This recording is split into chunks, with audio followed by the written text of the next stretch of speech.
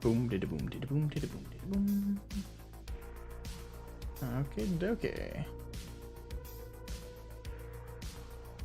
Alright, looks like I'm live, folks. How's everybody doing today? Hope you're all doing fantastic.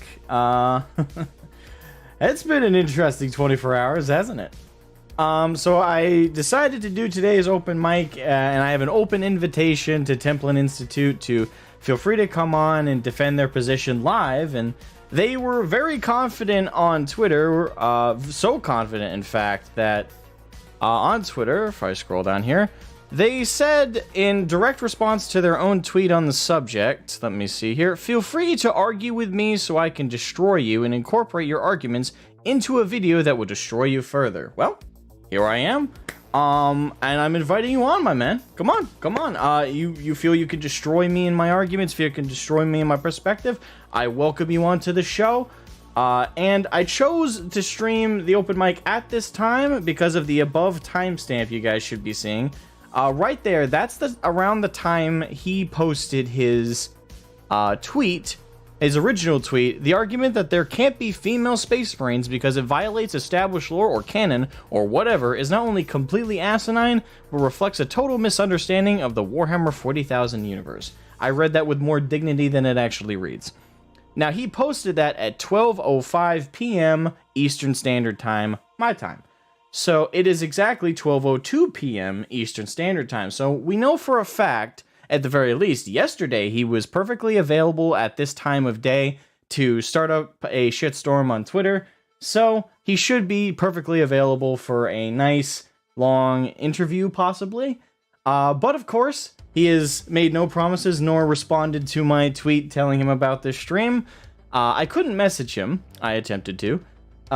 So I guess we'll just see. I've also added him here on YouTube right in the title.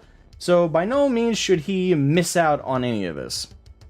So for now, while we wait for the man, hopefully, to have the balls to show himself, this is an open mic. What that means is there is a link in the description, which I will share in the chat, of which any of you wonderful people can come on to the call line stream, and I will pull each of you one at a time in for a talk, and you can give your perspective on the subject. You can agree with me, you can disagree with me, you can come in and give your 2 cents in a different perspective no one is considering.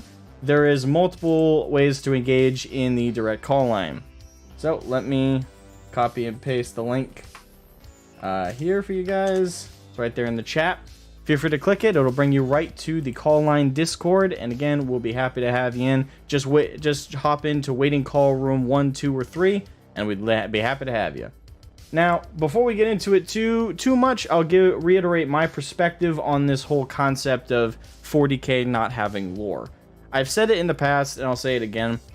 I do not find this take even remotely entertainable. It is completely asinine in itself, very ironic because given what Templin Institute themselves said. I even said in my recent video covering this topic that if you say that there is no lore or no canon of 40k, you are not only a buffoon, but you are completely brain dead. Because it shows to me you either are completely intellectually dishonest because you don't understand the concept of a lore, or you are genuinely that mentally deficient. And if so, I give you great amounts of sympathy. I'm sure there are kindergartens out there that will welcome you because obviously you're no threat to the children, given they could probably outsmart you. So bring them on. You'll come on in and get some education. Of course. I am being very facetious, but I stand by this point. It's buffoonish. 40k does indeed have a canon. We wouldn't have the setting without a canon.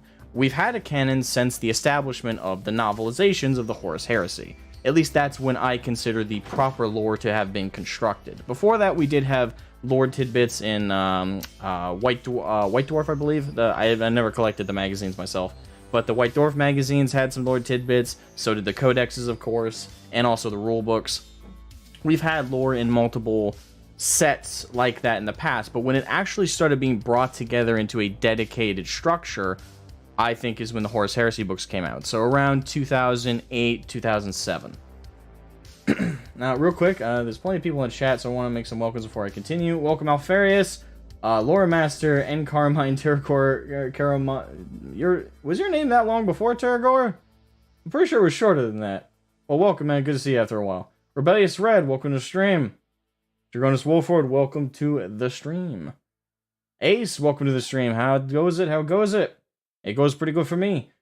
Asmogan, hope I'm in chat logs. F Templin Institute. Welcome, Deus Daddy. Possibly. No canon in 40k, really? Yeah, that was an unironic statement made by good old Templin Institute, and it was his entire basis for his argument of why female Space Marines should be added. Now, most of the time when people make arguments about it, it's about arguments from the perspective of inclusivity, it's about diversity, and those in and of itself are easily debunked and debated because it's like, oh, you want female representation? We have the Sisters of Battle, we have the Sisters of Silence, so check. We already have that. There's technically female guard, and if you wanted to advocate for more female guard models, I'd be down. I mean, I'm totally cool with that. More customization for my minis, yeah, fuck yeah. If you want to homebrew the stuff as well, you can also do the inclusivity through that if you want to, if you're dead set on having female Space Marines, as long as you don't argue that it's canon. All of that's perfectly fine. Alright, real quick, let me double check. So, yeah, I have everyone in the waiting room, so I'm not making anyone wait. So, yeah, back to what I was saying real quick, though. To finish my point, when it comes to 40k lore, we do indeed have a setting and a canon, and we have a concrete canon too. It's not even a soft canon. We have basically two tiers of canon. We do have a soft canon when it comes to the specificity of events and what occurs in them. Their books are often written in biased perspectives, so the specific events or how they play out is what is soft or malleable or inconsistent. And people latch on to that for this whole claim that there is no canon.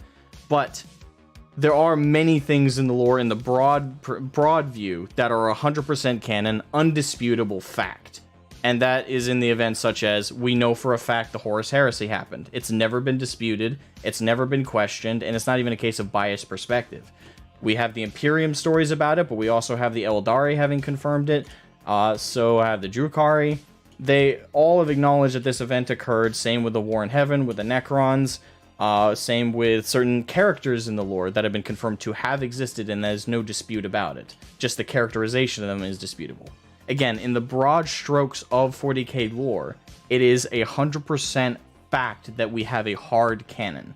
What is soft canon, and it's still a canon, because these events still happened, it's just the way that they happened that's questionable, is in those smaller details. The finer edge of the blade, if you will, is a little bit blunt. And I would argue that it's that way because of homebrew. It's there so people can customize their army, paint their armies, and kind of have a lore around their armies and stuff that relates to these events because they're written from biased perspectives. Like, oh, my army wasn't in the lore of canon, so I'll just, homebrew them having fit in there, for fun and stuff. That's 40k lore.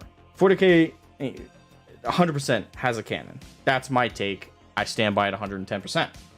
Now that I've gotten that out of the way, again, any of you guys are welcome into the call lines. If you guys would like to jump into the Discord that I've linked in the chat and wait in the call rooms, I certainly like to welcome you guys. And again, I did at Templin Institute on Twitter and invited him to come on. I also added him here in the title of the stream. He's perfectly welcome to come in. So, with any luck, hopefully, given his very verbose and confident stance on Twitter, feel free to argue with me so I can destroy you and incorporate your arguments into a video that would destroy you further. Well, why wait for a video, good man? I'm live right now. If you're so confident, you shouldn't need to make a pre-scripted video. I don't need a pre-scripted video. Heck, the video I made on you was unscripted. It was an off-the-cuff video I made right before I went to bed. So, we'll be happy to have you. But in the meantime, again, I'll link it in the chat again, guys. Feel free to wait in the call rooms. I'll pull you in one at a time, and I'd be happy to get your perspective. Now, let me catch up with chat.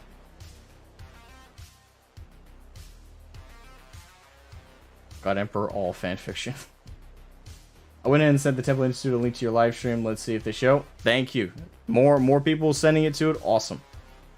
Oh, I got a caller. Oh, let me bring in.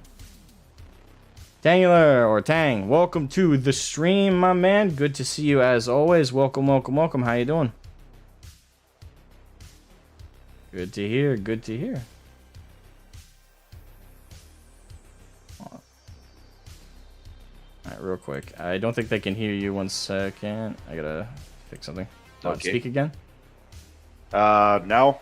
Okay. There it goes. Yep, they should be able to hear you. Okay. Good. I just wanted to give my opinion because I hate these kinds of arguments. Oh, yeah. And, yeah. And every time it's made, it just shows that the person has no creative thinking at all. Yes. Because usually when you have these kinds of people that make these arguments, usually if you ask them to write you something of their own, they are completely unable to do so because they have no original thought in their head. They can only copy others. Mm. And that's actually very ironic because that cannot happen if you don't, well, follow any kind of lore or canon of the universe you're watching or reading or whatever. In the Templin Institute's case, when it comes to their coverage of lore, by the way, on YouTube, they jump. It's not like they're a dedicated 40K channel. They cover everything, like every setting. They've touched pretty much every sci-fi or fantasy universe that there is in terms of lore, and they've made videos about it. So I just want to point that out and throw that out there as well when it comes to their perspective. It's not like Templin Institute is a member of this community. I wouldn't look at them as a member of the 40K community because they jump around. They don't seem too invested. And when it comes to their videos and their coverage, they caught, as to go to your point about their lack of originality and lack of writing in their videos, they pretty much copy and paste the wiki. They might change a couple words around, but generally speaking, the broad line of their videos, and it's why I stopped watching them years ago, when it comes to that content, it's a copy and paste of the fan wikis, typically. Also, one point that I kind of found funny. Are we sure it is one guy or it's a group of people? Because I can remember there was different. Well, we know it's one person who wrote all this on the Twitter, and I don't know if it's even a guy. I'm just defaulting to he. But if it's a girl, regardless, I don't care. An unintelligent and stupid statement like this knows no gender. Feel free to come on either way. But I'm just defaulting to he because I believe the owner of the channel is a guy. I don't think the channel as a whole is only one person. It is multiple people, I'm pretty sure. I know that the narrator in quite a few of their lore videos is a girl. But I don't, or woman, sorry. But I don't know for a fact if she's the runner of the channel or not. To be honest, when it comes to the lore of the Templin Institute themselves, I'm not too invested. And I am hyper-focusing on this one thing because this is my wheelhouse. I'm a 40K guy. I've been in the hobby for a decade. So this is my wheelhouse. Not that I care. I in this case I am fully egalitarian, or I'm for equality and equity in this case. Equality. Because I don't care. You can be equally dumb no matter who you are. Listen, I don't care what you are, male, female, any gender. I don't care if you're an eldritch abomination from the outer realms. If you enjoy something, I can talk with you and I can argue with you. I don't care. Yeah, and that's the thing. I don't think Templin Institute does care about this. I don't know if you all have seen this, but at the end of their lengthy grift on Twitter, which we'll go into a little bit here, and at the end of it all, you want to know how they ended their coverage of this topic? Oh yeah, by Patreon. Advertising their Patreon. Which, in slight defense of them, that is funny. I do think that's objectively kind of funny. To go through all of that and then advertise your shit without an ounce of shame, I almost respect it. Emphasis on almost, because what they did in the interim was just so dumb. It gives me the feeling like they just read the concept of hate click and decided, oh, that could work. It probably is. Like with everything else. The sad thing is, it probably is working to a degree. I mean, there's a reason BuzzFeed lasted as long as it did. People hate clicks go a distance. Sadly. Yes, but there is. Oh, hold on, it's coming back. All of a sudden, my signal completely dropped. That was weird. Oh, there we go. I think you're back. Yeah, let's keep going. I don't know what that was. Yeah, I just want to make a point on the tweet you're showing on screen. Because I actually have a bit of a thought in two different aspects. First, let's check the idea that there is no such thing as canon in 40K. Now, I think this can be the more how can I say it? More stupid interpretation. Thank you for the super chat. Get it back. All right, it's going green on my end. Should be reconnecting.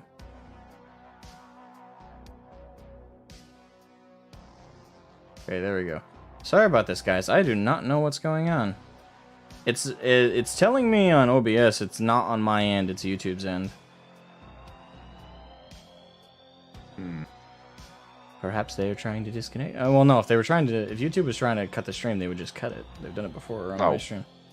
We won't really show up if they do that. Yeah. So I think it might just be a technical error on YouTube's server ends, because yeah. I think it's fine. Hopefully that's the last time it does it. So let's keep going. Just in case I didn't finish saying it before I cut. Thank you, a guy under the bridge, for the super chat, man. Thank you. And real quick, guys, leave a like on the stream if you're here to support. And again, I'll share it in the stream chat real quick here. If you want to give your 2 cents on this topic while we hopefully wait for the Templin Institute to join, because again, I've tweeted at him directly. Ace1918 has also, on my behalf, also tweeted directly at him with this stream. And I've also added him right here in the title. And I know for a fact, according to the image I have above my head in the stream view, that he was active at this time when he initially tweeted this nonsense. So, with any luck, he'll actually show up. By all accounts, he should be available. Because if you had time to start this shit show yesterday at this time, I can't imagine today would be an exception. So, we'll see. But anyway, Tang, as you were saying. So, let's see the first point in that there is no lore or canon at all in the 40K universe. Because I think that's the weaker interpretation in the whole thing. Oh, yeah. I hate such arguments because at that point, if you want to make that argument, your opinion is basically useless, because if you have no lore or canon, you don't have a universe. It's like, oh, we can have Space Marines. No, because there's no such thing as Space Marines then. Exactly. There's no such thing as the Imperium. There's no such thing as 40K. Yeah, exactly. The thing is, a setting is absolutely lives and dies by a canon. It's often defined by its canon. If you don't have that, if you don't have a structured lore, and it's as chaotic as these types claim it is, and it's just completely unintelligible, and you don't have anything to work with, so therefore you don't have a lore, there would be no fans of it. Nobody likes that kind of storytelling. Nobody likes just this, what would you call it? This theology of randomness. People like structure. They might like some randomness to a degree. I mean, look at Rick and Morty. That show lasted way longer than I thought it would. Or any of those like kind of sitcom shows where every episode is like this random nonsense.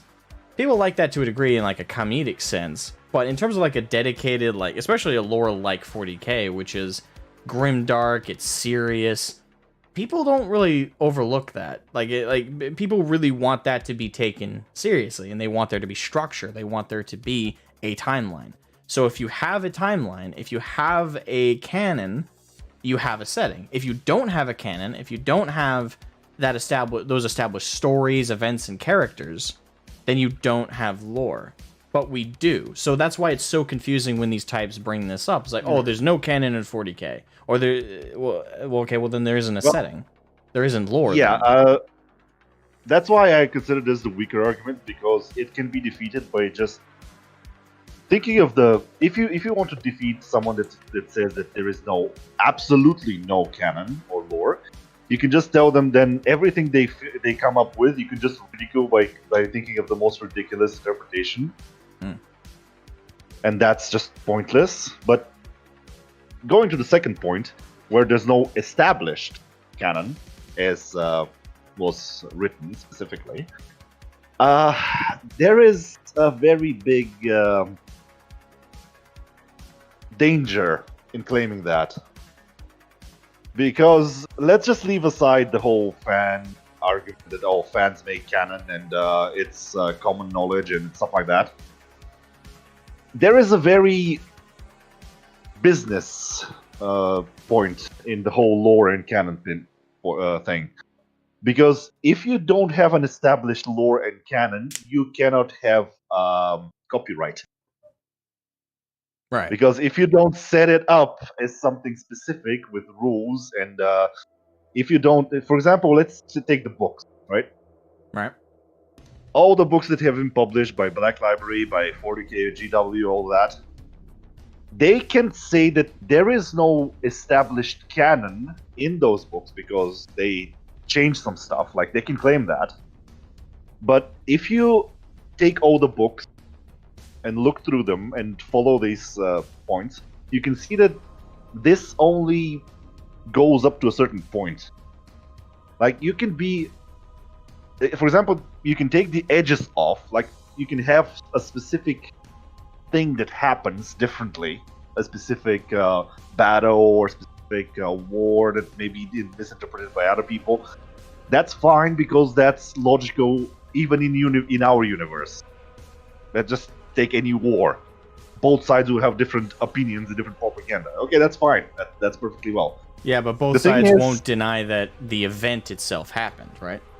Well, they can. That's not the problem.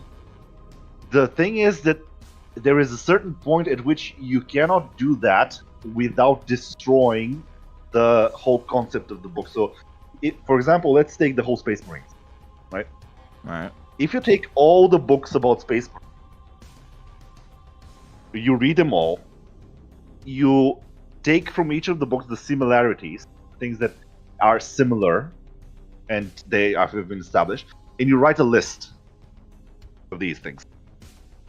These things cannot really be ignored. Like, even if they say, "Oh, that's not a concrete canon," that's not need to be a concrete canon, because if you change any of these things, then you say that these books are not copyrightable, because someone can write something similar and change one of these things, and then he can claim, "Oh, but that's not 40K, that's my own original work. It's 90% similar, but it's not Space Marines, it's I don't know, Space Infantry or something like that. Or they're all robots, they're not even human. They look the same, but they're just robots that look like humans. They're 99% identical, but they're robots. That's why I'm different." And you cannot really do that, because then GW will just sue you to oblivion. And they will sue you because they have canon. And we know they have canon. And that's the whole unwritten rule. You don't mess with canon because you don't have a business. Right. And if you mess with canon, you're messing with our business. Right. So you're looking at it from the business perspective as well, which I like. I like that inclusion. This is why I like having you on. That's the thing, because I know, I consider canon established by the majority of... It's basically like the social contract, the whole canon thing. And that's why, for example, if you see that... You remember when in another universe, in Star Wars, let's say, they said, "Oh, the Star Wars Legends is no longer canon." How many people take that as a fact? How many people care? No, exactly. Nobody. And they'll continue to... And also... And that is an important thing to note, just real quick. That is an important thing to note is, yes, legally speaking, like Black Library, like we stick with GW as an example, but thank you for bringing up Star Wars, because that is a pretty good example.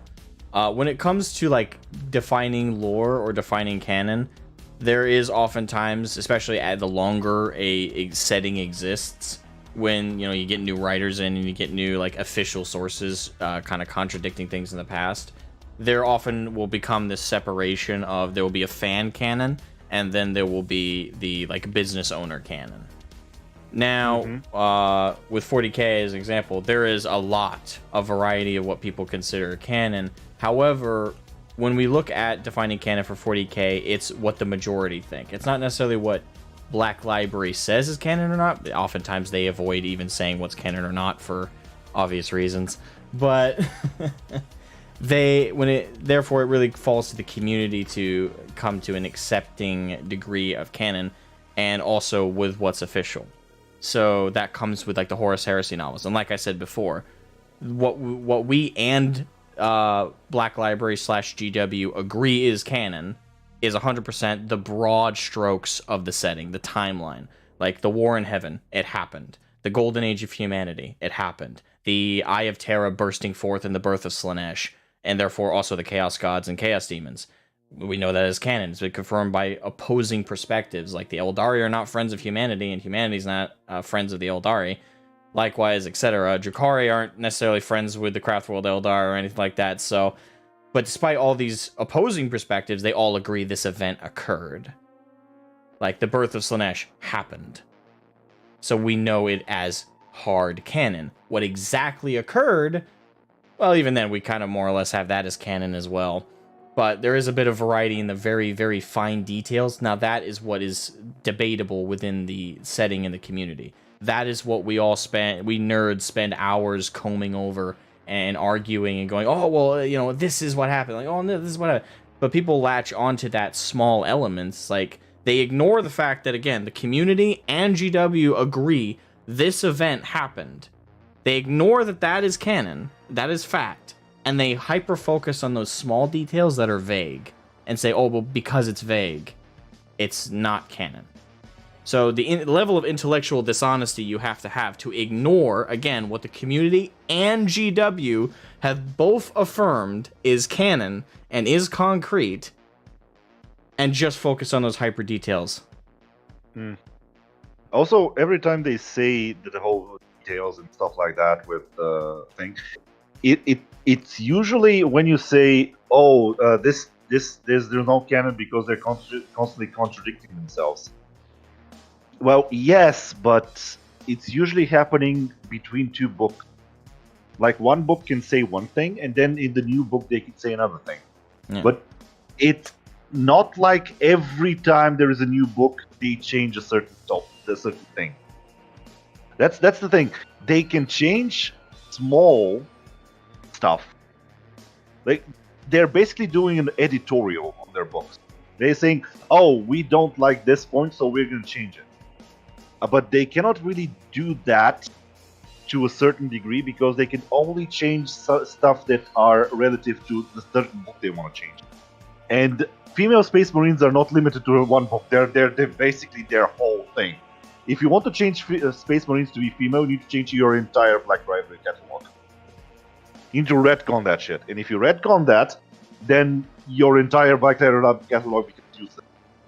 Because it's no longer, well, anything.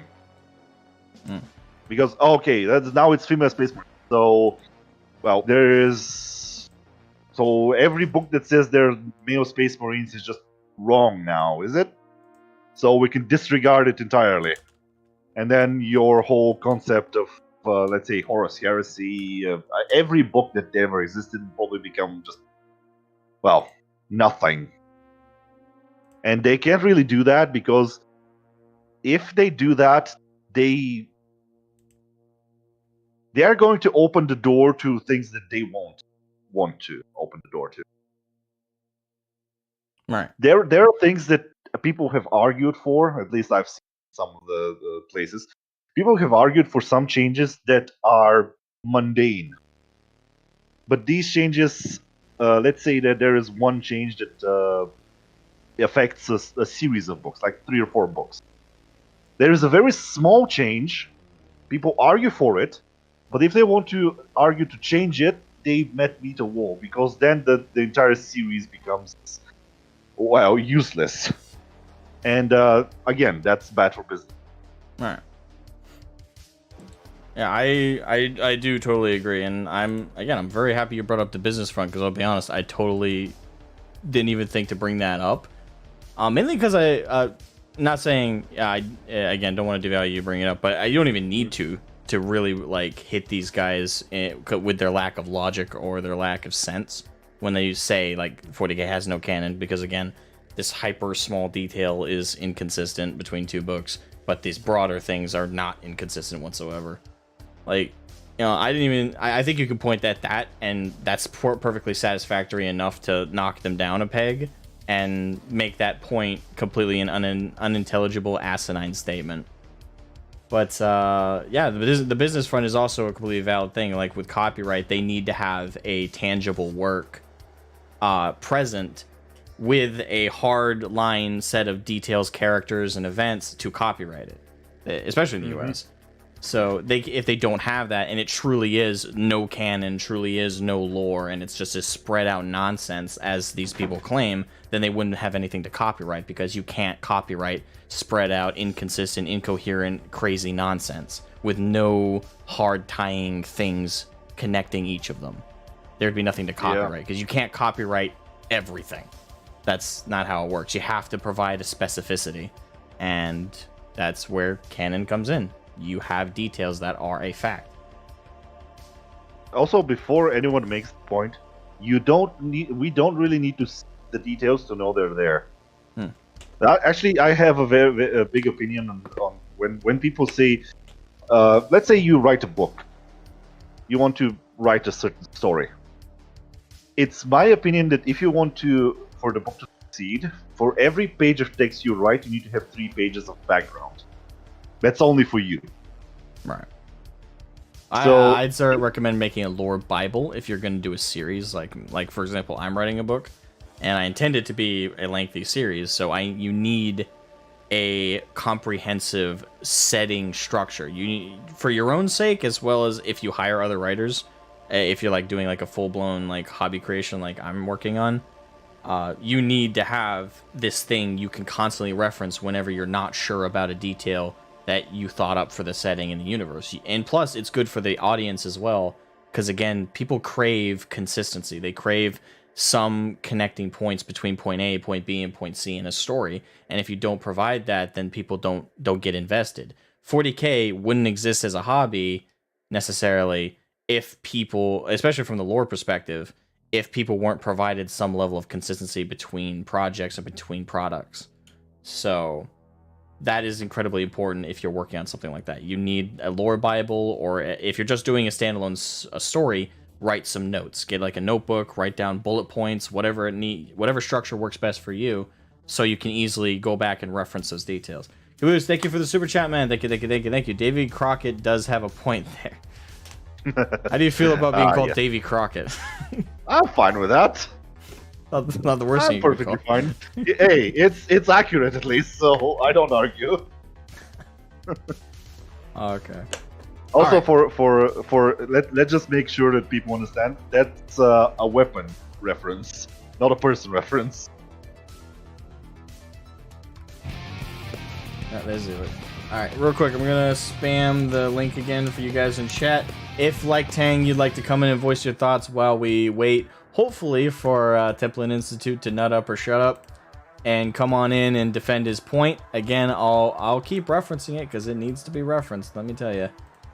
In the reply to his original tweet on this topic, which is in that image to the side of me here, he said himself, let me read it again. It'll load, there we go. Feel free to argue with me so I can destroy you and incorporate your arguments into a video that will destroy you further. So he's confident. So am I. We're waiting, buddy. Come on in. Yeah. Why do you need a scripted video to make your point? I don't. Well, because in a scripted video, you can copy it from somewhere, probably, present it as if it's your work, and show it like that. In a scripted video, you can also disingenuously cut out your opposition and not show their valid points. Oh, yeah. Can't really do that on a stream when you're directly interacting. All right, Tang, thank you for coming on, man. One more thing before I go. I just want to make a quick point about the whole, what was it, Obi-Wan Clouseau, the whole name thing that he made to the point. Well, first of all, is 40K the 40K universe that basically was there an hour history in the 40K universe? Technically speaking, yes. Yes. It's widely accepted that though the setting is crazy and nutty and all that, our timeline still occurred. Like, our ancient history still occurred. All of that still happened. That's a running idea. Has it been confirmed in the setting? No, but that's widely accepted that everything before the golden age of humanity and basically if you reverse time all the way back to our time, it would be the same. The same events played out. Things don't change up for another 18 plus thousand years. Yeah. And so, speaking of that point, in our real world, have you ever met someone that has been named after a historical or fictional character? Yes, actually. A certain Khaleesi came to mind. Optimus Jedi, thank you for the super chat, man. Thank you. For 99.99% of normies, the blurb in the Horus Heresy rulebook is enough to prove that there were never and cannot be female Space Marines. And it should be. That is lore that has been reiterated and unchallenged for years and years.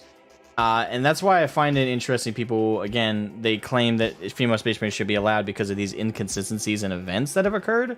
But ironically, when it comes to that rule with how Space Marines biologically work, that has never changed.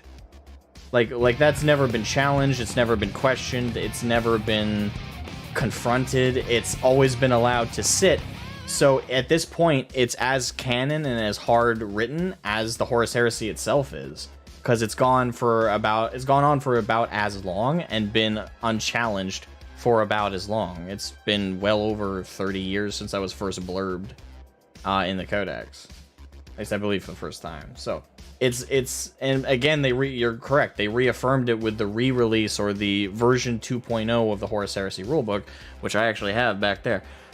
Those thick-ass books. But yeah, they reiterated the blurb, and that means they've stuck to it. So it's at this point, again, that fact is about as canon as the broader events that I've talked about before that have gone unchallenged for so long. So thank you for that super chat, man. Sorry, Tank, go ahead. Yeah, my point was it claiming that because there are names that we recognize and are pop culture names from our timeline in 40K, claiming that because of that there is no 40K canon is like claiming that because we used the name Caesar, there was no Roman Empire. Yeah, fair point. All right, man. Yeah, I think that's everything. All right, thank you so much for coming on. I greatly appreciate it, man. And again, if you want to come on like Tang, right, I'll link it. I just provide the links above. You scroll slightly up in chat. Actually, it should be visible for most people, I think. I shared the link. Feel free to jump into that Discord and jump into waiting room 1, 2, or 3, or just general waiting room, and I'll pull you guys on in, and you can voice your thoughts just like Tang. Well, again, I've DM'd Templin Institute over on Twitter. I've tweeted at him directly, publicly. Ace1918 has also done me the kindness of directly messaging him, I believe, with this stream. And on top of all of that, I've also included a direct @ to him in the title of the stream. And Jubble, I'm confirming this again. At this time yesterday is when he started this whole blurb about 40K not having lore. So we know, at least based on yesterday, he's available this time. So I guess but we all know he won't show up. Oh yeah, he doesn't have the balls. But have a good one, Tang. Thank you so much. Have a good one. All right, let me pull in. All right, so Afiel, welcome to the stream. How you doing? Hi. Great. Welcome, Nice to see you again. I see you too. How you doing? Wait a second, I just need to mute the stream because I... All right. You hear the double voice? Yes, and it sounds awkward to hear yourself. No, right. there are like a few points about all this stuff that happened, and actually I have some like stories from my local GW where we had some run-ins with hobby tourists. And I mean, one of the hardcore stories about hobby tourists was one guy, and he was like the griever gamer, power gamer type of guy. And he had a new girlfriend, and his new girlfriend was the typical guy, I have a rainbow necklace, and I am all in for social justice and stuff like that. And she was always like trying to start discussions about female space marines. And then she actually started a discussion with a friend of mine. And she said, after he said, I hate the idea of female space marines because they are sisters of battle. If you do it as a homebrew, it's okay. If you want to force the law, go F yourself. And she said to him, you know, you are the problems. That's why rainbow people are actually mistreated in the Warhammer hobby. And he said, you know, I'm gay and I'm married to my boyfriend for like 12 years or something. And that was like one of the most awkward moments actually, and everyone in the shop was dead silent. It was a tournament day actually. And everyone was like, it happened on a tournament day? Yeah. Oh, that sucks. I love my local tourney scene. I don't think I would have hated if anyone brought that stuff up on a tournament day. All I want to think about on a tournament day is just chilling and having fun. Our shop boss in my town, he's like a super solid guy, and he was just like, you know what, just leave. And she said, but I'm a customer. And he just said, you never bought anything, leave. Your boyfriend is making the money. You don't buy anything, and you just annoy my customers and my player base. And of course, and the next day there was the like the supervisor for the area, and it's like, what happened? Because we had some grievous email that a customer was mistreated, and he was like, no, she wasn't mistreating. She was mistreating my customers with her annoyance. And that's like the thing where like, that's like a hobby tourist for me. Comes in, wanna force something on other people. It annoys everyone, and then tries to force feed stuff down the throat they don't like, and then they leave, because it's like it's the same with Star Trek or was it Doctor Who or something? It was this typical, yeah, Doctor Who. Oh, I like this hobby, but this and this is problematic, and then when they change it, it's not the same as it was before. I leave. Exactly. And the thing is, it's happening more and more with a lot of hobbies. These voices that keep cropping in, these tourists, and it is the most appropriate thing to call them. Actually, the thing is, that's kind of an insult to the idea of a tourist, because tourists typically are supposed to have an appreciation for the thing they're touring. That's why they're touring. That's why they're checking it out, because they're interested. These people, they don't have any. Like, they pretend to for the sake of, you know, their arguments. But if you look at like if I looked at Templin Institute's timeline on Twitter, how many times has he posted pictures of his miniatures that he's painted, that he's bought, and he's proud of? The moment he was attacked, the moment he posted the pictures. I mean, I've never seen any pictures of his Warhammer stuff, but in the moment, I was like, I'm a Warhammer fan because I have like 10 Necrons and a burning piece of gas, piece of something, gauze or whatever this fluffy stuff is called. Right. And when I think about it, like we had in the same store, we had a guy, he's now, I guess he's now 20, but I first time met him when he was 13, and he was like, hey, I really like Warhammer, and he was like, I get my first Space Marine or Age of Sigmar miniature or something like that. Real quick, I want to confront something in the chat. Well, also, welcome, Havor, welcome to the stream, but you just said the argument I hate the most is you don't have minis, you're not a fan. That's not what I was saying. What I mean is posting about the hobby.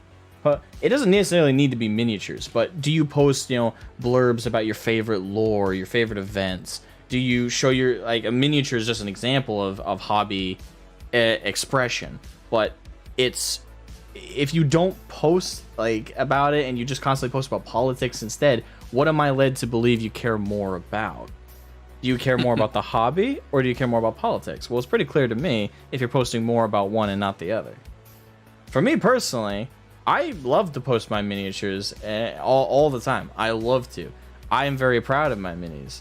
I love 40K. I love the Horus Heresy. I love this setting. Actually, real quick, sorry to put you on pause here, Afio, but I wanna quickly.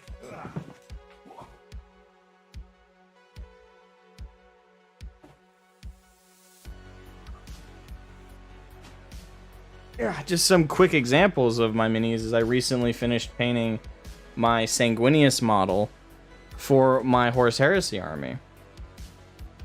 Right there. Like, this is... I streamed painting this guy, and it was an incredibly fun time. On the base, I got a bunch of little Emperor's Children heads, and I carefully dry brushed in this white over a blue, azure blue. You know, I very carefully put together that, and this is an expression of my hobby love. I love this hobby. Likewise, my main army in 40k is my orcs. Like, that's the perfect I love my miniature, orcs actually. to death and back. And I got a Stampa. I recently, for Christmas, my family knows I love this stuff so much. They got me a Gorkanaut. Well, they got me 2 Morkanaut boxes, but obviously I want to make a Gorkanaut and a Morkanaut out of them. I love this hobby, and I express it all the time. Hold on. Yeah, I mean, Sanguinius is the perfect example because I got my Sanguinius from my girlfriend for like 8th anniversary, Hey, can and you it took wait? me like 1 year. All right, go ahead, man. Real quick.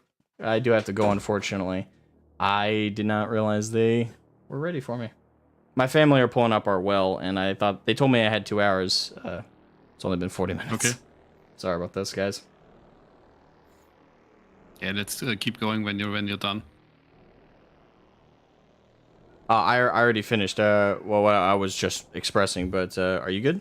No. There's just like the guy I was talking about. He was like, he got his first miniature, then he bought his first starting box, and then he was like, hey, I found this on eBay on something, and he bought like 30 books, older lore books and stuff. And after he read all of them, he said, I understand nothing. Okay. Yeah, And it's just like there's people with like love for the hobby, and they try to find their way and their way to express their love for the hobby, and they're like the tourist types they are like, I like it, but people have to accustom to my needs, and I don't want to fit into the group because the group has to fit me. Right. And those people are the worst. Yeah, I appreciate you coming on, Afio. I really quickly want to pull in Ace, see if he wants to make a quick point. And I will be doing a part 2, people. I'm going to try and continue the stream later. But we need to pull up our well and, get our plumbing working. So, thank you guys. Thank you so much for coming on, Afio. I'm going to pull in Ace real quick. And, thank you, man. Ace 1918, I got to go real quick here. So, I will be doing a part 2 later if you want to join in for that. But, what do you want to say, man? Well, I don't really think there's too much for me to add, well, with regards to the lore matter, although I do think it's amusing that a lore channel, a channel dedicated specifically to the topic of lore, thinks lore does not matter, at least in 40k. There's an irony to that. Yeah, it completely destroys any legitimacy that lore channel has. It basically said... because they're essentially making the argument that their channel has no reason to exist. That's by their own admission. Oh, yeah. Of course, though, I think the big issue, though, here is because these people don't think that the lore matters, I think that while it is necessary to bring up the reasons in the lore why they're wrong, I also, of course, believe it is necessary to use their own rules and reasoning against them, if you can call it reasoning, that is. I wouldn't call it reasoning. Yeah, same here. But that's, well, I assume that, for example, you've seen my latest video on this particular topic. Yes, I did get the chance to check it out, yeah. It's a good video, by the way. Everyone should check it out. Thank you very much. Yeah, so yeah, that's my 2 cents. I'm going to be very curious to see if they do actually address that particular that particular counter to their whole position. Oh, yeah. And, in case you don't know, I've actually checked their website, and what I understand is that they upload videos in about 2 hours and 10 minutes from now on every Thursday. So if we see a video, that's when we're going to be seeing it. Right. Well, thank you, Ace, for coming on, and I'd be happy to have you for later today when I can start up the second half. Actually, I think we'll be able to pull up the well in 15 minutes. So actually... All right. If it's okay for everybody here, we can take a 15-minute break as opposed to stopping the stream. I can leave it on a be right back screen. And yeah, we can do that. Or would you guys rather, it says it's a whole 15 minutes just to cut the stream and then start up a whole nother one? It's up to you guys on that one. Yeah.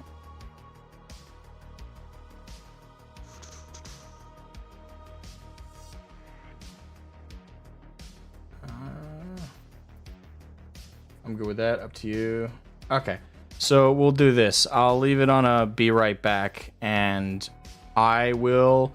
Everyone take like a 15-minute break, and instead of ending the stream, we'll leave it on a be right back, and I'll try and help my family get this done as fast as possible. We got it done in 10 minutes before like putting everything together. So, All right. Will you want me in call line 1 real quick, or? What is it? Sorry. Would you want me to be in call line 1 real quick for you, or? If you want to come back and talk more about it, yeah. Yeah, sure. Well, I can talk I could talk a little bit about the mod I work on and my thoughts regarding lore in general, if you want. But it's up to you. Do you want to stay in the main call line? You mean? Well, just call line 1. I mean, I'll wait for you for when you're done.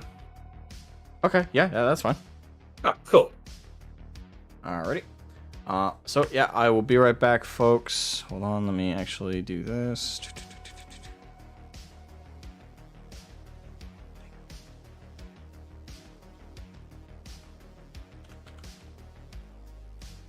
So let me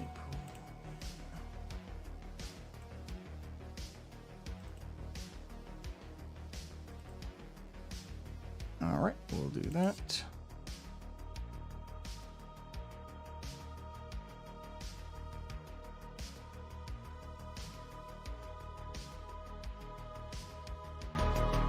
All right. Well, best of luck to you. Yeah, thank you for having me on.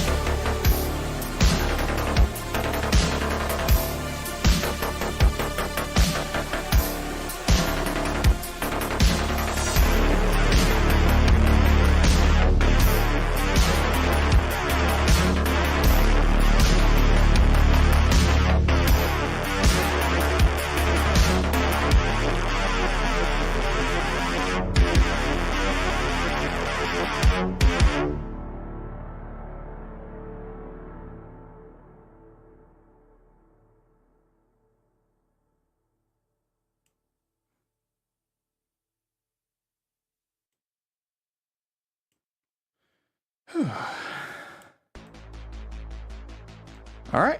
Sorry about that, guys. Am I going? Yes, it is. Okay, good. Whew. Yeah, oh my god. Sorry about that, guys. We had to pull up the well. Well, on our farm that I live on. We have a nice farming community around here, and we live out in the sticks. So we're pretty independent on our water source. And we just had to pull up because our plumbing's not working, so that means that our well has an issue, so we had to pull it up and get it checked. We just put it back in, and we're gonna see if the plumbing's gonna work. But they might call me out again, but for right now, we should be good to continue. Apologies on that delay. Whew. Okay. So let's continue. Oh, it looks like a good chunk of you stayed, so I appreciate that. And they might need me again, but for right now, it should be good for at least a few minutes. So, how is everyone doing? Yeah, you returned to perfect time, it seems. Yes, indeed, you did. Thank you, Urus. Welcome. Alright, let me pull Ace back in. Hey, Ace. Hey, Asmogan, how goes it? There it goes. Alright, sorry for that cut off there earlier. If you wanted to say any more detailed thoughts, and now I have time. Well, I guess I could talk a little bit about the importance of lore in my perspective on the matter. And a good example of just how much people can be dedicated to it, I think. If you ask me, my position is that lore, if you think about it, is at its core the history of that particular fictional universe. So it could, and probably in a lot of ways should be compared to just studying real-world history if you really think about it in that regard. Yeah. In that, what is history, real-world history, except the actual lore of this world, after all? And looking at it that way, I do think, well, consider... I believe you were talking earlier with another guest about the subject of things in lore that are a little bit unsettled quite yet, correct? Yes. Well, I can think of some good examples. If you look at the mod I work on, I can think of a few examples of things that are a little bit in real-world history that can be a little bit uncertain due to various factors in its own right. And I can tell you what my decision has been so far on that. So, you know how with the mod I work on, Battlefield 1918, how we're always, of course, on the lookout for adding new factions. Yeah.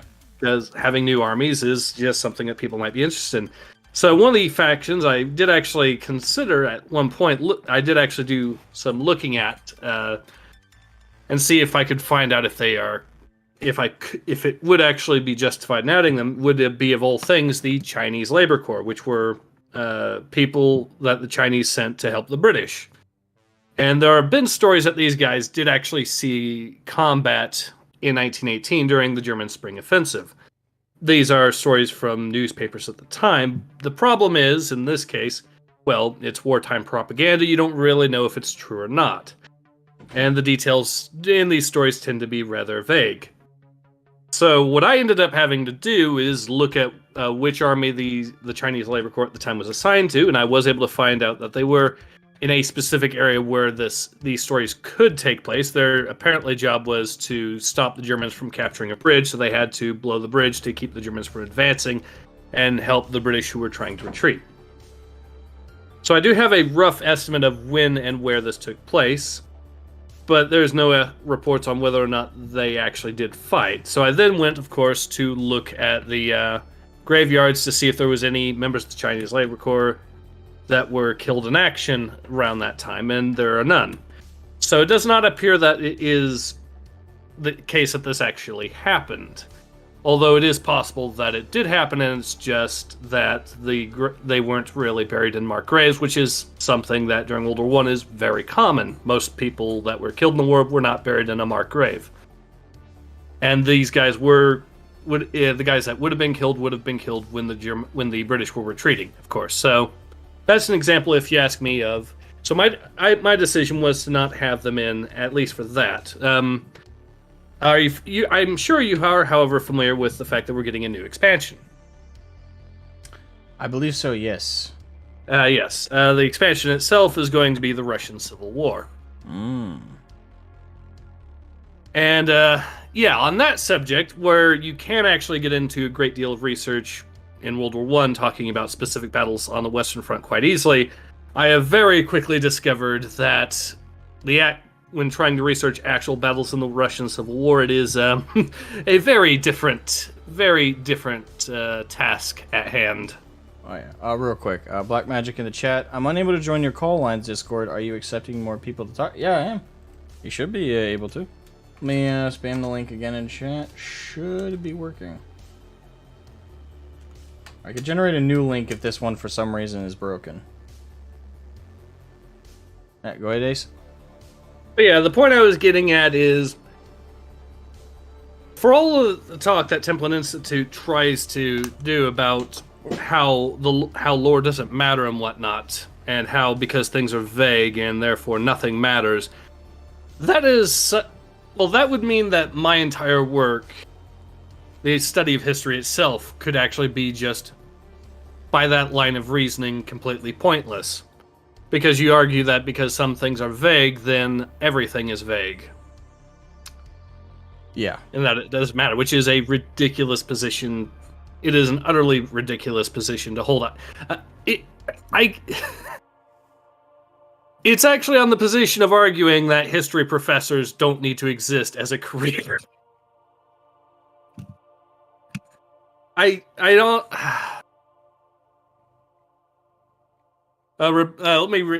So anyways, but yeah. I don't really know what more to say, so I think that's about... Oros had some funny comments there. Ace is about to choke a woman of the night. Alright. Alright, well, I appreciate you coming on, man. I really do. Thank you very much. Thank you for having me on. I think that's... What more is there to really say about that? True. And you make very good points. Which, Thank you very much. All right, have a good one, man. All right, have a good one. All right, so we're still welcoming calls to jump into waiting call room 123. I'll pull you into the stream call once you do. Happy to have your perspectives brought in. And Afio just asked me, Asmogan, you read the Temple tweet from 1 hour ago about 99%. Okay. The Templin Institute says, and I just pulled it up here, 99.9% of the 40k fan base is great. It's a community like any other with its negative and positive elements. I think that the problem is that the 0.1% is feeling increasingly threatened and hateful towards those they consider outsiders. No, I'd say the 99.9% are concerned about outsiders. And thank you for acknowledging you're an outsider, Mr. Institute. Much appreciated. At least you acknowledge what you are. And no, it's not the 0.1%. I love that he's diluting that idea. With all the backlash he's gotten, he wants to claim it's the 0.1%. First of all, the 40k community, despite all the people that have been added to the community over the last couple of years, it's still a niche community. We're not made up of millions of people. So we're made up of maybe a couple 100,000 people in this entire community. I'd say 1 million at best. Across the whole planet, like 40k. Or tabletop war games as a whole. So to make the claim that 0.1% are the ones that he got backlash from, I just saw like virtually nobody other than his religious zealots on his Twitter posts supporting him. Every person who self-advocated as a 40k fan that disagreed with him fervently, you want to claim that those hundreds of people that smacked you in the face with your idiotic logic are the 0.1%? Either you greatly overestimate the number of people who are in the 40k community, or you're being disingenuous as all hell, which we all know which one this is. But yeah, that's his tweet from an hour ago. And yeah, an hour ago, which is roughly when this stream started. So, let's see, what exact time was that? 11:55 a.m. So sorry, 5 minutes before the stream ended. So now we know for a fact that Templin Institute was free enough to make a tweet but not come on the stream, despite the fact that I DM'd it to him. I Ace1918 DM'd him with it. I added him with a full-blown tweet, a public tweet with it. I also added him in the title of this very stream. And instead of coming on here, he's deciding to cower away and hide himself away on Twitter. Call me shocked. Anyway, I am accepting more people to come on. Oh, Havor is in waiting call room 1. Hello, Havor. How are you? Pretty good. Awesome. It's gonna be weird. It's pretty weird hearing myself echo. Can you mute the stream? Yep, there we go. Awesome. Alright, so I wanted to give my 2 cents on this. You know I always am ready to give my opinion on absolutely everything. Oh, yeah. I just feel like it's kind of ridiculous to say that no lore or canon matters, especially if you're a lore channel. And I saw a lot of replies that he was making in the comments were examples of why lore and canon don't matter in 40k, as he was bringing up goofy references, and I feel like that's just a little ridiculous. Yeah. I'm sure there are plenty of goofy references in Star Wars to other things, and I bet, or Destiny, which I know he's also covered because I've seen his Destiny lore videos, and absolutely you could apply his same logic and reasoning to those as well. And I feel like he would absolutely fight you on this. So I feel like there's a double standard between what he thinks and, what he's saying he thinks and what he actually thinks. If you get what I... No, I get what you mean, and I agree. Like, there is a cognitive dissonance, and part of the point you just made actually also kind of contributes to the idea that he only made these tweets and only made these public statements is because he's trying to get rage clicks. I can't say whether their channel is doing badly or not lately, and they're just looking for any kind of engagement on anything, really. But it does, your point about the lack of consistency in what he's saying and his perspective, I think that contributes to that idea that maybe this was purely for that engagement, and he doesn't even believe what he's saying. Oh, yeah, I absolutely think that it was an attention-seeking move, especially because of his follow-up tweets with that.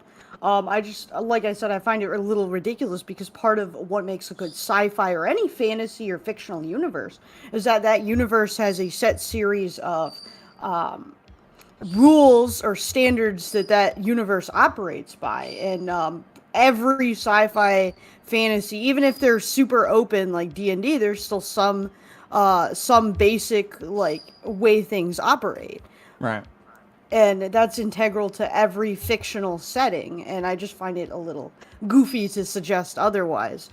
Sure, you know, homebrew, kid bashing, all that are perfectly fine. Like, I don't have a problem. I love seeing people's kid bashes, even if I don't necessarily agree with them in canon. But that's why those things exist, so that you can insert your own like crazy cool ideas into something. Yeah, and that's always been the beauty of homebrew. I mean, that's why I think a lot of true fans of 40k have been bothered by this sentiment. Not only if we like separate from the no lore point, which is we've all pretty much continued to point out how stupid that is, but if we focus on just the advocacy for the female Space Marines thing, the stemming of that argument doesn't come from a place of actually enforcing the hobby, and their arguments don't work once you factor in homebrew and fanfiction, which has always been a massive part of 40k as a hobby. Like, people very much make their own homebrew material and write stuff around those soft gaps in the finer details of the lore so they can create their own stuff. And no one, as far as I've ever met in the hobby, has ever had a problem with someone, like, let's say if they wanted to make a female Space Marine army. Fine, you could do that, absolutely. You want to homebrew that, as long as you're like, hey, this is my homebrew, it's fanfic, I'm not advocating the lore to change for what I like in my personal army, then those people are awesome, and it's great to see it. It's also cool to see the kit bashes they come up with, including, like, again, like printed resin heads of female Space Marines, or they just take, like, the heads off Sisters of Battle and put them on the same armor. as a Space Marines. That stuff's cool, and I don't know anybody would have a problem with that, because you're not pushing a representation argument which doesn't fit the setting into it. You're not trying to force your preferences on people. You're just engaging in them through the hobby for your own sake, which is the right way to do it. Oh, So- absolutely. That's exactly what I think too. I mean, I'm a woman, I think. Last time I checked. And I don't think the whole representation, I think that's a front for people just wanting to get internet clout. Quite frankly, I've RP'd as an old guy, space wolf in a fridge for the longest of time, and I don't have to have him as a male to really identify with that. A lot of people don't know, but my first ever Warhammer 40k art was of a female dreadnought, which is still technically more lore accurate than female Space Marines. Technically. Which is pretty funny, but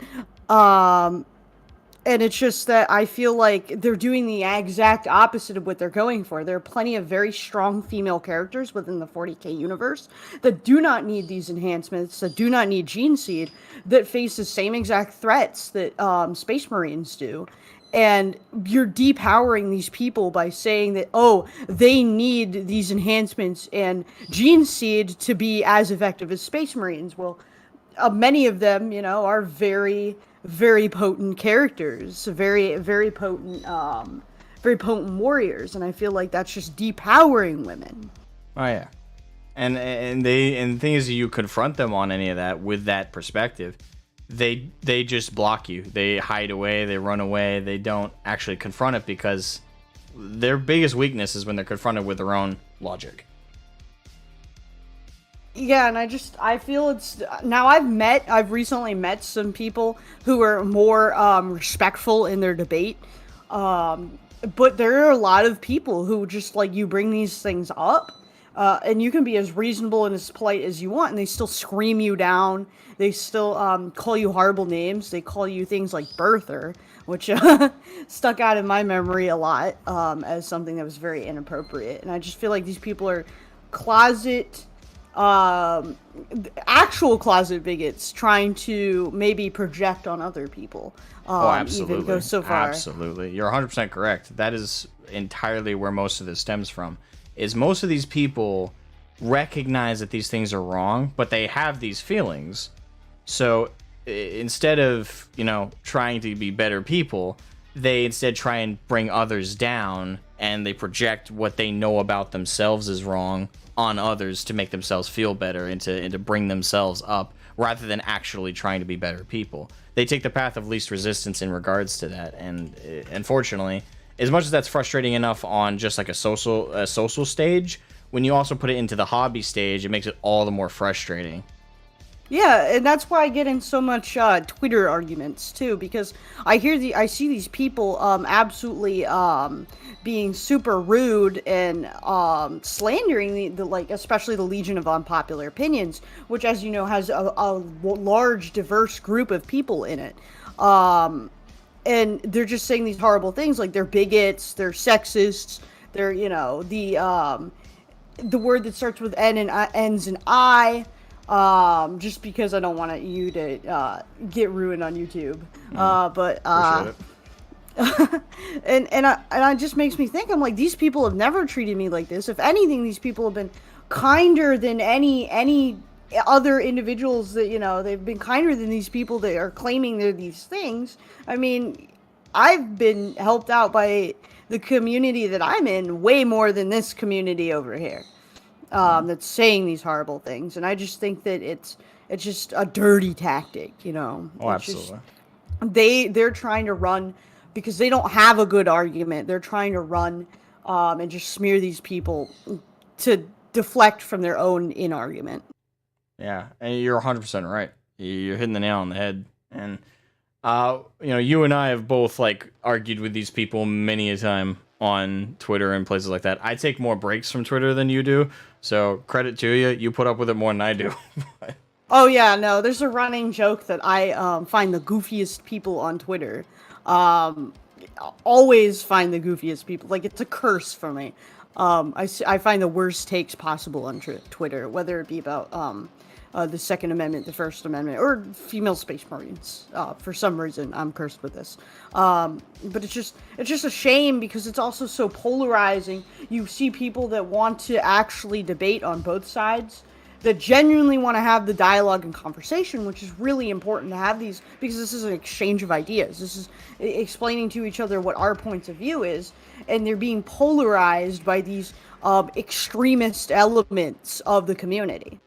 Oh yeah, it makes it so toxic to engage, because honestly, that's a part that's been stressful for, I'm sure it's stressful for you as well, but like it's stressful for me, stressful for a lot of my friends.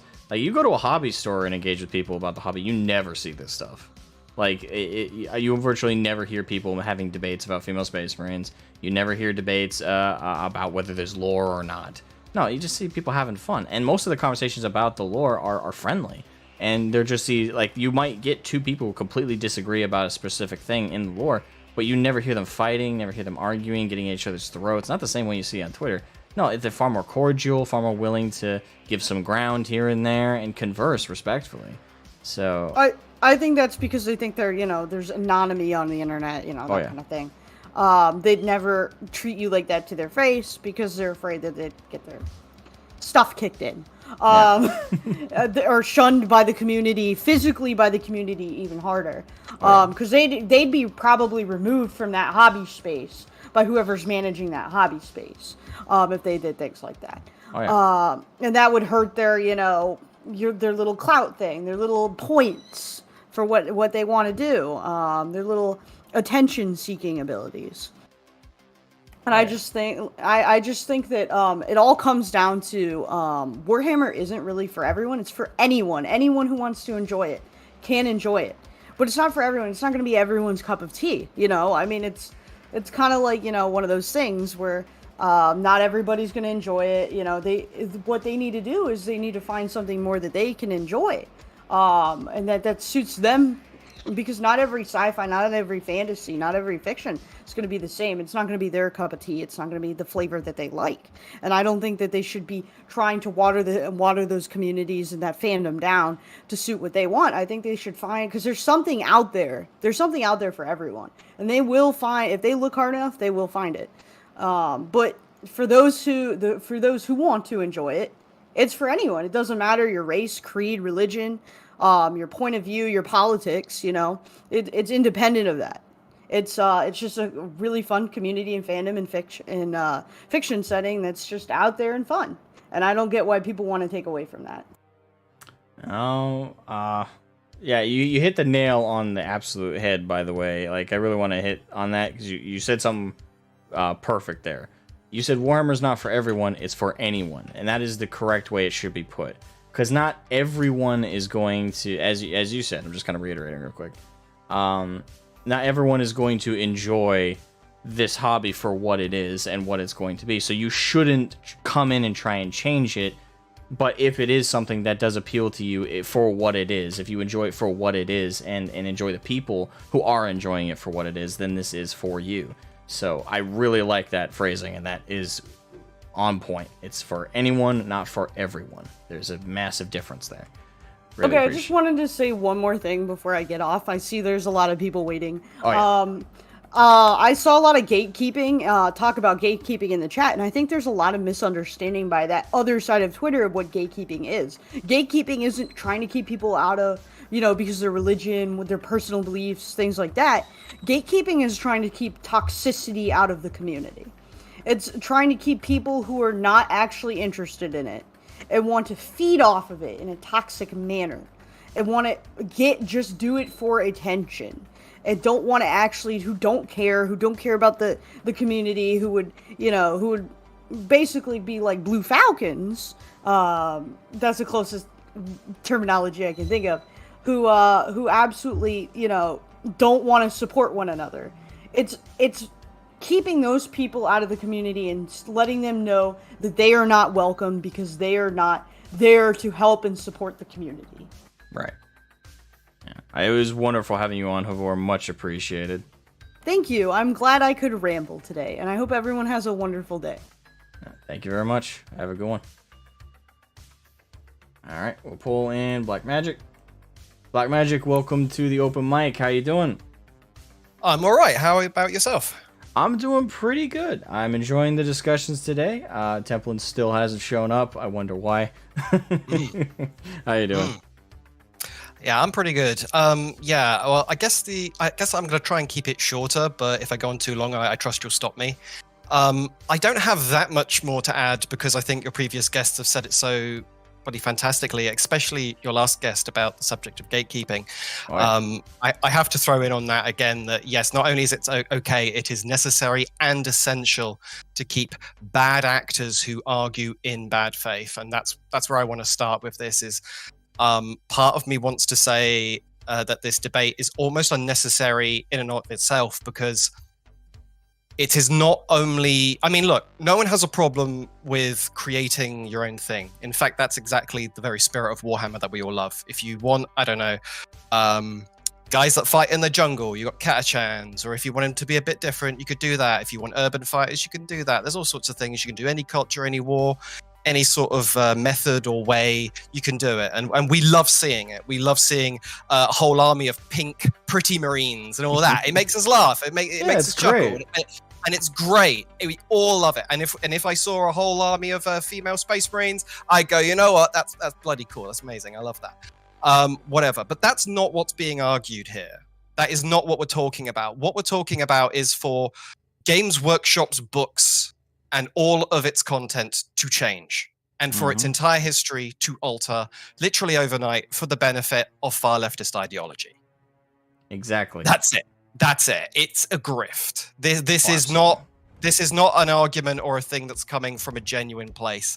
This is no different from, let's say, a misguided young man fresh out of a college who's just got into his first job and walks into a room full of other people who say, well, I think this, well, I think that. And so in order to stand out, in order to feel he needs accepted, he needs to one-up everybody and says, oh, well, I'm more progressive than you.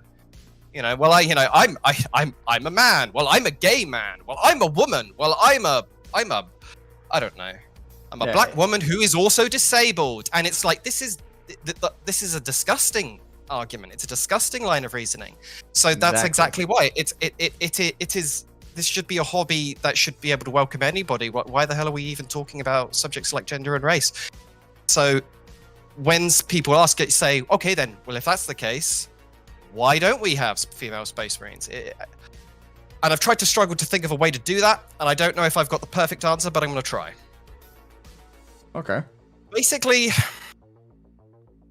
the thing that I like about the Warhammer setting is, I think it was in one of the Ultramarines novels, but there was a Space Marine, I can't remember his guy, the guy with the red helmet, he's been censored. Whatever. But he basically is the first one to realize that using swords and flamethrowers against demons works because old ways, old foes, old means, right? It's a kind of got a spiritual edge to it that for all of rationality doesn't work on these enemies. That's kind of what's being said, old brutish sort of get your torches and pitchforks sort of dogma works against this kind of enemy. It's a kind of it's a spiritual battle. It's not about who's more technologically advanced. It's simply about who has the better way. Who has the will to finish and who has the will to keep going despite their enemy's advantages.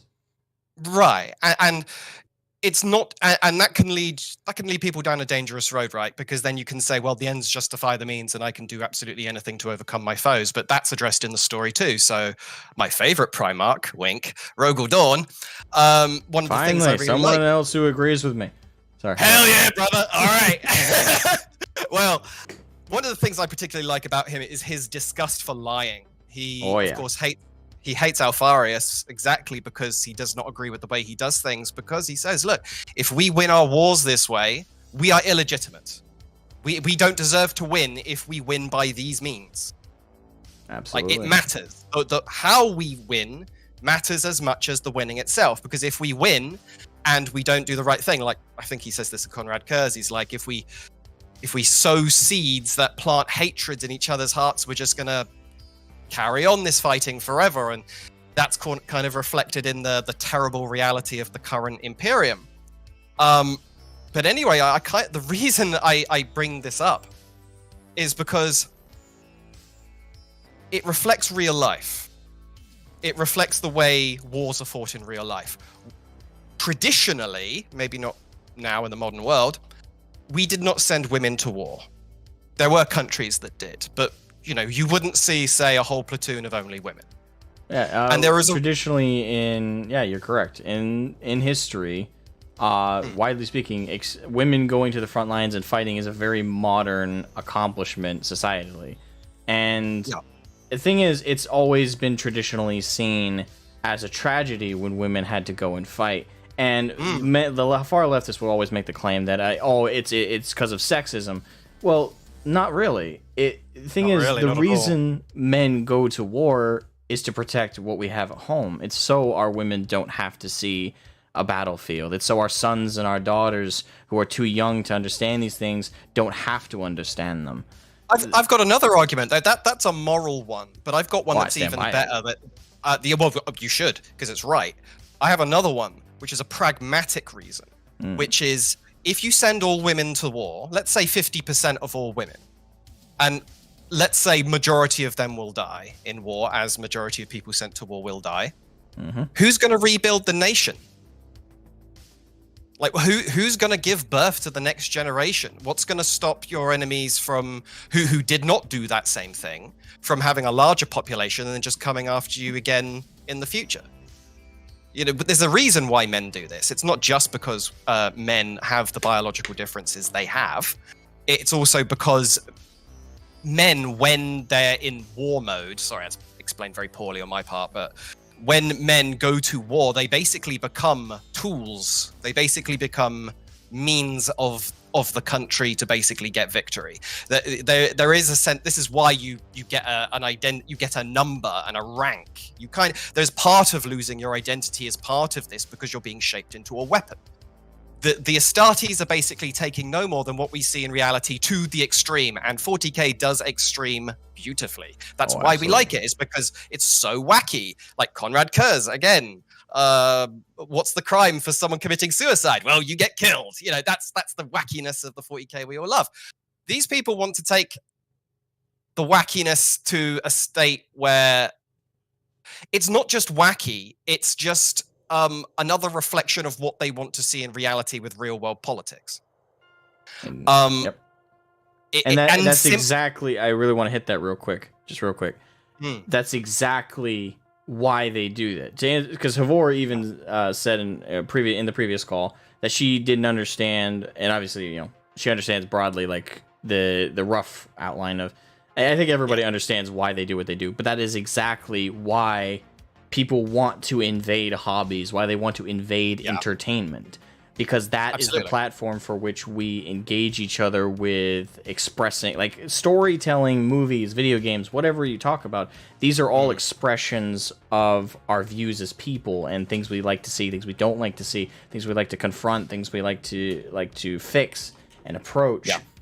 So if you alter what people are exposed to with this stuff, and you start telling them through this medium and this media what to think, and you start characterizing things a certain way, you will eventually start to affect maybe not the older generation who already have pre-established morals from how they were raised, but it's the younger generation that will be joining these things. They see these changes. They see how these people are trying to frame the world and how it should be through fiction, and that is why they target it. Yes, it's a sort of bizarre subliminal messaging, isn't it? It's control. It is. And the thing is that this is bringing me back to a conversation / argument I had about a few days ago, I think. And I don't want to make this sound like I'm going off on a tangent, but you're like the Scooby-Doo thing. You saw the Scooby-Doo thing? Yeah. They've changed. Well, it's not only Velma, it's also Shaggy. And the argument. I just want to let you know we are going a little long on this call. Oh, I'm sorry. Okay, no, it's fine. It's fine. It's okay. And this has been a very good call, and I appreciate it. But I do got people waiting. So, is there a quick wrap up statement you want to give? Only to gatekeep and resist this, because we've lost comics for the most part. Sorry if you're a guy who likes comics who doesn't agree with that view. Entertainment is mostly trash these days, and everyone knows it. Don't give these people the benefit of the doubt. Really don't, because people who you should give the benefit of the doubt are people who argue in good faith, who will at least turn up to the debate. Oh yeah, like someone who hasn't so far. Well, I don't want to throw shade on anybody, and maybe there's a good reason for him not turning up or whatever. That's not for me to know. But maybe. I don't believe that Templin has argued in good faith at all, and I don't think you should, because these people are grifters, and we've seen it too much for most of the last decade, and that's all I have to say. All right, much appreciated, Black Magic. You had a very, very interesting conversation. So thank you for coming on.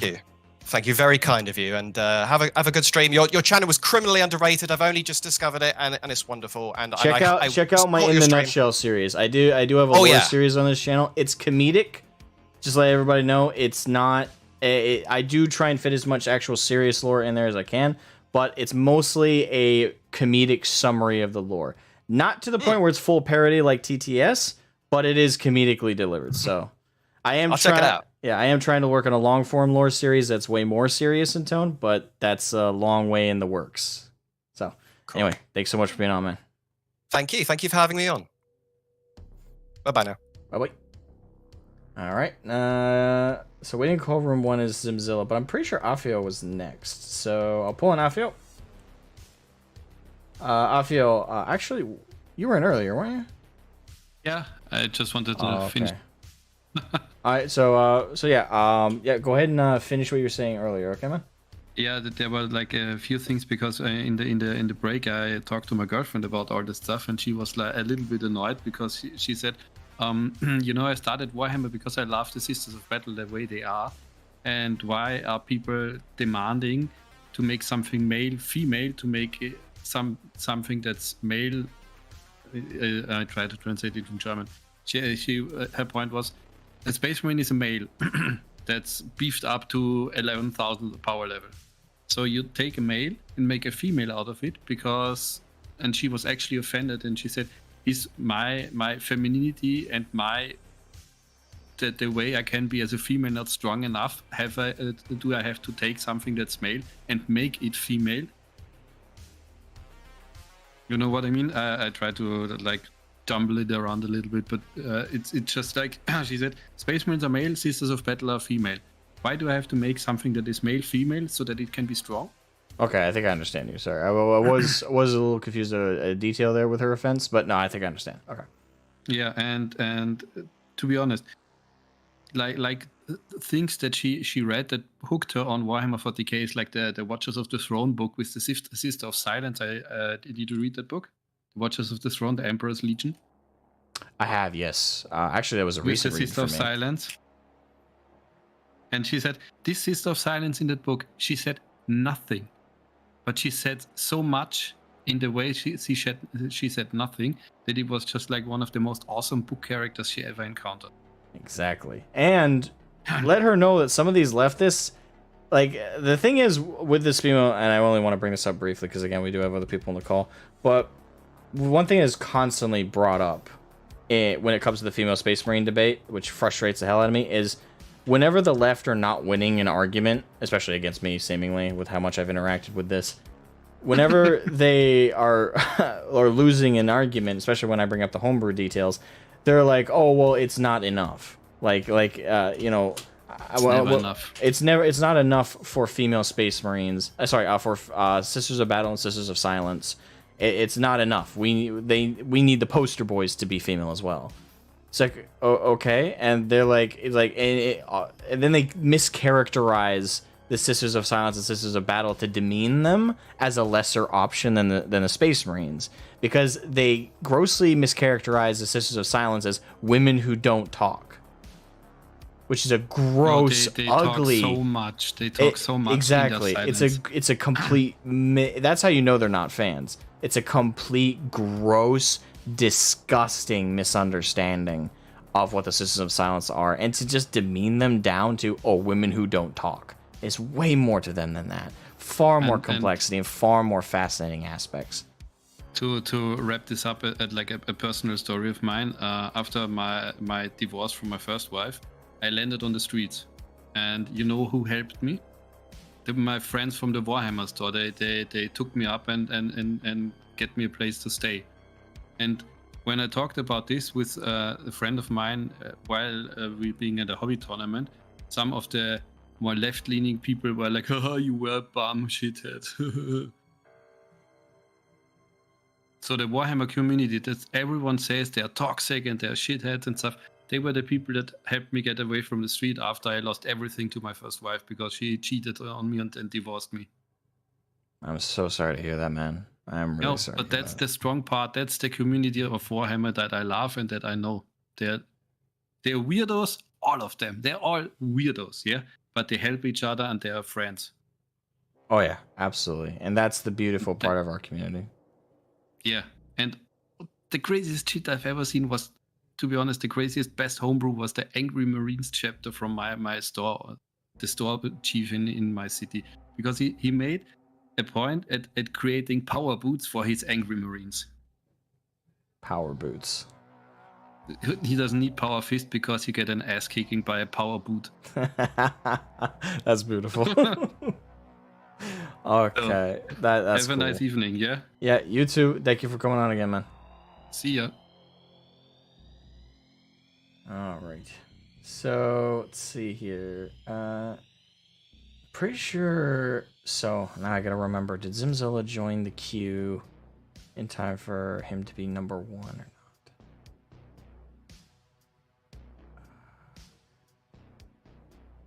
I think Zimzilla's next, so I'll pull Zimzilla in, and then we'll do Deus Daddy. Boom. Zim, welcome to the stream. How you doing? I'm doing good, thanks. How about you? I'm doing great. These conversations are amazing. Indeed, indeed. Well, first off, quick tangent aside, glory to sovereignty, first off. But, oh, I love you. Of course, why thank you. First thing I want to talk about is the fact that we're now seeing more and more of the tourist fans sort of show their true colors, because outside of Templin, Akkard's Ladder, which is another big YouTuber, sort of weighed in on the discussion here, and I ended up saving a few of his tweets, and one of them that I find hilarious is that he's weighing in on the female Space Marine argument, but he's also saying in another tweet, I don't care about the lore, don't argue with me, I don't want to do Warhammer anymore because I do not care and I don't like the community. Ultimately, if you do not care about any of this, shut your mouth and move on. None of this concerns you. If it doesn't matter at all, move on. We don't want you here. It's simple as. Oh, yeah. Hey, we want actual fans. We don't want the soapbox standards. Exactly. The tourists it's getting bad. Like the number of them that keep claiming they're fans of the hobby, but you ask them basic questions.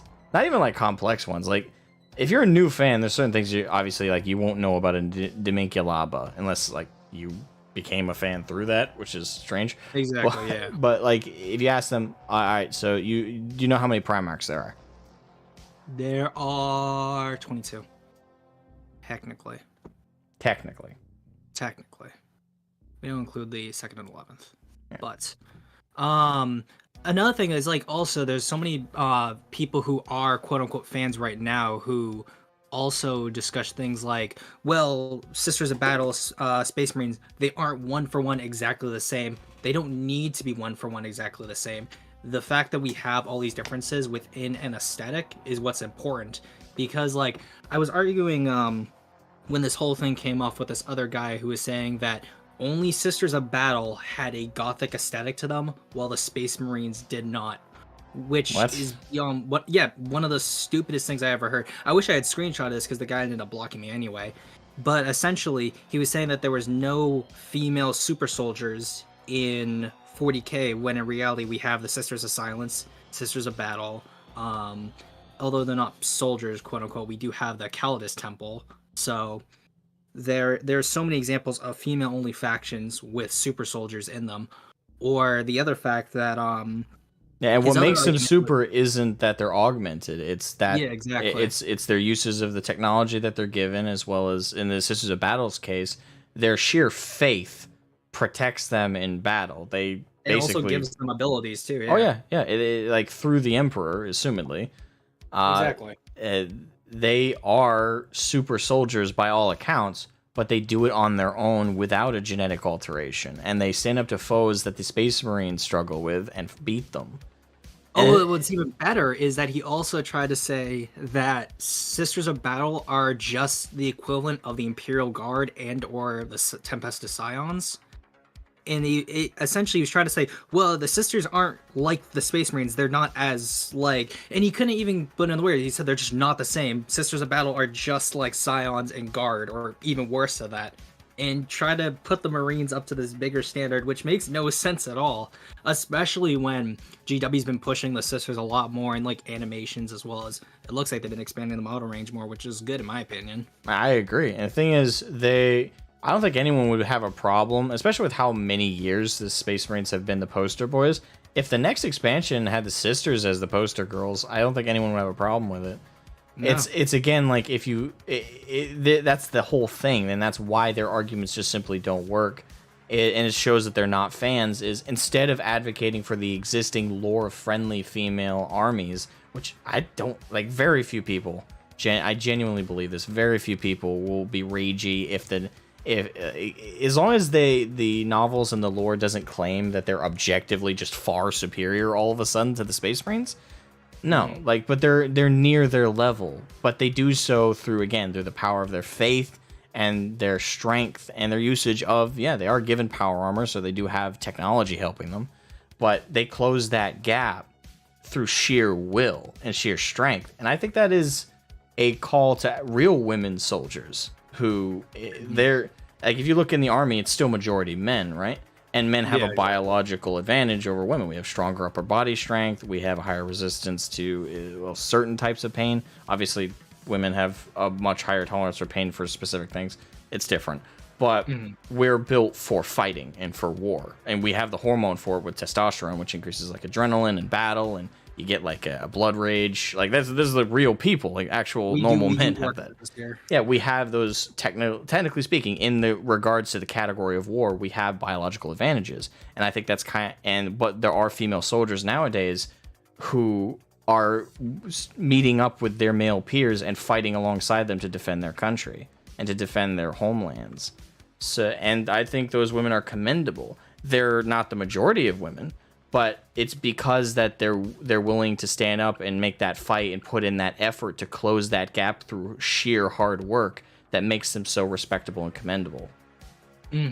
Well, it's also funny because a lot of these people, whenever you ask them about the military or military culture in general, they're oftentimes just exceptionally dismissive of it. Oh, yeah. Or just talk about how, like, fighting in general is either like a pointless effort or a waste of an institution, but then still in like their war media want to see this kind of weird representation, which I just find exceptionally just off to me. Because like, why would you hate like real world military culture, but then also want to see people you want to protect or want it as a protected class in that culture? Yeah. And it like I said, it's just that whole debate with these people is so strange, especially again when it all circles back to around they can have what they're demanding, they just can't have it in canon. It's like, you want female Space Marines, okay, homebrew it. No one, like, if anyone tells you can't do that, tell them to fuck off. Like, it's your army, you're allowed to paint them how you want, you're allowed to assemble them how you want. That's entirely okay. But to change the hobby fundamentally for your preferences is just, it shows your true colors. It shows what you're there for. Yeah, it's conquest, plain and simple. Like, these people, they want you in their heart of heart. Well, they want you in your heart of hearts to believe that female Space Marines should be in the lore, when on our side, we don't really care. If you want to do that, that's your business. We're not entitled to every game group or your miniatures. Do what you want and enjoy it, but like, we have our preferences and the lore has its aesthetics, and that should be respected. And I mean, like, another good example of like an all-female warrior group from a different franchise entirely that no one ever talks about is Claymore. Claymore has only female warriors in its ranks, and it's very similar to a few other like anime series, but no one talks about like, oh, there should have been men, or even when there are men in the series, there were exceptional reasons as to why men weren't accepted into their ranks, and no one really cared too much about it. It was a fun series and people enjoyed it. Oh yeah. Like it's absolutely ridiculous. And speaking of people in hobby shops, when they discuss these things, oftentimes you are right. There is usually it's a lot more cordial. However, there are people who are terminally online who do go to these shops sometimes, and it's always leftist. Where if you say something they don't like, if they think that they can bully you, they will try to. Because I remember one time, it was me and a few other people. We were just getting introduced. We were playing. I forget what point game we were real doing. quick, I got a super chat. Yeah. I just want to put you on pause real quick. Knock, Death Nail, thank you so much. Hello, have a good day. I had fun tearing Templin a new hole, and a coward didn't even dare to respond to me, calling him out for lying and using the Iraq war to sound smart. Yes. Thank you so much for the $10 dono. Much appreciated, Knock. Thank you for your generosity, and I'm glad you had fun tearing him a new one. Anyway, sorry about that, man. Go ahead. Oh no, it's no problem.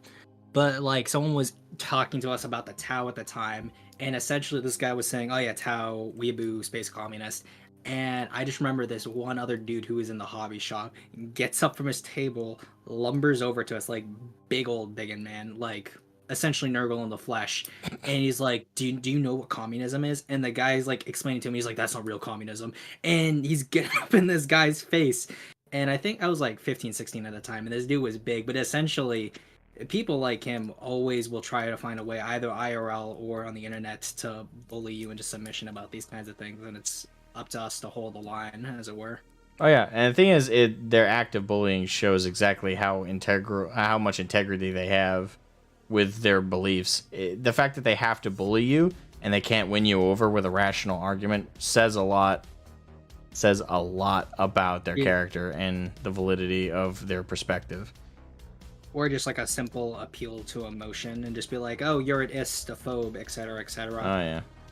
Oh, what's even funnier is also the push for like diversity in the Space Marines, in terms of like, why don't we have any more black Space Marines? And It's called the Salamanders. Yeah, it's called Salamanders. Well, it's also funny because like They're charcoal. A lot of people are always like, don't you just feel left out that there's no brown Space Marines? And I'm like, no, I like my Dark Angels. I like my Knights in Space. I don't loyal men. I don't want to go into it too much, but I'll just say this once. I hate the people who make that whole... People who have the belief that you have to have like something about you represented in, like, not even about you as a person, but about your race or your gender identity or your sexuality. That has to be in media to represent you, because it demeans people down to their immutable characteristics. Mm-hmm. I hate that so goddamn much. Those are the least important aspects about a human being. Who you are as a person, the actions you take, the morals you hold, the ethics you enforce. These are things that define us as people. Not our gender, our race, our sexual identity. Those are all things that you might put on a greeting card. Exactly, it's the bare minimum to learn about a person, and you learn nothing of them of substance with that. So I hate that so much. Exactly. And I mean, like, it also shows like the total lack of tolerance. Like, these people aren't tolerant at all.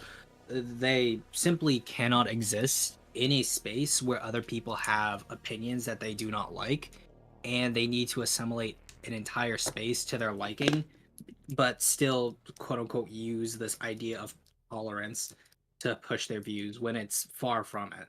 Oh yeah. But yeah, that's all I really much had to say on the issue. I appreciate you coming on, man. Thank you so much. And as I said earlier, glory to sovereignty. Yeah, thank you very much, man. Much appreciated. Have a good one. You too. We've had some awesome calls today. All right, so Deus Daddy is next up on the call line. Welcome, Deus Daddies. How you doing? Hello, hello. Can y'all hear me? Yep, I can hear you. Awesome, awesome. All right, well, I guess, where do I even start? I guess I'll just give some of my perspective on this. Templin's just a retard. I'm sorry. when I saw the reply that he made, where he was talking about the Iraq War and then whatever else it was he was talking about, I was like, I'm sorry, that timeline doesn't sound correct here. I'll say this, like, I personally, I can respect somebody who actually has, who does the grift, who does the lore videos, just, doing it off the wiki. It's lazy, it doesn't have much integrity, but if he's doing it to make money, okay. When he starts to get into this, like, even if it's a grift, okay, I mean, good job, but who cares, man? Seriously, I don't know, man. Yeah, it's frustrating. Because especially with how asinine his arguments are, and which is ironic given his initial statement. But yeah, I understand your frustration very, very much. Yeah, I mean, I used to play 40K like before 8th edition. I mean, during 7th edition, I joined 7th edition and I dropped out towards the end of it because, got married, life got more hectic, and I was like, I don't have time for these, 3-4 hour games anymore, but I still like the universe. And I was thinking of getting back into it when I heard 8th edition was coming out, but then I saw the rules and I saw what they were doing with the Primaris. God, I wish Primaris was a soft lore and I could just ignore it. Like, that's another can of worms. But,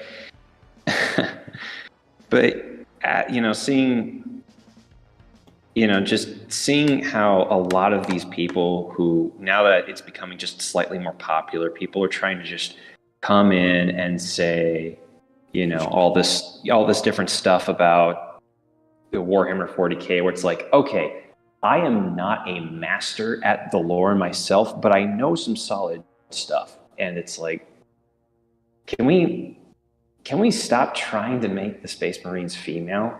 We have the Sisters of Battle, and honestly, the Sisters of Battles are almost cooler in their own way. Because, let's face it, the 100%. Holy Trinity of the Bolter, the Flamer, and the Melta, I'm sorry, that's just beauty right there. Oh, yeah. I referenced it earlier, but oftentimes when you point out to these people, hey, you're advocating so hard for female Space Marines, why not just advocate for more Sisters of Battle stuff? And then sometimes they'll completely like derail the argument and they'll start calling you isphophobe and all that crap. But sometimes they actually try and confront you, but it's with like this absolutely brain dead logic, if you can call it that, logic in air quotes. And then they demean these factions down to such simplicity, while at the same time demanding that the Space Marines have females within them. Well, I can play the same game they do when they grossly simplify the Sisters of Battle as just nuns with guns, or they grossly simplify the Sisters of Battle, the Sisters of Silence as women who don't talk, when there's so much more depth to that than that, and that shows how much they're not a fan of this hobby. If they say stuff like that, that's how you know they don't give two shits. But exactly. Like, I don't actually know that much about Sisters of Silence myself. I've heard of them, but I didn't care as much for Custodes myself. Look into them. They are a fascinating, and I would argue tragic group in many ways. They're blanks. So I've heard of that, yeah. Yeah, they're all blanks, which in the lore means that any and all warp related stuff is propelled off of them. In the universe, every single human person has some loose connection with the warp. But when blanks are born, they have no connection to it, and they don't formulate one over time. They never connect to the warp. They are completely disconnected from it, and that's why there's also an existing debate about whether blanks have souls or not, because it's believed what connects the living mortal people to the warp is technically speaking the afterlife. It's like the underworld. It's hell. So, and your soul will go to the warp when you die. So the belief is the reason blanks are not connected to it is they have no soul. And what kind of supports it is when you run into a blank in the lore, there's just something off about them. They're cold. You feel like ill and sickly and stressed and anxious around them just by being in their vicinity, because they have this just propelling energy around them that blocks off the warp.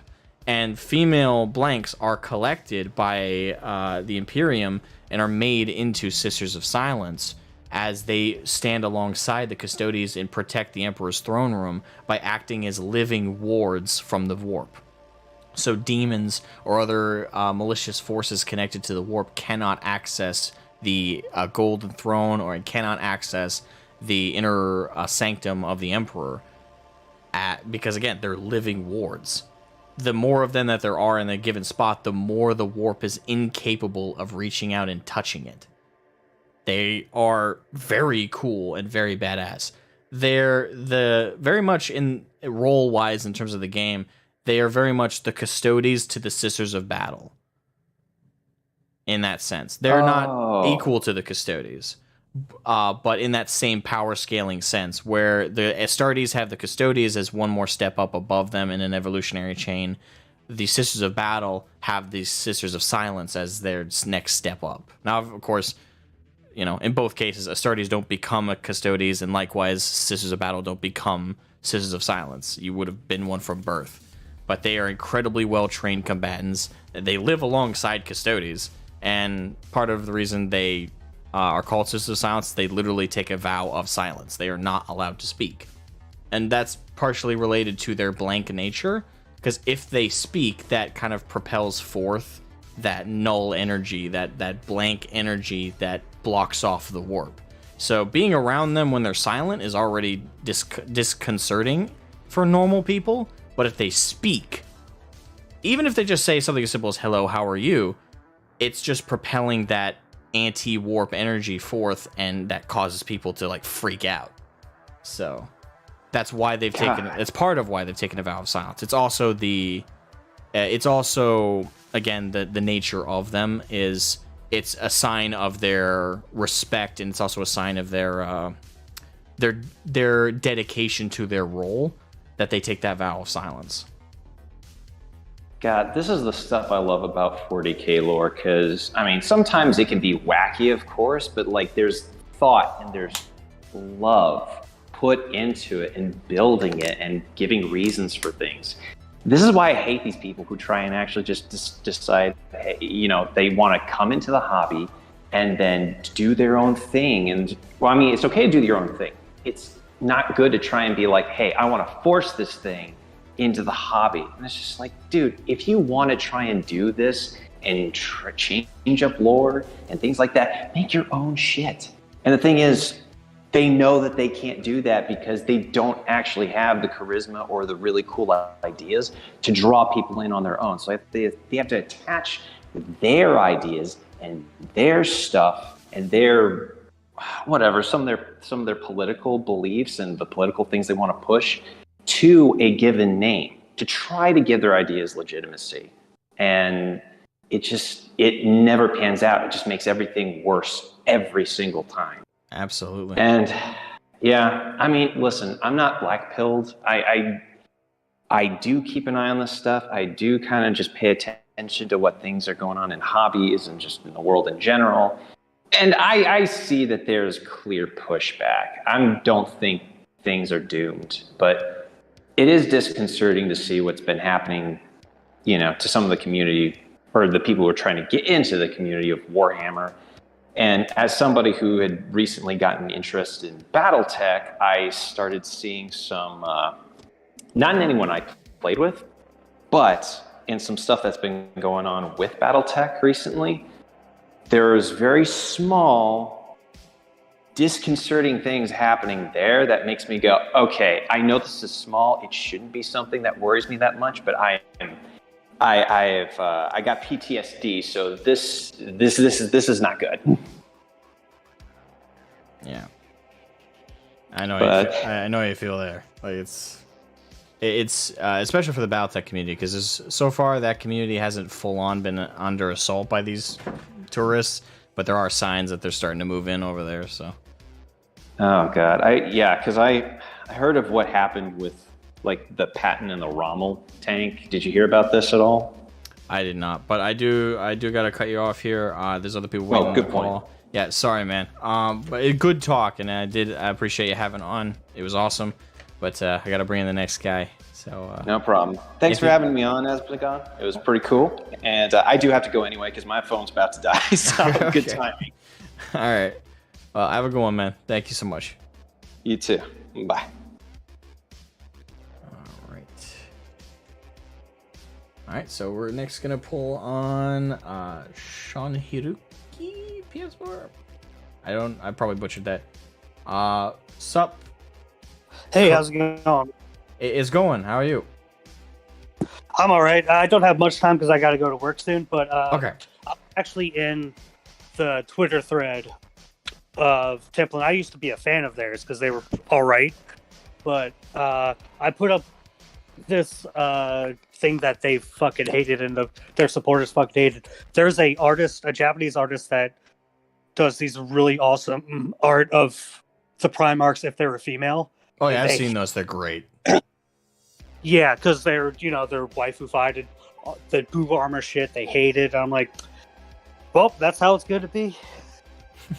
Because like, they just don't like anything female with their female space marine because they're tourists, and it's something that's been happening with. I'm in the anime fandom as well, and it's been tourists have been trying to fuck with that for A while. almost at this point. Oh yeah. The thing is, that again, that goes back to they also like frustratingly, they also can't like those are clear those artworks, by the way, the waifuified Primarchs. I think most of the community loves them. I've seen nothing but praise and love for those, and that's because the artist knows what he's doing. yeah, the artist is really talented for one, and for two, it's not like those images are followed up by an advocacy for female space marines. It's just homebrew fan fiction. Yeah, basically, And that's cool. That's what people love. knows exactly what the Primarch's personalities are like in everything. So he knows how to work them if they were like these female. But and it's like it's something that's this whole thing is something that's been going on for far too long. Because oh man, it's kind of ridiculous how you guys mentioned it earlier too, but I'm a big Sisters of Battle fan. So if they started instead of advocating, the only reason they're advocating for female Space Marines is because Space Marines are the most popular army. They only go after what is most popular. Oh yeah, and that's all they care about. And they constantly, yeah. If you confront them on that, that's when their arguments regularly fall apart. I'm a huge Guilty Gear fan and been a big fan of Bridget for the longest time. So as soon as the translators made him trans and the trans community got on that, it's because Bridget is a popular character. They didn't do anything with the other femboy characters that aren't as popular. They don't know they exist. It's only like Astolfo or from Fate or Bridget from Guilty Gear. Stuff. Characters that are famous are the ones that get targeted. Yeah, because they know the most amount of eyes are on them. Exactly. That shows their motivation. Like again, they're trying to manipulate people through our media. And as soon as they win, they move on to the next thing. Oh yeah, and that's why we got to stop giving them ground. That's why I refuse to give them any ground with 40k. I've been in this hobby for 10 years. I call out this stuff every time I see it. I've been I was a kid, and I started out with fantasy with the Tomb Kings, which I don't really play much anymore because of Age of Sigmar. Fair enough. Yeah, I've been into this since I was a kid, and same with like BattleTech and stuff like that. And BattleTech's also been getting hit hard, and it's been happening with every community, every nerd community, really. Oh yeah. And it's got to stop. And that's why I'm like, every time a new Japanese game comes out, I look at the localizers, see what they changed, because they have way more free reign than they should. Like, I'm going to be streaming it tonight, but the new Fire Emblem comes out, but the localizers changed some of the like romance options, because even though like the main character is like 18, but anybody who looks younger than the main character will not get a romance option in the localization. They'll just be friends, even if they are their same age. And it's ridiculous. They're just doing it based off of appearance. Yep. Yeah, it's retarded. It's part of their playbook. It gets so that's the thing. Any real fan is immediately frustrated by these things. And Yep. It's the fact that they see absolutely no problem just waltzing in and acting like they control the goddamn place is so That's the thing. frustrating. Trying to do. Mhm. And I just maybe Sisters of Battle will get more love at some point, and that'll help shut them up at least a little bit. But I doubt it. As long as they move armor, they're gonna cry about it. Correct. All right, thank you so much for coming on, man. I hope you have a good day at work. I do. Have a good one, man. All right, have a good one. All right, VR is next. VR, welcome to the stream. Hey, hello. Oh, hold on, I remember got it. this BS happening like a year ago. I think I was also in the call. I think it was a year ago, precisely, when we were talking about should this be a thing? Like, should this be a thing? And now we're back. And we're live. Yep, back in live. How you doing? Yeah. I'm doing good, thanks for asking. Considering the country where I live, I didn't get drafted, that's a good thing. That's good. Oh yeah. So well, anyway, about the lore, I think everyone knows. So it's like pointless. So again, we need to look at this from like, okay, their perspective. Like who wants this, right? So let's look at World of Warcraft, for example, and then Final Fantasy, and then you look at the target demographic, at how many women play each game, right? Right. And then you go to Twitch, right? And what do you see? Well, it's obvious. A lot of women, streamers included, are playing Final Fantasy, and a lot of old dudes with beards, no offense, are playing WoW still. So the target I play Final demographic- Fantasy, so I don't know what you're talking about. Yeah. I know. I've seen your streams. Yeah. So the idea that there is like, well, a lot of women surprisingly want. Also, I just want to point out, I'm not old. I'm 23. Wait, what? There is no way, no shot. You're 23. No, I am. shot. I'm 100%. I'm 23 years old. I've been in, You gotta be coming. and I've been a 40K fan for a decade. I've been part of this since I was 13. You cannot be my age. There is no shot. Like, you look at. Okay, let's not age shame here, right? We're PC here, right? You know, safe space. And Oh yeah. stuff, right? Oh yeah. Totally. Yeah. Of course. We don't want to offend anyone. Don't be ageist, you know. No. Okay, so the idea is that actually, ladies want to have sexy stuff, which is, you know, counterintuitive when you speak to these people who are, of course, they are against, you know, sexualization of women. They're like, okay, you cannot have a, you know, strong female character. She needs to look like a man, like reduce her, you know, breast sizes, etc., etc., etc. So about the female space marines, like, okay, you make a female space marine, and I already talked about this before, it will be just a man, right? You will not see any defining characteristics that would be of a female in a space marine, right? Oh yeah. The fantasy these people have is that they're gonna look like they're gonna look like the Sisters of Battle, but bigger, like just scaled up, but like proportionally. Yeah, okay. So, which is not lore accurate itself, but we already established they don't care about the lore. But that's why I'm going through like the lens of this madness, this delusions, you know, the Robert Pattinson delusions. Yeah. And so, what do they want? So, okay, but Space Marines are old news now, right? Everything's Primaris, remember? Oh, so yeah. they gotta become Primaris straight up. So how does that work? So this is bizarre to me, the logic, but there is no logic. Everyone established that there is just a push for it, and what is super duper scary for me, it just clicked today / yesterday when this debacle blew up, right? All right. I have been watching a lot of hobby YouTubers, and I mean, maybe a lot of people in the chat would be like, "Oh, I know these people." I believe Tabletop Time, I believe 52 Miniatures, then Gubertan Hobbies, and I believe someone else. So it was like 5 in total, I remember. So in the span of last 5-6 months, the first one I saw was in June. This theme started popping out. The first one I believe I saw was 52 Miniatures. He did a video about the female space marines, and he referred to, he's a painter, you know, painting YouTube channel, and he referred to Rogue Trader and the same stuff.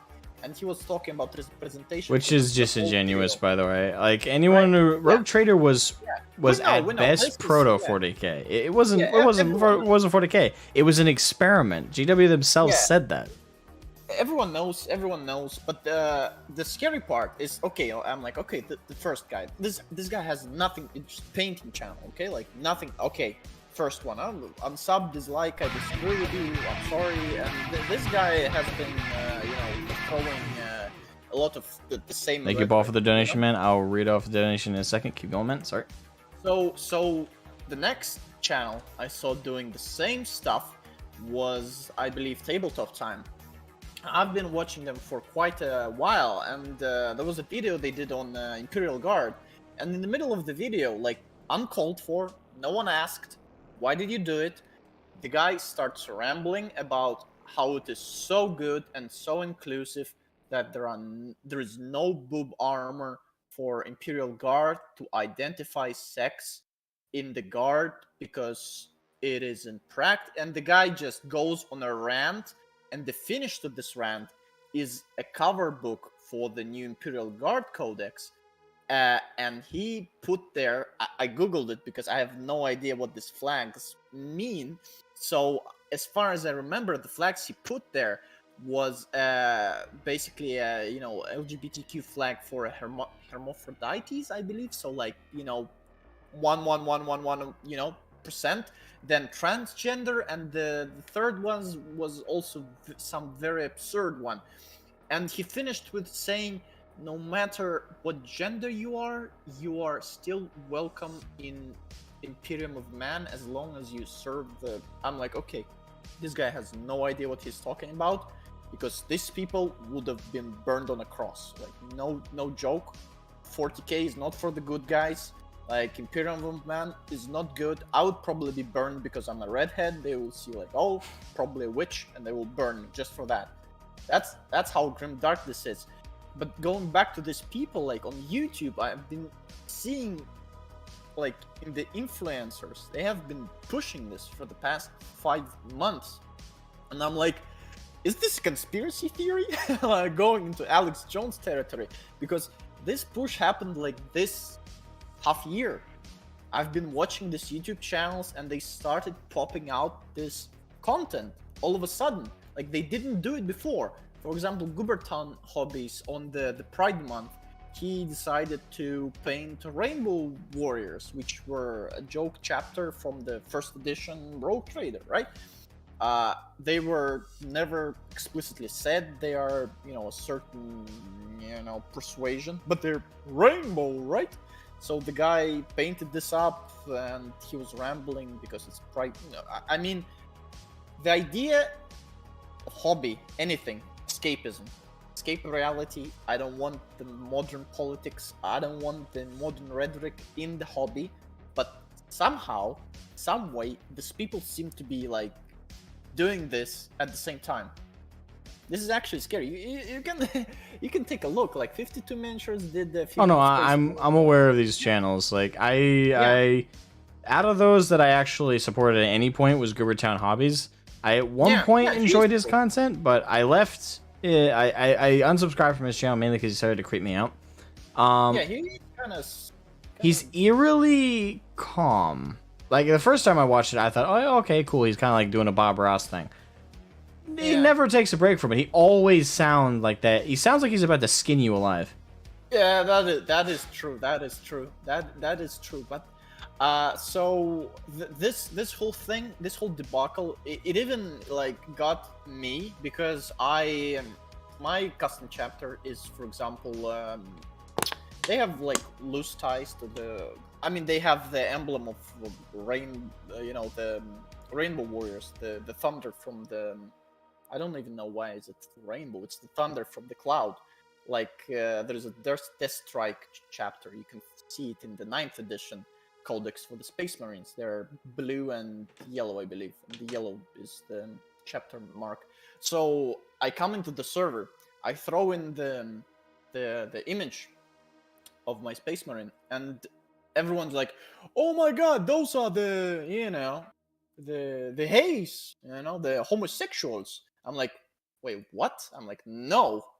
And then they start throwing the examples and they link me the guy's video, and I'm like, "Wait, no one's ever."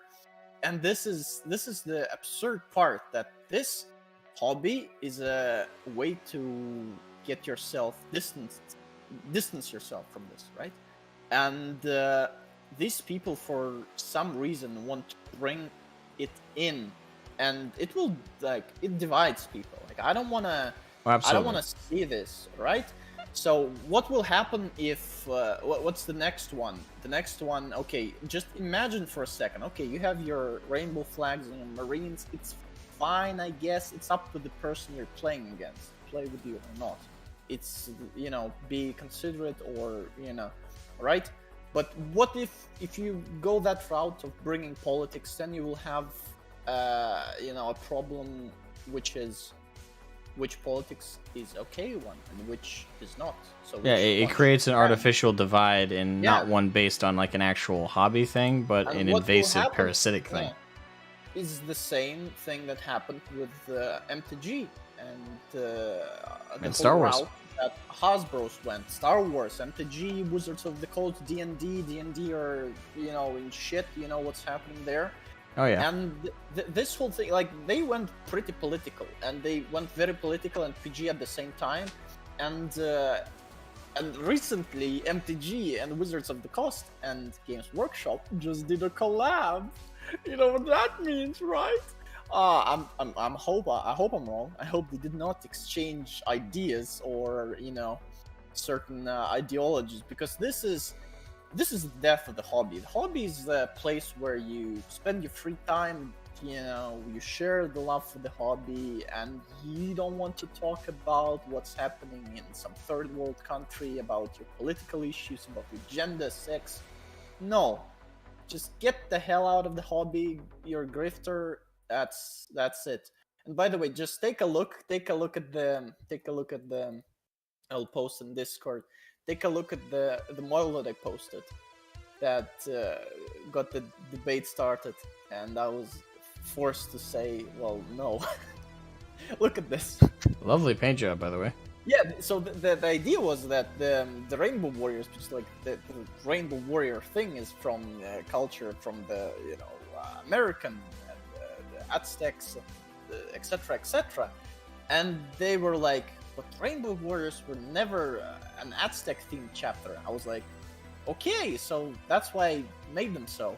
And then they went full circle and said, well, these are the Rainbow Warriors who are gay because they're the only Aztec-inspired chapter. I was like, but you just said they aren't. That's the people you're dealing with when you're talking about this whole Templin Institute thing. They're not fans. They are not in the hobby. They're tourists. That's a term that's being floated around, and I agree with it. They're not in-depthly aware of it. They're kind of just Another cake. Let me yoink this and let me talk about politics. And this is where you will open the floodgates. For example, if the guy paints there was a guy painting Primaris into transgender flags and other flags, and I mean, okay, fine. What if I paint a Primaris Marine into, God forbid, Russian colors? And what if I post it on Reddit? What will happen then? Oh, you'd probably get banned. I will get banned in first 5 or maybe 2 minutes. Yeah, like I'll be a banned. huge part They'll of their find playbook my- is yeah. hypocrisy. A huge part of it is Yeah. hypocrisy.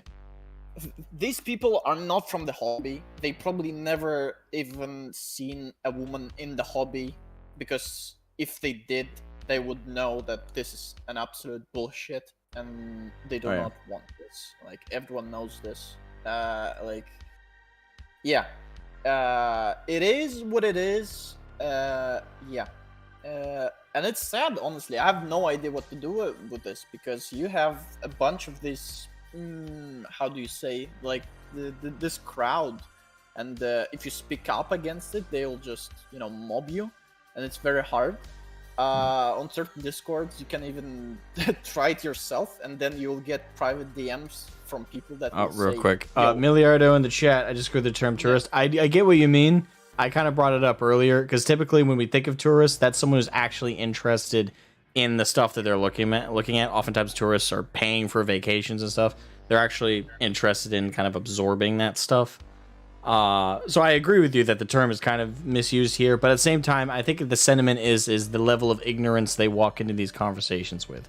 I think it's more from what people are talking about from. just say parasites." I would go further. I'd say Like, parasite is a better term. They have nothing of more value accurate. to bring up. They have nothing of value to bring to the table, other than their political ideologies. They have nothing good. Instead, they're leeching views from the community by reading the wiki with slow panning pictures from the 9th edition codex or whatever. They get the views.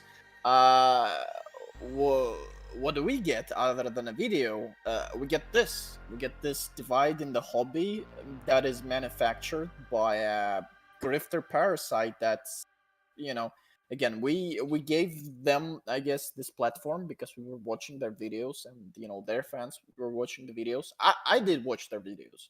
The videos were good, especially on the Dune universe. But I mean, come on, if they keep the advice that just recently was given. I gotta cut the call off here sure, soon, man. sure. I got 2 other people waiting in the call. Yeah. So in general, keep your ideas to yourself. You do you.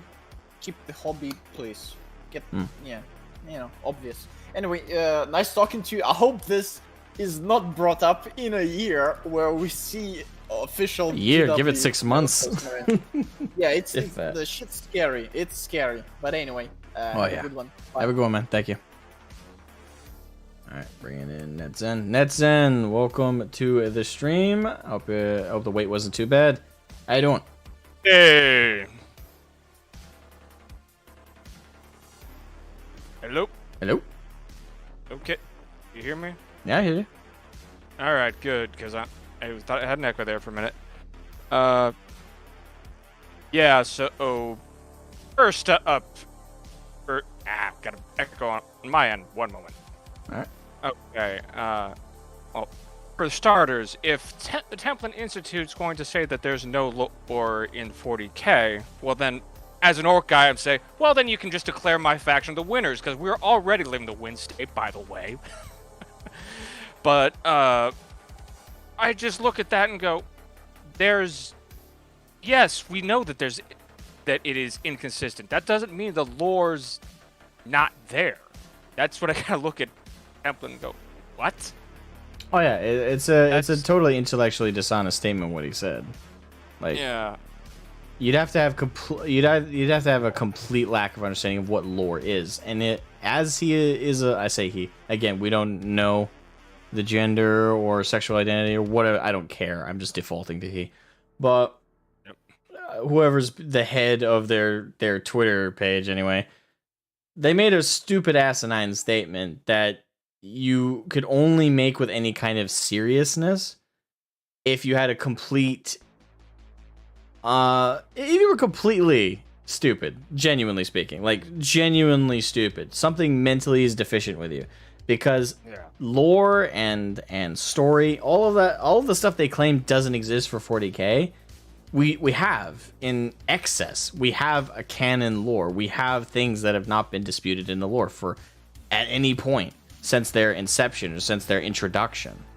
So again, just to make that claim it shows how much they care. And for a lore channel to claim that 40k has no lore, and I've checked, they made 40k videos, that shows how much they value their own content then, if they don't think it has any lore. Yeah. And I mean, I heard someone mentioning Eckhart's Ladder earlier and how he was upset, and I'm like, yeah, but he brought it on himself because he started a versus series and he was bringing in 40k, and that never ends well unless it's against higher tier series like Culture and whatever the other Zeely Sequence, which are ridiculously broken even by 40k standards. So he brought that, and knowing how the 40k community is online and how we tend to really enjoy basically emphasizing the ridiculous of the setting. I mean, it's the charm of 40k, really. He kind of brought that tension, and that just gets overwhelming for a guy who primarily Eckhart's Ladder's always been doing. I've seen him do mostly Star Wars stuff forever, so he brought it on himself when he got. So at the end of the day, there's a reason he doesn't do versus stuff anymore. Right. But I look at honestly, also, the fact you're 23 and I'm 31, and I've been in this hobby 10 years longer than you have, because I got into playing Orcs back in 3rd edition, when Orcs could still loot Imperial Guard vehicles and say they still have the same rule set. I'm just like, ow, I feel old! I joined at the tail end of 6, if I recall correctly, 6th edition, and right before 7th dropped, if I'm not remembering incorrectly. Yeah, I've been in the hobby exactly a decade. Yeah, I drifted out for a bit during 6th and 7th when I was off in college, came back in just in time for 8th, and it's been around ever since.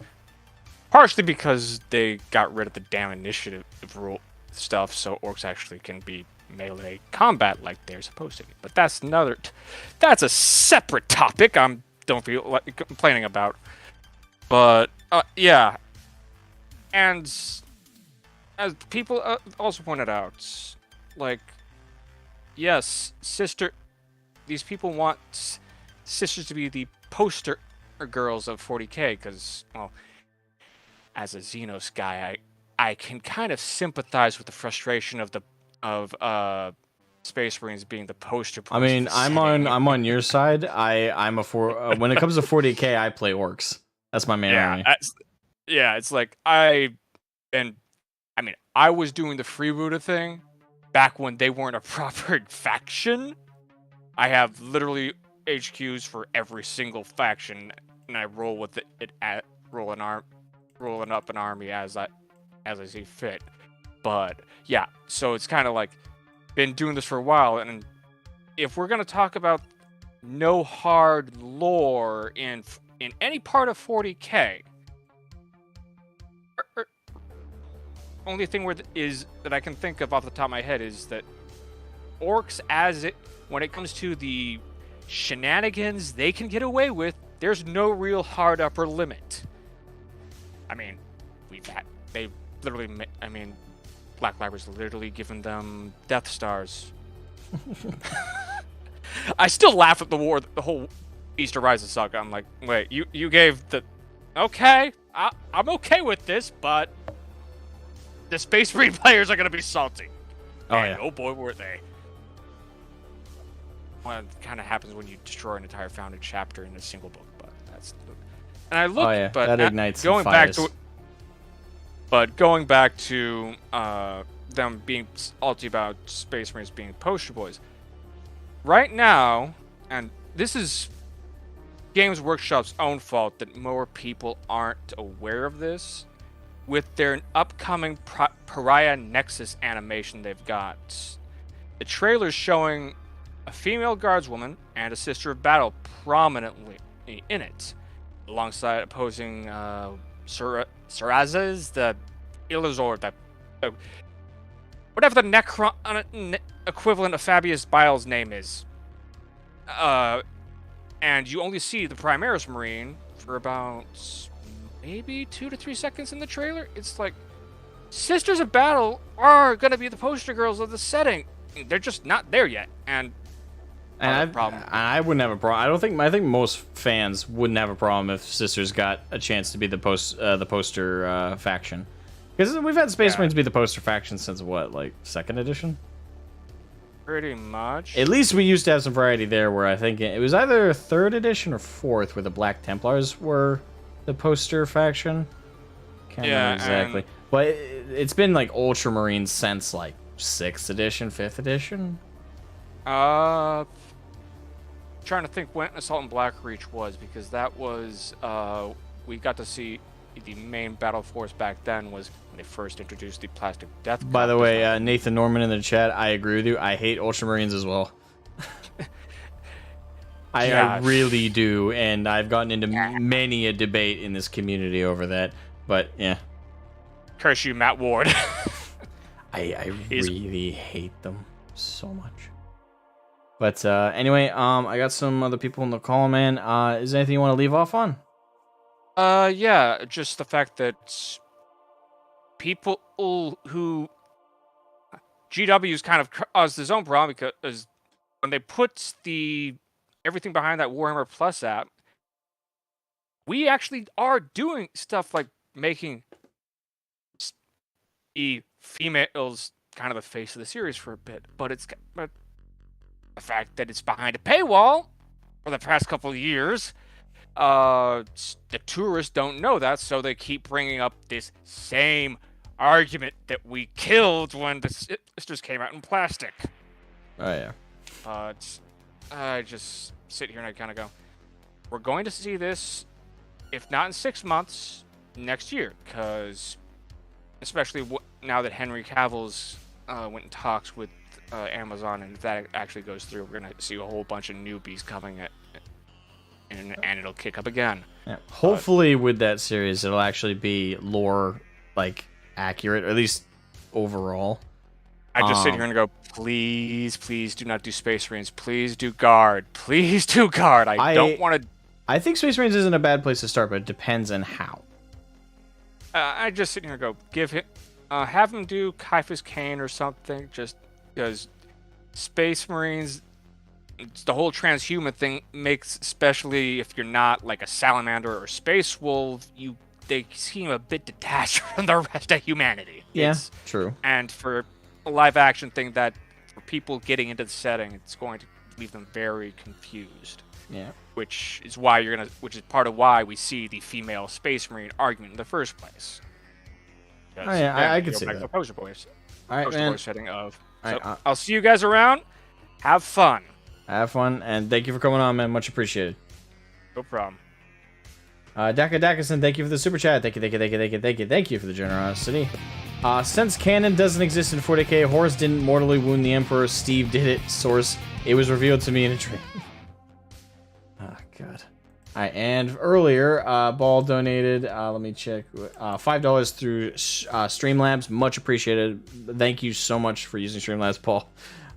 Much appreciated, man. Again, with female Space Marines, just know they should just go play some other game. Yes, and I think I wouldn't even be covering it in this much if it was just like the female Space Marine debate. But what was different this time is it was Templin Institute, which is a 500,000 subscriber channel on YouTube that does lore, supposedly. Even though they copy and paste the wiki, which that's why I've never gotten into their channel. But not only that, but also the argument they used isn't the standard. The standard, again, I would have walked away. Wouldn't have been. I would have just left my FU and walked off. But the one they made is because the lore is. They said because there's no canon, there should be female Space Marines, which is a fucking. That's a can of worms, to say the least. That's a goddamn canister. No, that's a barrel of worms. That's not even a can. That's a barrel of bullshit. There's just so much wrong with that outside of just the female Space Marine issue. But thank you so much for the $5 Ball. Much appreciated, man. All right, now let me pull in the next person, Lord Marshal Valda. Welcome, Lord Marshal Valda, to the stream. How you doing? Oh, I'm doing fine. How are you? It's nice to talk to you again. Nice to talk to you again as well. I'm doing okay. Yeah. Yeah, that's good to hear. So, God, I feel so embarrassed for this because I used to watch a few of the Templin Institute's videos. You shouldn't feel embarrassed. I mean, you're just checking out content and it's there. And Yeah. to be fair, their production quality is pretty good. I'm not going to be unreasonable about that. They have good production quality, but the substance behind it is always what I thought was lacking. But there's nothing to be bad about. If you enjoyed it, you enjoyed it. That's a good thing. It means there was something good came out of it. Yeah. Oh yeah, and then like this shit happens. I'm like, now you're dead to me. Yeah, like, I kind of brought up in my video before. It's kind of the same reason I can't watch Luton anymore because of his take on it. And I don't hate. I want to make this clear. I don't hate Luton as a content creator. I don't hate him as a member of the community. I actually do think Luton loves and cares for 40k in the community. I want to make that clear. But I absolutely cannot watch his lore videos because he has said multiple times that he does not believe there is a canon in 40k. I can't take his content seriously. I can't do it. I mean, someone in the comment section of my video on this whole Templin Institute stuff said that he's specified that it's the soft lore of the specific events that he doesn't believe there's a canon with, but he does believe there's a canon in the wider lore. If that's the case, then I agree with him. But I've never heard that correction. I've never heard him make that correction. I've only ever heard him reiterate multiple times that he just believes there's no canon. Yeah, it's kind of the same thing. I have not really watched any Luton's videos because I haven't seen him upload anything in a while. And yeah, I also don't really watch Eckhart's Ladder because he kind of. I don't watch much of Eckhart. I've seen Eckhart's Ladder, but I haven't seen much lately. Yeah, I haven't seen much of his verses because you know that if he introduces 40k, it's going to be a bloodbath. Oh, yeah. Oh, yeah. Yeah. Because Warhammer is kind of like those higher tier, like very powerful universes. And I usually have it's comically over the top. Yeah, I usually have it up there with like H.P. Lovecraft's The Cthulhu Mythos. And possibly Dune. So you're a Lovecraftian guy. I do enjoy H.P. Lovecraft's Cthulhu Mythos. Fair enough. I mean, there's plenty there to like, so I could say that. Yeah. Yeah. All right. So, do you have anything to say more about the Templin Institute and this stuff that's happened recently? I thought we got rid of this argument like years ago when, of course, when Plastic Sisters came out, but apparently not. Yeah, it's ongoing, seemingly forever. Yeah. These bloody parasites won't know when to give up. Nope, they stick hard. They're like a tick. Each one of them is like a tick. It's just you gotta find them and pluck them off, but it's one by one. Yeah. Yeah, I agree. All right, man. Well, thank you for coming on. Is there anything else you want to say? No, that just to say that the Templin Institute was just a disappointment. All right. Oh, thanks so much for coming on, man. Have a good one. No problem. Yeah, you too. All right. Miliardo, welcome to the stream and welcome to the call. How you doing? I'm doing fine. 1 second, just let me mute the stream because now they're gonna get echo. Okay. Okay, let's talk about the Templin. I don't see the reason why, if their argument was there is no canon, I don't see why they start the argument calling for the female Space Marines. There's no reason. They just did that because they want to grift. Correct. There's no point, because they could just try to make the argument like some people, like you even said before, some parts of the lore, for example, some events inside a larger event don't work, like very inconsistent, so that's why people say the lore doesn't exist in these small parts. Yeah, but they have to focus on these little pocket inconsistencies, which are minor, but they completely ignore the broad timeline, which again the community and GW have reaffirmed over decades is canon. It's never been disputed that those broader things have happened. The Horus Heresy, never been disputed. It happens. Since it's been established, it's fact. Same with the War in Heaven. Same with the Primarchs existing. Same with all the factions in 40k. None of these things have ever been disputed. So by virtue of them being never disputed and being reaffirmed in the lore over decades, they act as a canon. So to say that there isn't a canon is a intellectually dishonest, intentional or otherwise, statement to make. I think it's even a little bit more than that, because if you take, for example, Vrax, you have a couple of inconsistencies in the deployment, number of units, and things like that. So it's okay to say that, oh, some people did not know how a chapter works, some writer did not know how a chapter Space Marines work, or how many soldiers there was there. And it's fine to say, oh, because of that, we do not... Those events are a little bit off canon. But when you place the entire canon of the entire universe, oh, it just doesn't exist. It's whatever anyone wants to be. You don't have a universe. You don't have an IP. Right, and you're correct. And as Tang brought up earlier in the stream when he was on, if you look at it from a legal perspective, to make the claim that there isn't a canon in 40k, GW doesn't even agree with it, because for them to copyright anything in 40k, they would need to have something firm and canonical to, copyright. If their lore really didn't exist and there was no canon and it was really just this floppy-doppy thing that could change at the drop of a hat, then there'd be nothing that they could copyright because it'd be too open. A copyright has to have specificity and therefore a canon. Exactly, and like we all know, GW is not a friendly company when it comes to copyright, so they assert the copyright exists and the lore is part of it. Mm-hmm. But that's the thing, they are not in, and I think not even for some people said the political part, they do not care even about the message of having a female Space Marine.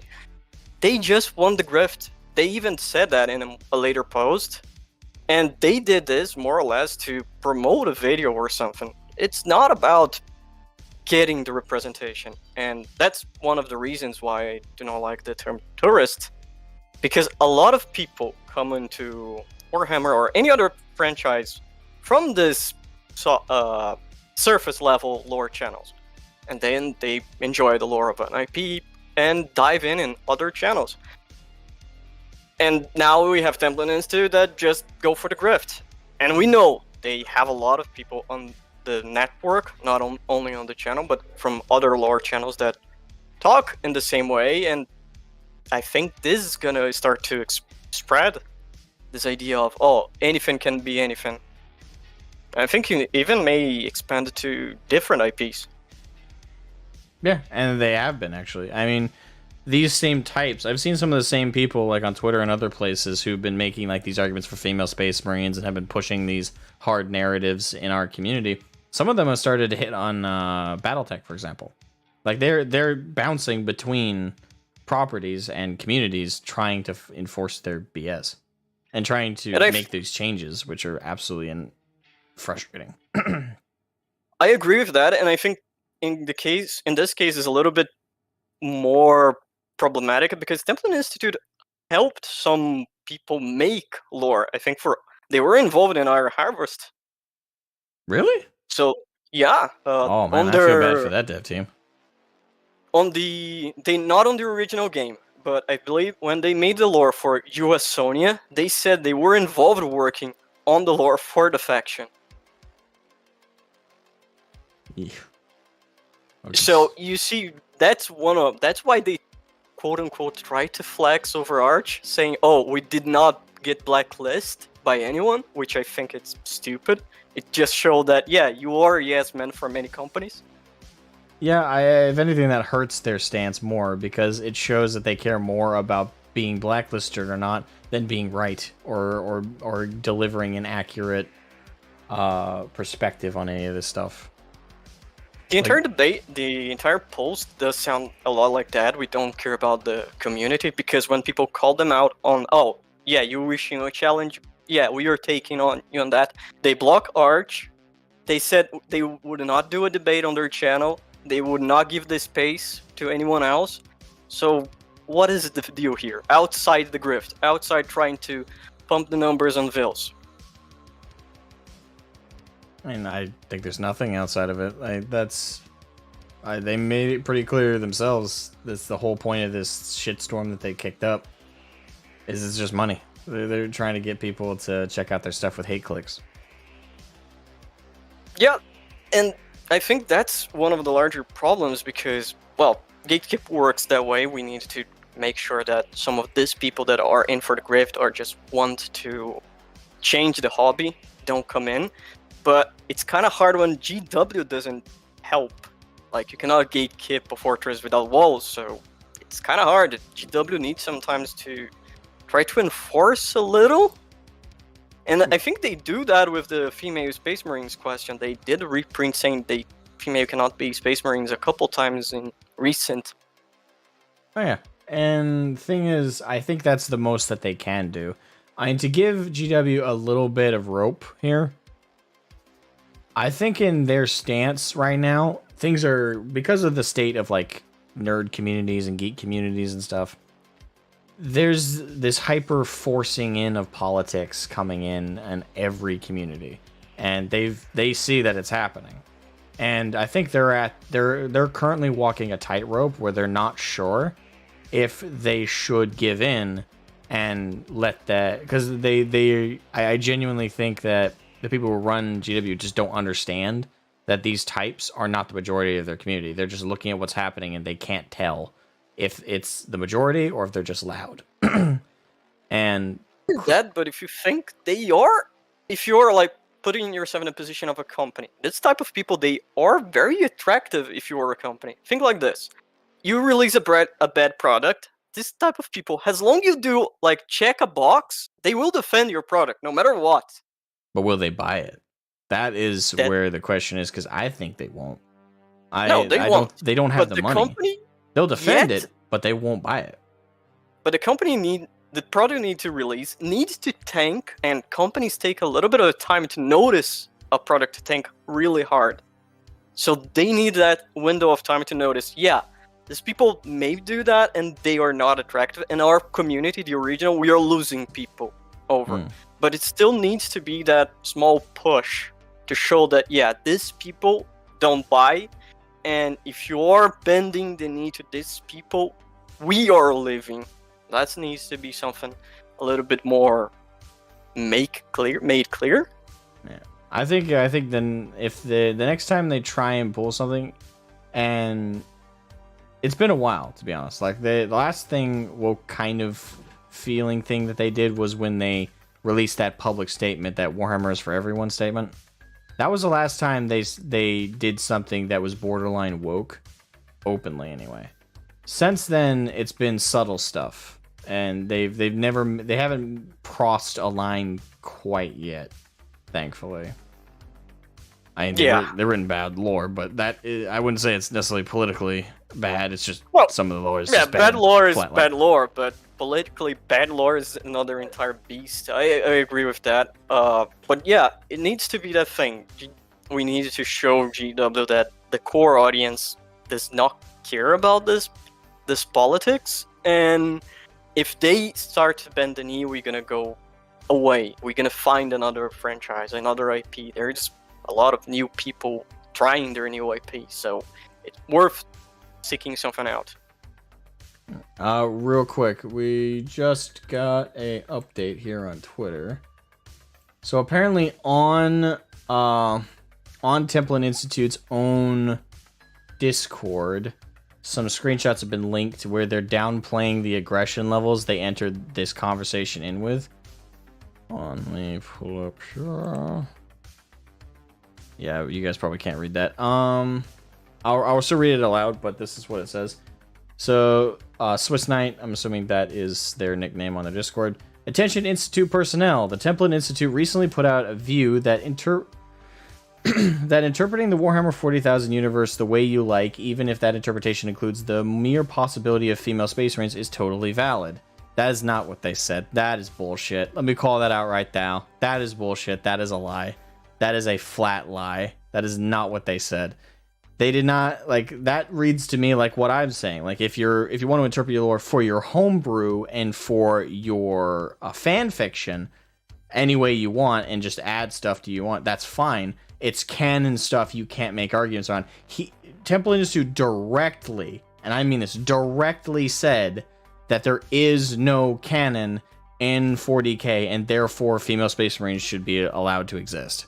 That is a lie. That is a flat lie. The Templin Institute just lied. And the thing is, they start with the argument for female Space Marines. Then they go, my argument is that there is no canon. Yeah, that's what work they said. Backwards on that. Oh yeah, they're backpedaling. It's totally valid. Understandably, this has unleashed the impotent rage of a vocal minority. Not the minority, man. You wish it was. Within the 40K community. The Templin Institute is fortunate enough to be in the position where these people will never be able to affect our ability to continue to produce videos or spit out hot takes and slick beats on Twitter. This ejaculative, they're stroking their own bean right now. They're stroking it hard. But this does not mean that we'll tolerate sexism, bigotry, or any other kind of hate speech on any platform in which we operate. Here we go again. It's the same woke BS we've heard for years. If you disagree with my opinions, great. If you can find a way to debate those opinions without resorting to a seething vitriol, even better. But if your intention is to merely provoke a response, intimidate members of our staff to be a mouthpiece for racists and bigots, you're not welcome here. Here we go. I am of the opinion that most... sorry, let me finish reading it. Opinion that most everyone in our community doesn't need to be reminded of this, but as we'll be posting what promises to be controversial video today... Oh, they're posting it today. It doesn't hurt to put out a reminder. Be welcoming to any new members we get here on Discord until they violate any of our rules. If they do, don't bother responding. Just alert our moderator team. Cheers. Alright, so they're planning to release a video today on it. So, comparing the orcs to English people, aka Margaret Thatcher, is fine. Because they did that. That's not racist. The people who are defending the lore are the ones that are being called racist. They are a little bit problematic on that one. But it's the confession via projection that woke people always do.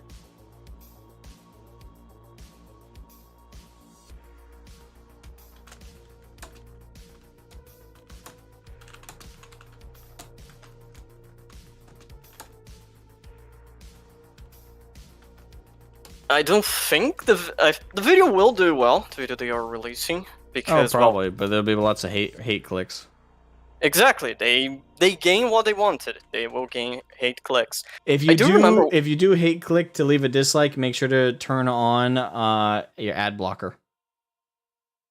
Yeah, and one reminder, for the algorithm, it doesn't matter if you click the dislike or not. It's engagement in the same way. I'm DMing him once more. He hasn't blocked me. That's interesting. But I think he only did block Arch after our first response. Adam Wolford, thank you for the super chat, man. Thank you. Remember Battletech Book Company fired one of their top writer over some stalker and made death threats, then changed the name of a tank, Ronald. What? I didn't know about the tank thing, but okay. And the person turned out to be lying, didn't it? They admitted it. They lied about everything about themselves, 100%. They made up absolutely every single thing about themselves. It was hilarious. All right. Still waiting for the apology. Anyway, man. So yep, that's a quick update on that stuff. I've DM'd him yet again to invite him on and have a convo. He still hasn't shown up. Zimzilla, thank you for the $10 super chat. Thank you. 5 hours ago, Templin reached out to Major Kill about having him moderate a debate. I'll send a link to the tweet. If Major Kill says yes, try to get on that debate. I will try. As it is, he's ignoring my DMs, so I doubt that's going to happen. But, yeah, keep me posted on that. Anyway, man, is there anything else you want to say? because I got one other person waiting in a call. Actually, No problem. I think that is it. So thank you for having me, and see you the rest of the live stream. Thank you so much for coming on. I appreciate your perspective, man. Thank you.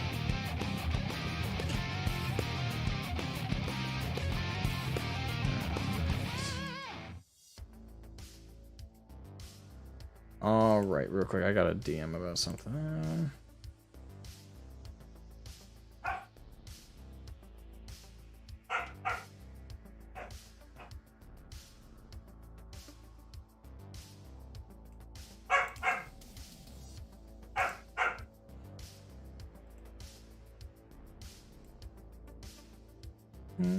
I don't understand before I pull in the next person. One thing I don't understand is why you need a moderator for a discussion. I think that's a stupid idea for something like this. It should just be the two of you. Like, I get having a moderator to, like, you know, if you guys are talking over you too much for a debate and stuff, but you'd have to find someone neutral. Major Kill's not neutral. He's not a neutral person. So you'd have to find someone truly neutral to moderate, and going to Major Kill is a terrible choice.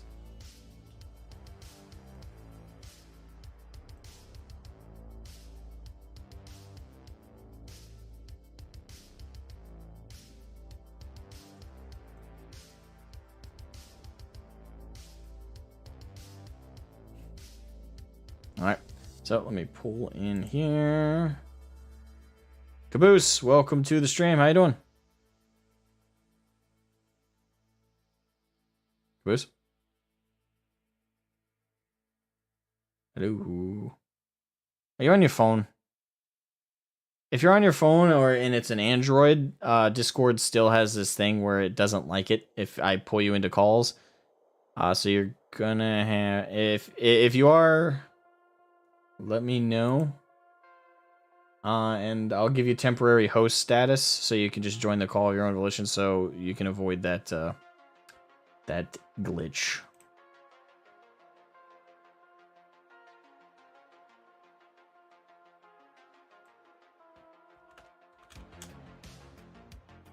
Oh, by the way, I just got asked in a DM if the Templin Institute video drops, I will pull it up if I'm still live.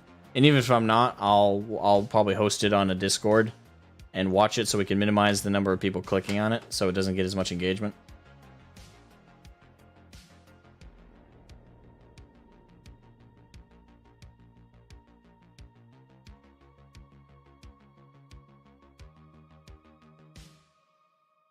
Okay, Caboose, I'm gonna hang up and give you moderators. Sorry, give you host status so you can join the call.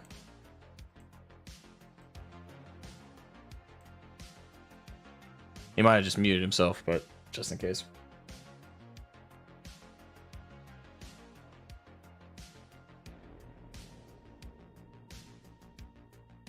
You're probably waiting for the stream to end. I'll keep it going at a defiance.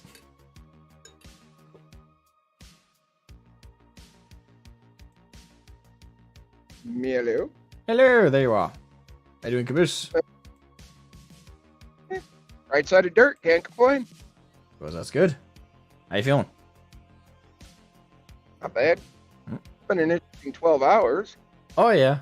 I mean, the coward still hasn't responded to any of my DMs or my tweets or anything like that. Perfectly content hiding behind a video. So, what's your take on this situation with the Templin Institute? I used to like their videos until they got rid of their female presenter for whatever reason. Probably because she didn't buy into their BS. That'd be my Either guess. that or it was somebody's girlfriend or something like that, you know. Possibly. I'm not saying that's what it was. I don't know why she's not part of it anymore. You know, it's... The female Marines, fine. Print them. Don't care. Thank you, Araman, for subscribing. Much appreciated. But you also got, you know, don't screw with the lore.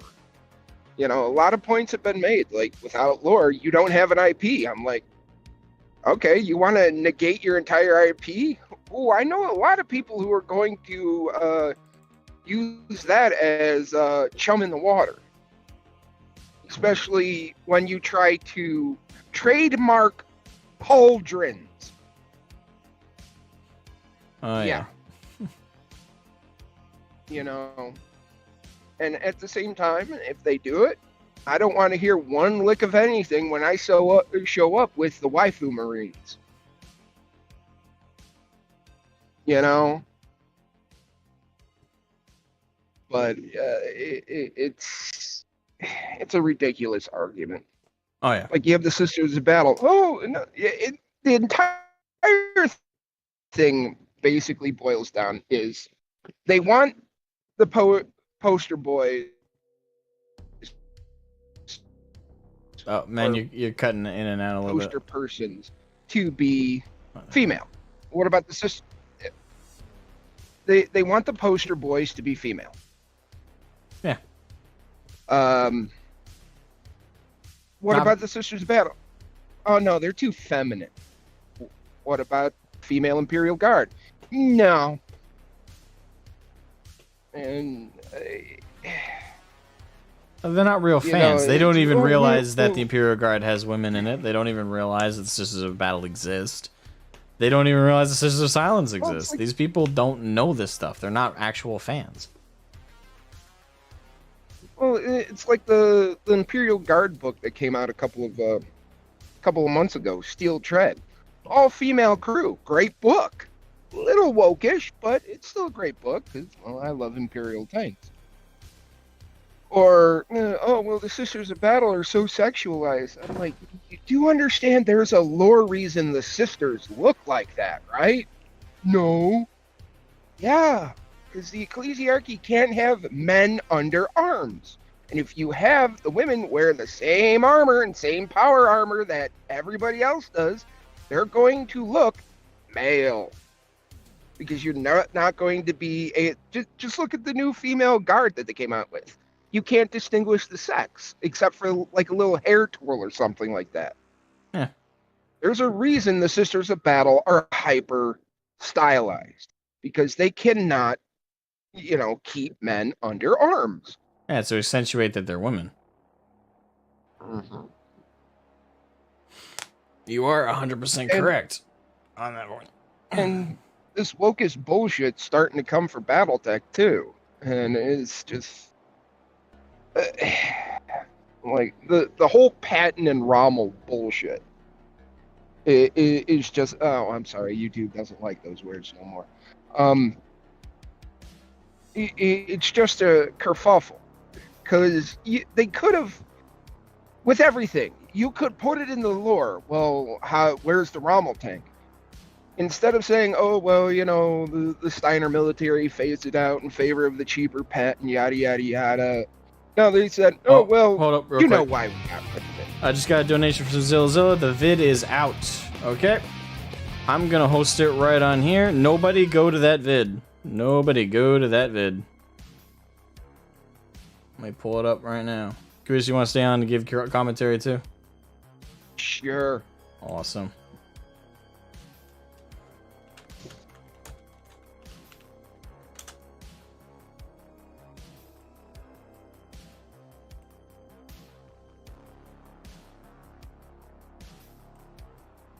This is going to be horrible. Oh, yeah, it's going to be bad. Alright, got it pulled up here. Alright, I'm going to leave it minimized.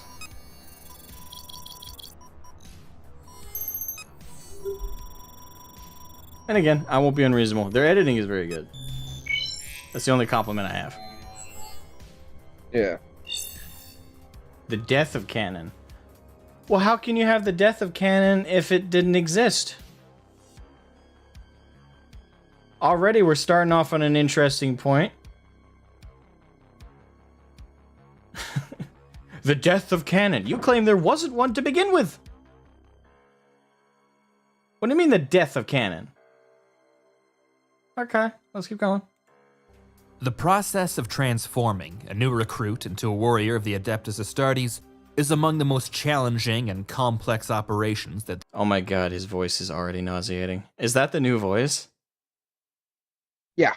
Is that him? Is that the guy? Uh-huh. He sounds exactly how I pictured. Oh my god. I mean, bring back the girl. She actually knew how to speak. The Imperium of Mankind is still capable of performing. They're capable of performing. Remains a dangerous procedure, It's with many dangerous of its procedure. underlying principles barely understood, and even an otherwise healthy applicant might suffer. What do you know? All the canon lore he's currently iterating. I thought there was no canon Templin Institute. From unpredictable mutations or other adverse effects on their physical, mental, or spiritual well-being. According to those familiar with the process, the first requirement of any Space Marine applicant is that they be biologically male. But this Correct. has understandably led to the question, why? Why are there no female Space Marines? Because women can't handle the genetic alterations. It's been reiterated hundreds and hundreds and hundreds of times. The official line on the matter is Oh, that I'm watching the comments in process real by life, which Space dude. Marines are created. He even God. brought it up. He said the process by which Space Marines are created relies inherently on the hormonal and biological makeup of the human male, meaning that only males could be subjected to the transformation. There you go. There's the end of the video. I mean, I don't want to give GW fuel, but if the two missing Primarchs were female,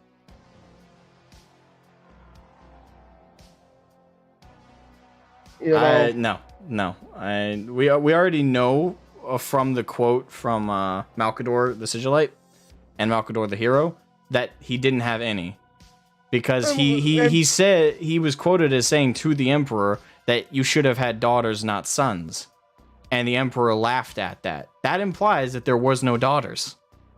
well, not only that, Dorn also, or not Dorn, sorry, Lehman Russ also said that they're not female because he knows what it's like to kill brothers. It was Russ who said that in regards to having killed Primarchs before. All right. Let's keep going with this nonsense. What's in the first minute, he's already summed up exactly why anything he says next is wrong. Created relies inherently on the hormonal and biological makeup of the human male, meaning that only males can be subjected to the transformation. Ah, okay, so there it is. Case closed, right? Yeah, There exactly. are no female Space Marines due to limitations inherent to the process of creating them. Well, not really. The most important thing to remember when analyzing the grim darkness of the 42nd millennium, something which sadly many people seem to forget or ignore, is that every bit of information we have, every slice of text, Did he just say that the Custodes came before the Space Marines? Okay. image, every piece of the 42nd millennium, something which sadly many people seem to forget or ignore, is that every bit of information we have, every slice of text, every image, every piece of footage, everything, is coming from a source that can be either biased, misinformed. This quote is always used from Aaron Dembski Bowden. It's very frustrating. Well, the quote is, one of the I great hate mistakes that made. man. Well, a lot of people do, and he's not like the supreme authority on 40k lore. He's one of the writers that's most frequent, but he's not the supreme source of it, for one. For two, this quote is from talking about its impact on gameplay. Yeah, and the second part that pisses me off about him so much is the fact that he's written my favorite 40k book, Hell's Reach. Yeah, so this quote is BS, and anyone who uses it, they're full of it. Informed or outright lying.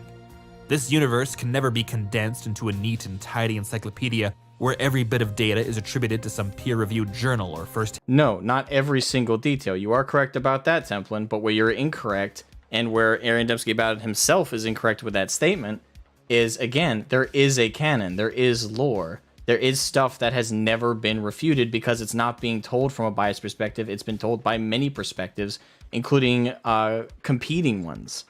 We know broad events like the War in Heaven did happen. The Golden Age of Humanity did happen. We do know that the Horus Heresy did happen. We know the God Emperor did exist. We know the Primarchs did exist. We know exactly how their war went down with each other. Regardless, it's the finer details that are subject to this notion that it is soft, it is malleable. Again, this is intellectually dishonest. Hand account. The history of the Imperium and the galaxy it inhabits is instead a blend of legend, myth, contradictions, deception, and forgery. In the grim darkness of the far future, objective truth does not exist. Anyone who tells you otherwise is probably looking to claim your soul.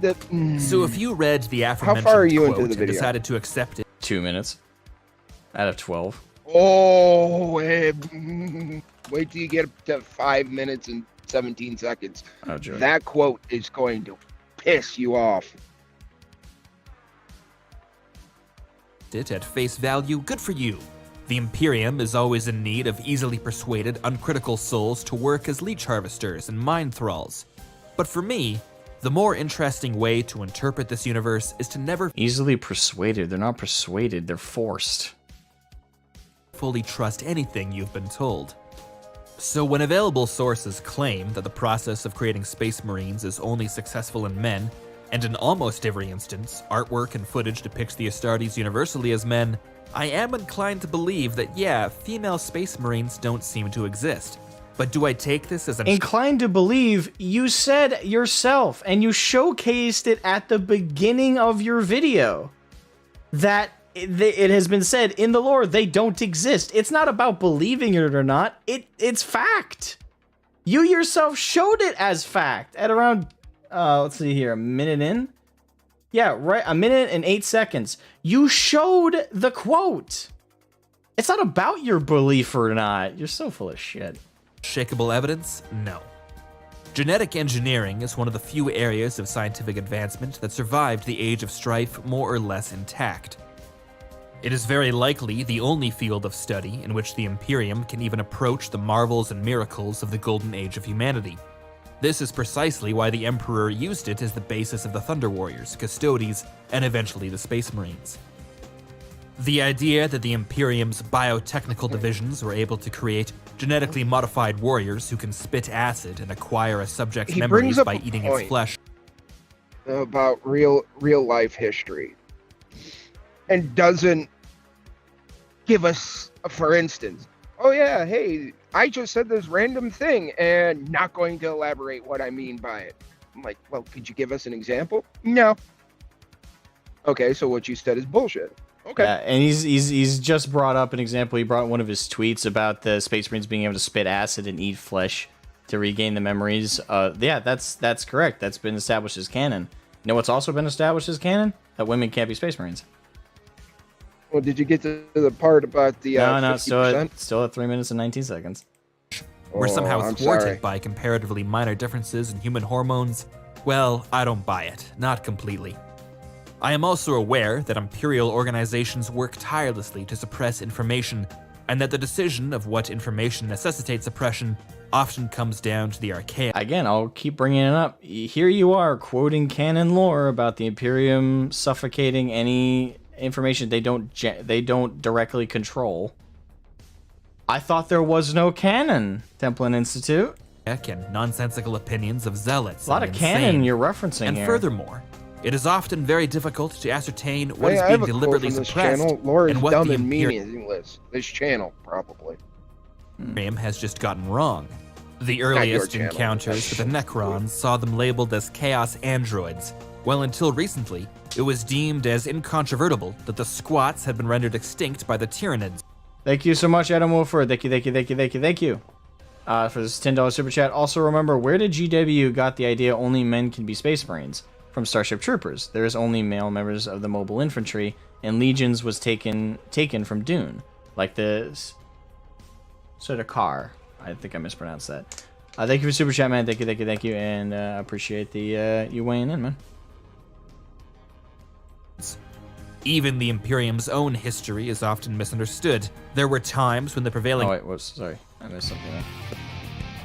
It was deemed as incontrovertible that the Squats had been rendered extinct by the Tyranids. Okay, so the Squat example is a pretty bad one, if you ask me. Because, again, it goes back to the point I made before. It's the smaller details. It was believed the Squats went extinct. But it wasn't this big, broad-spanning major event Like, again, the canon is. The canon is 100% that backbone lore. But when the squats were wiped out, it was a belief. It was a reported on thing. That smaller detail, like we all said, is malleable. It's those details that this type of person is latching onto to claim that there's no canon. That's just simply not the case. There is a canon. There is hardcore, concrete things. And one of the few things that has been said with certainty in the lore and has been consistent over the years is that only men could be Space Marines. Thank you so much, a guy under the bridge, for super chat. Thank you. It's straight into, well, it's not that territory. Okay. Yeah, it has. Well, it's like 40K stole a lot from different stuff. Oh yeah. And you know, the Roughnecks being all male in Starship Troopers and the Legion and all that whatnot, it comes down to the historical fact that the hardest fighters are usually male. Typically, yeah. Sort of what we do. Yeah, we're designed for it physically. That's the whole idea. Alright, let's keep going. Even the Imperium's own history is often misunderstood. There were times when the prevailing narrative was that Horus was not the Emperor's favored Primarch, but rather an especially competent general, and his heresy lasted only 7 days and 7 nights. With all this in mind, my personal interpretation, which has not been the canon since the books came out. Again, the novels made the canon, very much so. And in the novels, that notion was corrected. Is that female Astartes anything before that existed is not during considered the time canon of the both Great by Crusade. GW I and think the general Emperor, fan in base. this progressive era, had fully mastered the creation of the Astartes, regardless of gender. Perhaps even some famous figures from this era were in fact female. No, again, you said it yourself. You quoted it directly. The lore has affirmed that there are no female Space Marines. There have never been female Space Marines. It's not said. It's not a biased perspective thing. It's just a factual statement that they've said in the lore numerous times, in codexes, in the novels. It's been reiterated numerous times. It's not about your belief. But at some point during the history of the Imperium, possibly because of complications with implanting gene seed, but more likely because of some ignorant proclamation by the Ecclesiarchy or another imperial institution, the idea of recruiting female Space Marines. By the way, very interesting that the tone of this video is far more passive and less like accusatory and confrontational than his tweets. It's amazing how much you soften once you're not, hiding behind a keyboard. He's still hiding behind a video, but it's amazing how much softer he's delivering all this. Fell out of favor. Today, if any still remain within the chapters, they are a rarity. Furthermore, I'm almost convinced. It's not a if, they don't exist. It's not a question. Again, he's talking like it's fairy dust in Magic. Like if he believes in it, therefore it exists. That's not how it works. That's not how 40K works. There is a canon, and part of that canon is there are no female Space Marines. That with the slightest bit of effort, the Space Marine chapters could again accept female recruits. He's right there. He's speaking about this like it's a matter of fact. He said again accept female Space Marines. They never did. The Rogue Trader thing you referenced on Twitter is not canon. It's not lore. It was made before 40K was 40K. But the Imperium has become so entrenched in religious dogma and ignorance that it's become unable to question and possibly disprove what it considers to be the absolute truth. Because it is the absolute truth, because it has been reaffirmed over decades and decades, and we have the Sisters of Battle, which are far better than female Space Marines. Imperium senselessly wasting 50% of its own available manpower, if you'll pardon the term, because of some ancient misunderstanding, is the kind of tragedy this regime is built on. Now, admittedly, this is just my personal headcanon, or fan. Okay, well, there you go. He just admitted it's his personal headcanon, which is not the actual canon, which is not actual lore, therefore we can disregard it. Fiction, if you prefer. And it's based on even less evidence than the conclusion that there are no female Space Marines whatsoever. I'm sure you can poke holes in my opinion just as easily as I. As you can see here, he's showing his original tweet. He's showing Arch's response, but not actually showing it. He's showing the tweet. What a fucking coward. I did in the official stance. I'm still alive, by the way, you coward. Of the Imperium. I don't even necessarily think that my stance is the most realistic. It's just what I happen to think is most interesting. I'm sorry, I'm done. I'm done. That's I'm what I out. enjoy I'm about out. this universe. Have a good one. It Nope. invites differences of interpretation. No, not But out of again, the thing, I just can't out put of the any video. more stock into Alright. the zone I'm just interpretation reading the of mine comments. than I would. We have female space marines. They're called the Sister of Battle. What about the Sister of Battle? Sister of Battle? Sister of Battle? Sister of Battle? I'm sorry. This guy's an idiot. He is. He absolutely is. Into anyone else's. Such The a universe bad take. just doesn't work that way. Is it possible there never were any female space marines? Yes. Is it possible there are As far as I female know, you space need marines balls somewhere to out there in the kill a space galaxy? marine. I'm sure Yes. they could make. No, it's not. Again, Oh! all of what he's saying right now, he disproves and contradicts at 108 in the time code when he brings up the quote from the lore saying there are none. We have no canon or no lore references that have contradicted that in decades. If he presents one, then we have something to work with there. But all of this is his personal belief and assertion. And it's not even an assertion based on anything. It's just what he wants. He sounds like Sisters of Battle have more testosterone. He sounds like yeah. This guy, I can see why his girlfriend broke up with him and left his channel. Hopefully she actually found an actual man. Is it possible there could be an entire chapter consisting only of female space marines? Absolutely. No, again, that is entirely your supposition based solely on what you want. It is not based on anything canon. Please present to me something, anything in the lore that says or references or even hints at the possibility of female space marines. And is it possible that this all-female chapter is in fact the Ultramarines or the Black Templars or the Space Wolves? No, obviously. We have so many male characters from that they can't. If there's even one male character, then therefore that's wrong.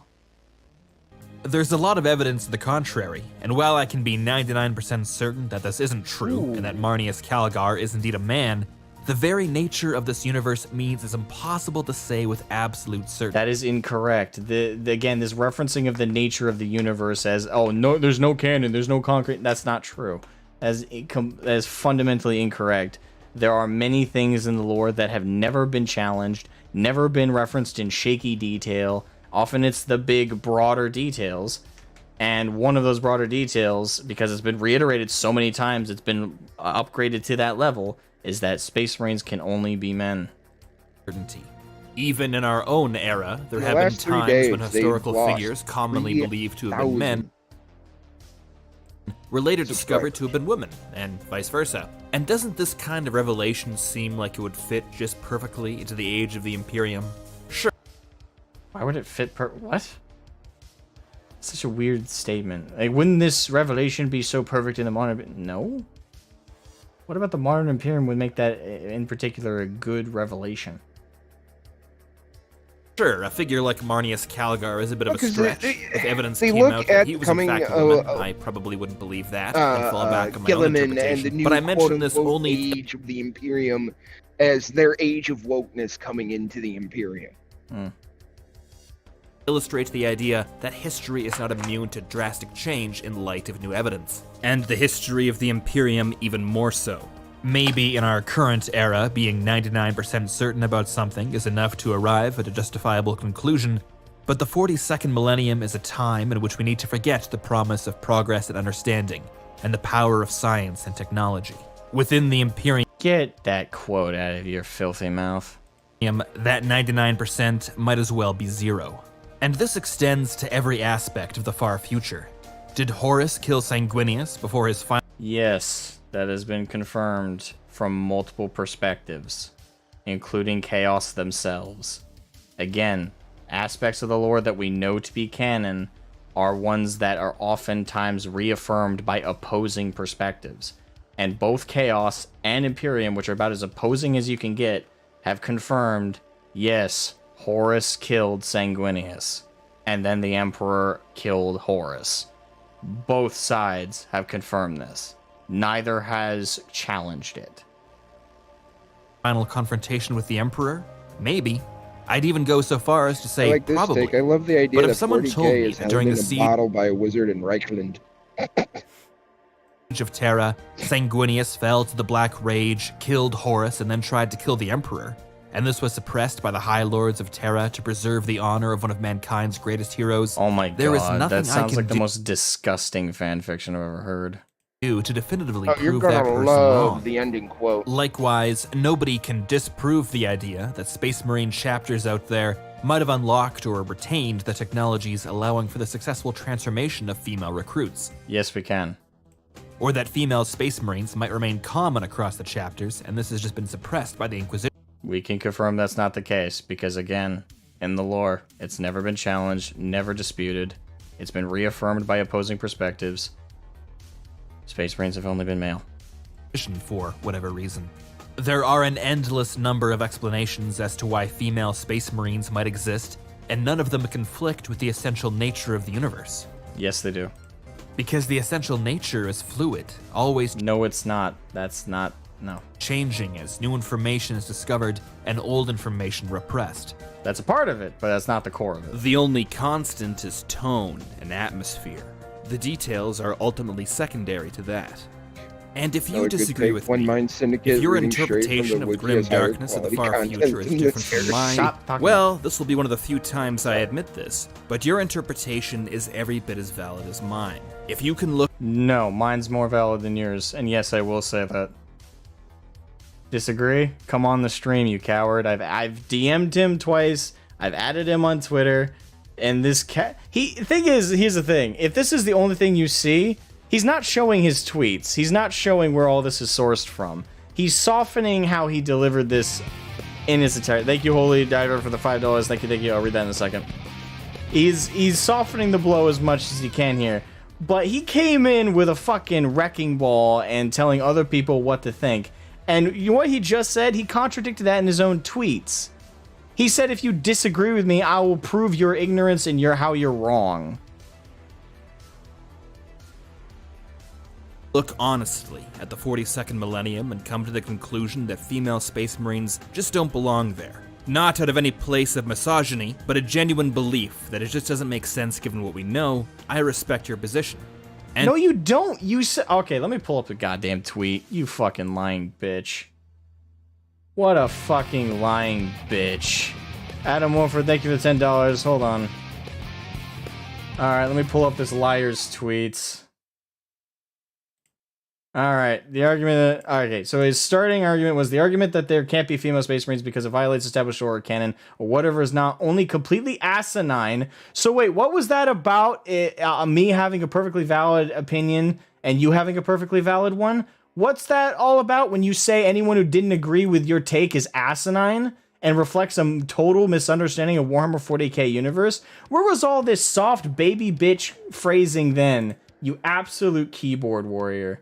And you followed up with, feel free to argue with me so I can destroy you and incorporate your arguments into a video that will destroy you further. You have not incorporated a single one of the arguments that have laid you flat on your ass. You absolute lying bitch. Oh my god. I could respect him if he was actually confronting with opinions, but to make the claim that, like, oh, let's see this again. Of the grim darkness of the far future is different from mine. Well, this will be one of the few times I admit this, but your interpretation is every bit as valid as mine. You are full of shit. Let me read again what he said in his tweets. The argument that there can't be female Space Marines because it violates established lore or canon or whatever is not only completely asinine, but reflects a total misunderstanding of Warhammer 40,000 universe. What about that is admitting any validity to a contrary opinion to yours? Then you followed up with, feel free to argue with me so I can destroy you and incorporate your arguments into a video that will destroy you further. None of this is what you said before. You are a lying bitch. If you can look honestly at the 42nd millennium and come to the conclusion that female Space Marines just don't belong there, not out of any place of misogyny, but a genuine belief that it just doesn't make sense given what we know, I respect your position. And if tomorrow, some higher authority decreed that there are in fact female Space Marines, 100% full stop, I would, without reservation, defend your right to ignore that decree, and to continue to interpret this Oh my god, the backtracking. Universe in whatever way makes it the most interesting to you. Oh, yeah. But I would ask that you extend this same mindset to me and everyone else. No, because you didn't extend it to us first. You can't. What is this revisionist bullshit? He's acting like, oh, I never went into the community and started beating people over the head with a mallet. Go fuck yourself. He's acting like he's this calm, refined, carefully thought out person. You're so full of shit. I'll read it again. Yeah, let's go for a third time. Let's do it. The argument that there can't be female space marines because it violates established lore canon or whatever is not only completely asinine, but reflects a total misunderstanding of Warhammer 40,000 universe. Feel free to argue with me so I can destroy you and incorporate your arguments into a video that will destroy you further. At what point did you levy this perspective, this open idea that it's all an opinion? What point did you levy this to us? Oh, right, your fucking video. Such a Whether lying I say that coward female space marines bitch. exist, or Sanguinius killed Horus, or that the entire universe of the 42nd millennium is actually within a bottle kept by a wizard in Reichland. What I truly love about the grim darkness of the 42nd millennium is that its very nature precludes the possibility of someone, anyone, coming in and telling you what is right, what is wrong, and that anything is possible. Biggie is Morbius confirmed. Okay, that's funny. There's only one way to experience it. And I'll let you in on a little... Actually, I think I accidentally forgot to read the last. Sorry. Holy Diver earlier said, the impression I get is that the only thing this guy is an expert of is how to hold the snack tray or which Gatorade flavor the bull likes more. Alright, that's a good one. Adam Wolford then also said, if you want to keep it real world, Halo is closer than 40k. At least Master Chief and other Spartans are based real world setting. Even the female Spartans' power armor isn't on the same level of males. Secret. During one of our investigations I into agree the with that. Imperium of Man, I included a I detail that mean, has since become Halo's the a single little more most grounded referenced in bit of reality lore than on this 40K. channel. We receive comments about how cool it is almost daily. The latest one, at time of recording, got a was left to go definite 80 you will minutes not ago. be But mystified. that little bit of lore, according to the latest information available, Nico or Nisho 40k. I don't know what currency that is, but ISK 300. No canon, no story, no weight, no Warhammer 40k. Correct. And we have all those things. either no longer exists or never did. But I it's thought the it was lore cool, and and the I write-ups included and it anyways. everything. With- Stormtroopers are really. This guy is such a bitch. Oh my god, all the backtracking. What a coward. Get on this goddamn interview for 5 seconds, you coward. I want to call out all this lying. I'll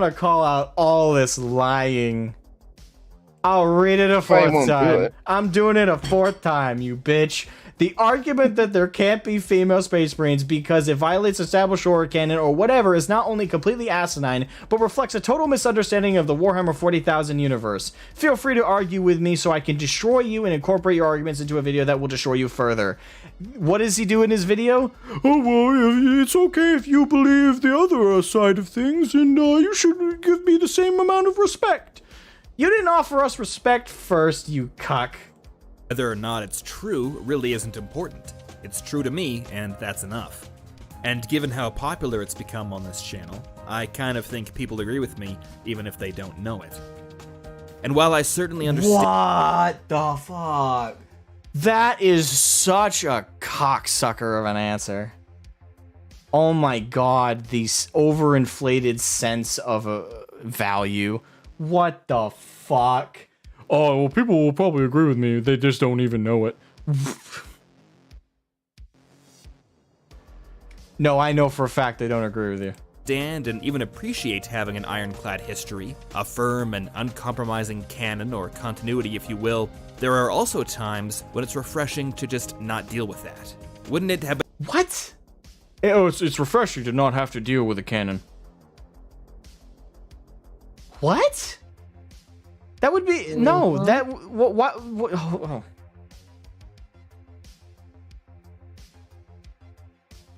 Then go draw in the corner with some crayons. There you go. There's no canon in that. Go enjoy yourself. There is a canon in 40k. You just ignore it for the sake of your take, which is a terrible take. been nice to have the option to say that Rey is not Palpatine's granddaughter, or that the war against the Night King was way cooler than whatever this is, and have those interpretations be totally valid? Now, I am no fool, and I have no doubt that I will have failed to convince most or even any of you, but let's make a deal. Of course not, because you said nothing that has any level of convincing in its nature. You made a bunch of assertions based on your personal opinion and wants, not based on any textual evidence. You talked about female Space Marines being factually in the lore, but provided no examples that hinted, possibly led to, or... No, in fact, you showed the opposite. At the beginning of the video at timecode 108, you showed the direct quote from the lore that they don't exist. You're making assumptions, assertions, and additions to the lore entirely of your own volition. None of it is based on any kind of... It's just based on what you want. And if this is from a homebrew perspective, guess what? I'd say all the power to you. You want a female Space Marine homebrew army? Go right the fuck ahead. But don't make this claim it's canon or even possible. But he says it with such confidence despite all the information to the contrary and no information supporting his side. If you decide to argue with me in the comments, include the following phrase somewhere in your argument. They're the type of people You will we're dealing die with. as your weakling father died. What? He's not quoting Sanguinius. In your argument. You will die as your weakling father died. You'll get the satisfaction of tearing me down with a badass line, and I and everyone else at the very... You're unworthy of that line.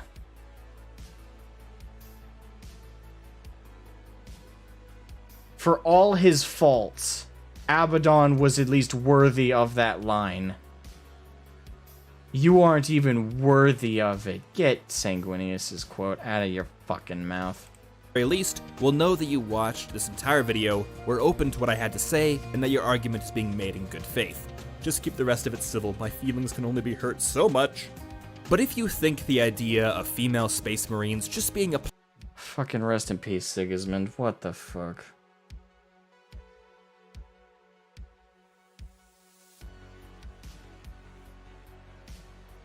No, I know it's Sigismund.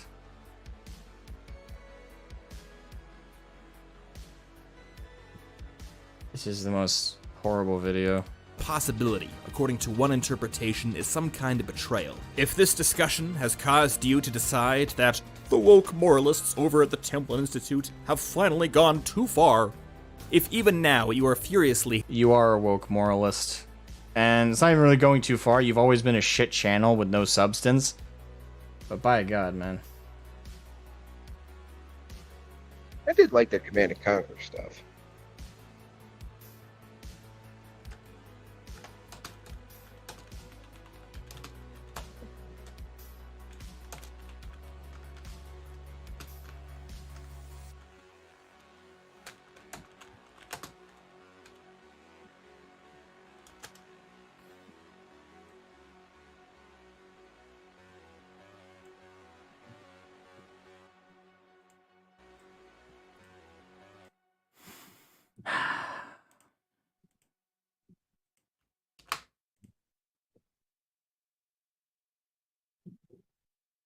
Yeah, he just replied to my comment on his video when I said, you are intellectually dishonest, to say the least. He says, that's not an argument. What about this do you find intellectually dishonest? I just let him know, come on my stream, and I'll tell you. Live right now. Come on in. Hitting the unsubscribe button, well, the tree of any YouTube channel must from time to time be nourished by the blood of misogynists. Comments. And as the saying goes, A lore you will channel not be calling missed. for the death of Canon. As the saying goes, you will not be Let's see how it missed. pays He out. really quoted that terrible take from GW. Oh my god. Yeah. In Incoming, the Templin Institute discusses the theories and ideas found across alternate worlds. Join Oh my god. other Templin Institute personnel on our Discord server. I don't know why anyone would do that much harm to themselves by joining your community. The Jesus. discussions are held daily on the elements of world building, spaceship design, the best method of my cooking rice, God. and other critical issues affecting alternate worlds. You'll find a link in the description. So, yeah, this guy is absolutely full of shit. He is absolutely full of shit. That was a terrible video. And with the knowledge of his tweets, he backtracked so hard. He backtracked so hard.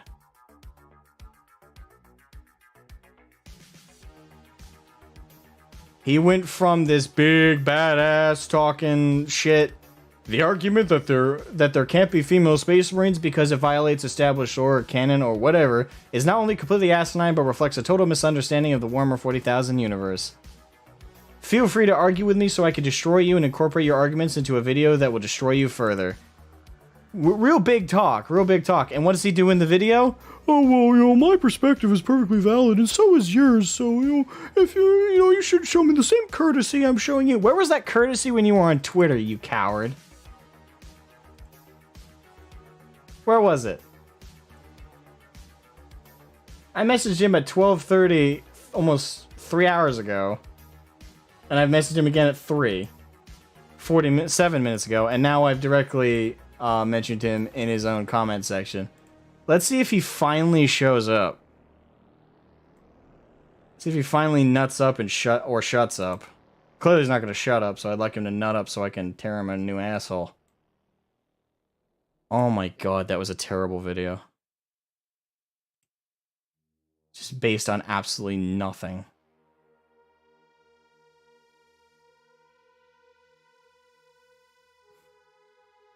Well, I'm going to bow out because Ball wants to get in and say some stuff, and that's going to be entertaining. And Ball's on one of the waiting calls. He is on... Calcul's in waiting call 1. Look at the other main channel. You still have a call line in there, dude. Yeah, but he has to be on these ones. Oh, okay. Alright. But you got people that need to be talking to, so I will talk to you later. They want exposure, they'll never talk to me. Well, I know they probably won't, but I'd like to think that he'd try and defend his integrity. Not that he has any, but you know. My god, that was horrible. That was just a terrible video. He started the video by showcasing why everything that came after was wrong. My god. Holy shit, dude. That was a special kind of awful. His argument is based on entirely on his supposition and no evidence. No integrity, no outrity. Yeah, no, he's got nothing. He's got absolutely none. No sense of integrity. He came in swinging like a mallet, like a badass on Twitter, talking all this shit, and then on his video, he's a goddamn pussy.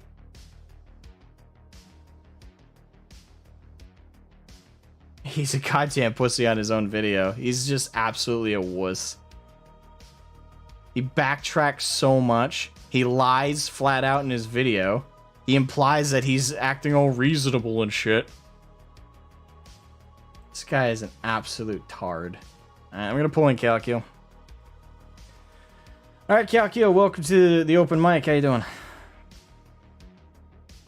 Sorry for the long wait, but that video came up and I wanted to focus on it mainly.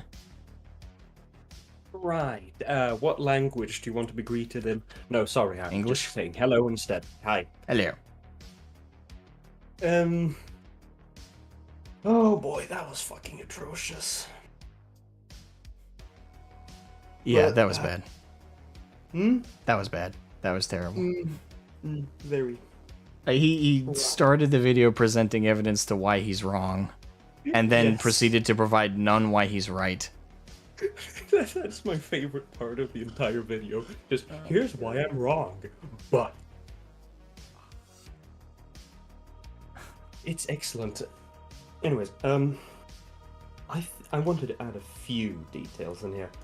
How was it?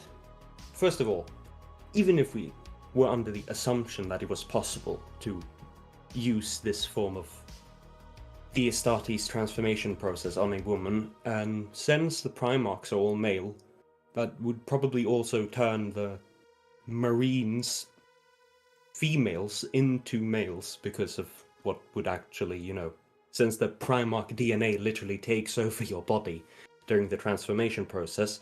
So even if you could recruit women, they'd become men. Effectively speaking, yeah. I mean, their sex organs serve no purpose. Mm-hmm. So there's nothing again like this. There's nothing accomplished here if he gets what he wants. It's brain numbing. That video was so bad. really was. Nisha, I think that I said your name correctly. Back to listen some more. Well, welcome. You just missed me. I watched his entire video live, and it is dog shit. Is dog shit. Right. I left him a comment. Like Sorry, what was it? Oh, nothing. Oh, you here?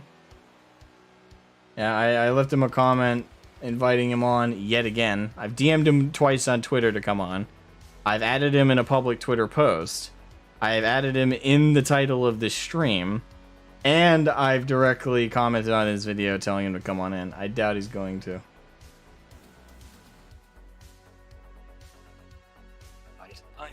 What was the other thing? I was going to mention something. Right, yes. The Votan, the squats.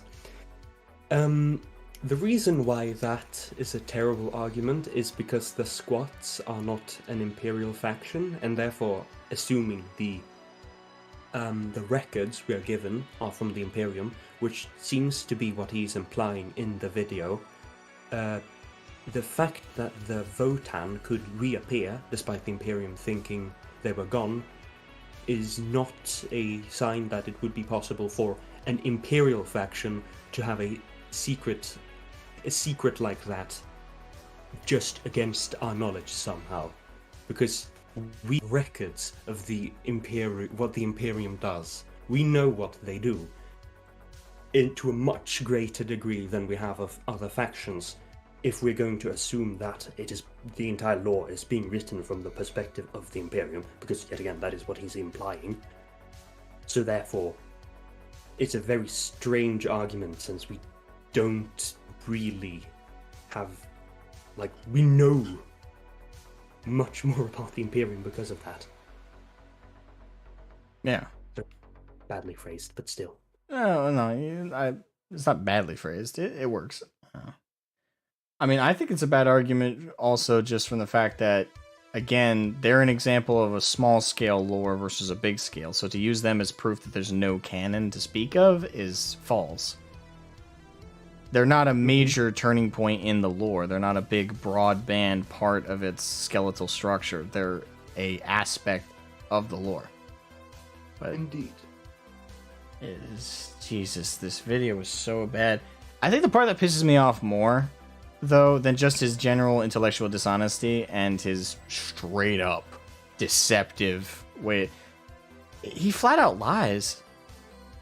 Like, yes, he said in the video, he flat out lied about like being all open and being like, oh well, you know, if you have a different perspective and think that there is an actual canon, well, you're perfectly as right as I am. You should give me the due respect that I'm giving you. You didn't, though. You lying sack of shit. You went on Twitter, gave the community a middle finger, a giant middle finger. You challenged them and told them that if they didn't agree with you, they were asinine and didn't understand the hobby that they've been in probably longer than you have, and I have a doubt he's even in the hobby. And then to add on top of it, his entire video is based on his personal opinion and supposition, with no textual evidence in the lore. Right. I will note he does have miniatures. Not many, granted, but he does. As if that is enough to make you a fan. I don't think that proves anything. But I have one more thought. What was that? Right. The fact that he literally, like, the very premise that my argument is equally as valid as yours is just straight incorrect. Because if there is a source for your argument, you obviously have more of a right to claim you're correct. He doesn't have one of those. No, he doesn't. Oh my god, that was so bad. I got a sick feeling in my stomach from that. Mm-hmm. God damn it. Actually, I'm not sick. I'm exhilarated. I love this sort of dumb shit. I'm glad you're exhilarated. I'm disgusted. Oh my god. I would have respected that video more. Keep all the textual things he had in it the same, but if his tone was more like confrontational, if he had kept up that tone he started on Twitter, I would have respected it more, to be honest. Because at the very least, he hadn't changed the way he was talking. I could give him integrity points for that. He doesn't even do that. He backtracks so hard from that raging lunatic on Twitter, acting like he's this moral busybody and on the high ground. He's not. He's a lying sack of shit. Mm-hmm. Well, I did unsubscribe, thank fucking God. Also noticed Echoes that are getting in there. I unsubscribed from it earlier than I did from Templin Institute, so I'm happy about that. But yeah. What a bunch of bullshit. Yeah. Yeah. Have a good one, man. Right. Oh, have a good day. Have a good day. Alright, have a good one, Nisha. Okay, back to work. Yeah, keep rolling strong. Yep. Oh my god. I'm gonna stay alive a little bit longer. I have no one else in the waiting call room, so if anyone would like to come in, I'll share the link again. Hold on. Oh my god. I'm impressed almost. It's just how much of a snaky he came off there. Holy shit. Hey, Lord Metal. Thing is, mate, you can completely ignore his opinions and just look at his behavior. I mean, that's true. His behavior is just terrible. I mean, he came in like a raging lunatic on Twitter, being accusatory, being an oppressive dickhead, standing on a soapbox and putting himself in a position of authority. And then he acts all meek and mild in his video where, oh, if you hold a perspective that doesn't agree with mine, then that's perfectly fine. You're not any more wrong than me. Where was that candy-ass shit before? Oh my god. Okay, I'm gonna pull in Nico first because Zimzo was on earlier. Is it Nico or Nico or... Oh, hang on. Let me just lower it down a little bit. There we go. All right. Yeah, it's Nico 40K. So, yeah, and it's Asmogan, right? Yep, Asmogan. Asmogan, right. Right, so that absolute video, Jesus, on a I can't believe. I full on cannot believe it. It's just, like, okay, bear in mind, I got more into like 40K around 2017, stuff like that. But I knew about 40K ever since 2012, and even then I knew about the fucking female Space Marine argument. And even then, it's just like, how long are we gonna have this conversation again and again and again? It's beyond. Endlessly at this point. I mean, they've been debunked from every angle so hard, and they just keep trying. Exactly. It's just, and okay. What else was I gonna say? Is it just the way it goes about this. Now, the thing is, I didn't watch the entire thing because unfortunately I had to go to work and all that. Spare yourself. Trust me. Yeah. I'm full on sparing myself. But all the shit that I did see, it's like, oh yeah, well, if you don't like the canon. It's just, sorry, I meant to say, the head canon is like, well, it's my head canon, and therefore it's like valid or some shit like that. It's just, no, that's homebrew, that's fanfic, which you're allowed to have, and it's perfectly serviceable. Yeah. Mm-hmm. And that's the thing. It's like, exactly. It's like the thing is like, when we're talking about homebrew and like, you know, head canon and stuff like that. The only thing for example, I don't know if you know, I severely doubt you've seen my videos, but I basically do like you're a creator. Okay, I didn't know. Yeah. I severely doubt you've seen it, but I do like the Warhammer like headcanon voices and stuff like that. You know, it's nothing special. It's just like, I think this character would sound like this and stuff like that. It's just okay, that's cool. No, I haven't seen it, but I'll give it a look. Yeah. I mean, it would be fun. I mean, I do enjoy your videos, and I love the. I think I first heard of you and I think it was what was it? The Arch collab, the lore one, the guest lore one. I did get a guest spot on our Arch's channel. Yeah. Yeah. Exactly. Nice. And oh yeah, but also that. Well, the thing is, like, I don't really have much to say because, well, sadly, it's beyond this fucking guy. And I mean, if I was on Twitter, my God, I'd be trolling the shit out of this man. But it's. I did. But I all right, trolled him all pretty right. hard on my Twitter. Yeah, pretty much. Because his arguments are just paper thin. Hey, I'll just share this with you real quick. I'm listening. I'm just sharing that with you because you said you do like voices of characters and stuff like that. I've done some voice acting as well, so it's cool. Really? Yeah. That's my demo reel. Nice. I'll definitely give that a look because I do also I do Warhammer stuff like that, but I'm also thinking about branching out because I severely doubt you've heard of this hobby. Have you heard of the Iron Kingdoms or like War Machine and Hordes? I have not. No. It is okay. Think of it like this: it is Warhammer Fantasy steampunk, and it is awesome. And I'm doing like an introduction video for that, and just broad strokes first, then we go to the finer details and all that. And hey, if you wanted to, voice something like that, maybe I could give you a call, something like that. Yeah, and hit me up. I'd be happy to. Depending on how much work it is, if it's just like a couple lines, I'll be happy to do it for free. It's just but if it's a lot of stuff, I'd charge you just because. Yeah. No. Nothing like that. No. It's like a couple of lines here and there. It would be not much work. But all right, so I don't have much to say other than that, but hey, thank you for having this call. It's actually the first time I've been in a live stream, somebody else's live stream, in a call like this. So yeah, it's been a lot of fun. I'm glad to be your first experience. I hope you enjoyed it. Thanks, man. Have a good one. You too. Yeah, that was nice. Nice palette cleanser right there. All right, let me bring in Goodnight Ball. Let me bring in Zimzilla. Zim, what's up? Welcome back. Nothing much. Literally, I just typed out a full-length response to almost everything he said. I was watching your stream as I was typing out because I didn't want to give him any more views than he was already getting. But wow, that was worse than I thought. It was a mixture of tepid and disingenuous, which is always hobby also, sorry, go ahead.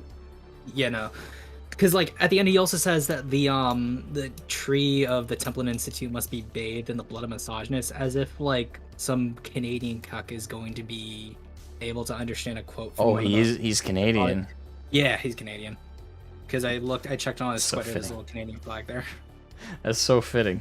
That's what maple syrup does to a man. That's what a dictator leadership will do to you. That is true.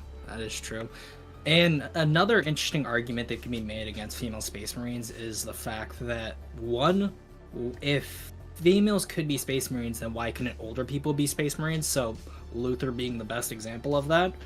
And then we also see the Calidus Temple is entirely women. So that's another example in lore where we know for a fact that gene therapy affects men and women differently.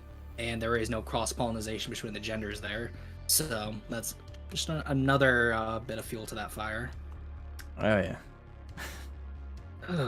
Jeez, wow, that was bad. Oh yeah. I'm gonna have a bad taste in my mouth all day tomorrow and today. I'll be curious to see if any of the other people who've been commenting on this, like Akard's Ladder, and like make their own videos, or if even Major Kill does it. But I mean, he was interested in dragging Major Kill in to be a moderator for some debate. Yeah.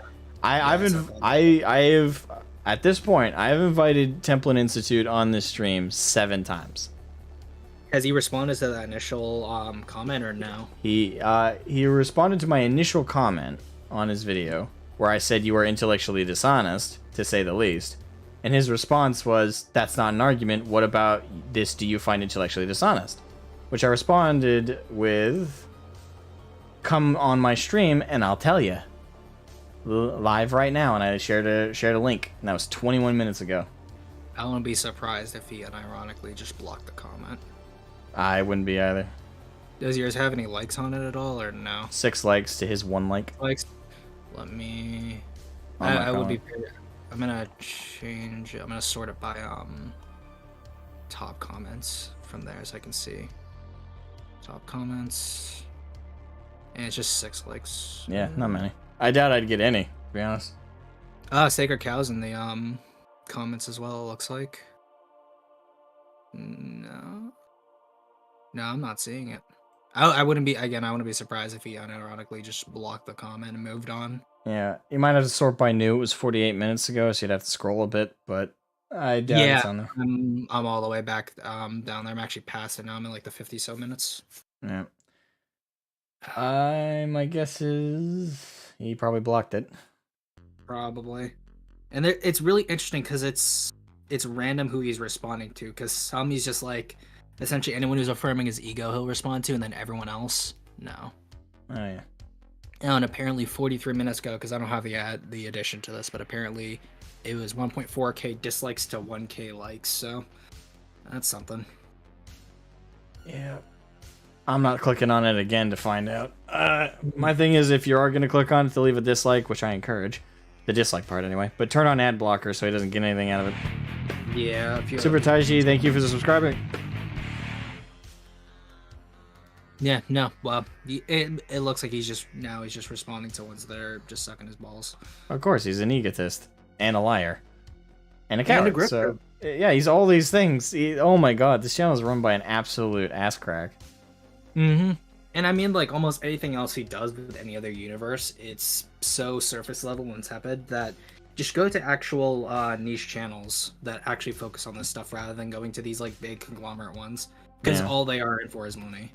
Oh yeah, and he made it clear this is all to him about money. And on Twitter, he starts this raging like confrontation, knowing he's gonna ignite some hairs on some asses. He then ends it all by advertising his Patreon on Twitter, and then he comes on YouTube, starts bragging about this big hard video he's coming out with. Turns out it's this tepid mess of, well, this is entirely my opinion, and then. But if you have the opposing opinion, you're perfectly fine. That's not what you said on Twitter. Well, because he's trying to play both sides. I mean, his other response to that card kind of says it best, where he's trying to be like, well, no, I love 40k, but it's just those toxic people over there, so that you can still get some fan shekels from them. Oh yeah, he's full of it. Exactly. And I mean, he's been drinking that extra credit Kool-Aid, and credit to Mr. Kratos for that comment. Yeah. He's probably drinking more than that. Drinking some male tears, to use a term. Absolutely insane. I would not be shocked if that man has a testosterone deficiency. I mean, it sounds like it. Oh my god, he sounded exactly how I imagined too. Just this, like, really, but this is fine. Oh my god, get the female voice back. She had more to her than that. Yeah, no, I really liked the whoever the female it was his girlfriend apparently, and she left. I wonder why. It's interesting because there's almost always a pattern where you see creatives who have issues with their female significant others always take this turn. So that might say something. Oh yeah. Oh, man. I'm gonna stay live for another 10 minutes. See if he's gonna come on. He's not. I'm pretty confident about that, but fuck it. I'll give it 10 more minutes. He won't, probably, because he's exactly the kind of person who's gonna be like, well, I don't need to platform these people. I'm a partner. I live in Seattle, or I go to Seattle. He's in Canada. I think he does. Well, he's a Canadian, but there was another post he did, and I think it was like taking a picture of like the Space Needle or something. So he was either in Seattle recently or lives near there. He probably vacationed there, would be my guess. Yeah, well, I mean, vacation there ain't cheap, so gotta get these shekels somehow. Oh yeah. Oh, thank you for coming on again, man. I appreciate it. And oh, of course. I mean, you gotta support the real ones. oh yeah, thank you. Exactly. That's all I gotta say. I'm glad honestly, in a lot of ways, I'm just glad these people make these videos because then it makes it a lot easier for me to unsubscribe. Oh yeah, makes it so you don't have to invest too much more into them. Exactly. But I'm gonna dip out. Thank you for this. It was fun. Have a good one. Have a good one. God damn. Like I'm still reeling from that tone shift. Just the most ballsy bullshit artist on Twitter. To that. What a coward. Oh my god. Almost impressive how you can be so Weasley. Weasley. Not Weasley. What a rat. Just such a rat. Oh my god. Blew his load on Twitter and couldn't get it up again. True. That's true, actually. Pretty clearly. I mean, sweet lord. Again, I would have respected the video more if he had just been like, you know, fuck y'all. I stand by my perspective. And he was just as aggressive in the video. No, he had to feign this whole, like, this middle of the ground kind of open-ended guy who's not too serious. But on Twitter, raging fucking lunatic. Sweet lord.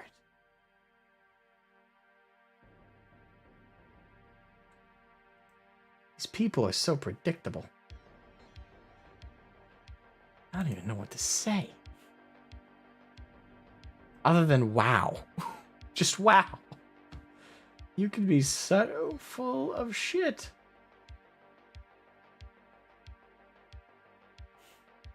Twiddle tough guy person. I think he's safe to say a good tough guy. I don't see your comment. I think he deleted it. He probably did. I have it in my notifications, but they don't delete them out of notifications. So I wouldn't be surprised if he deleted it.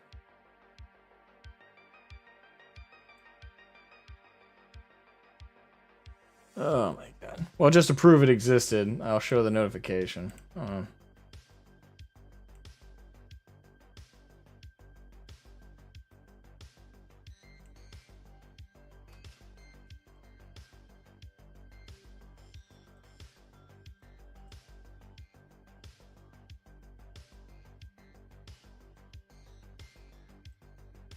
Alright, my original comment, you were intellectually dishonest to say the least.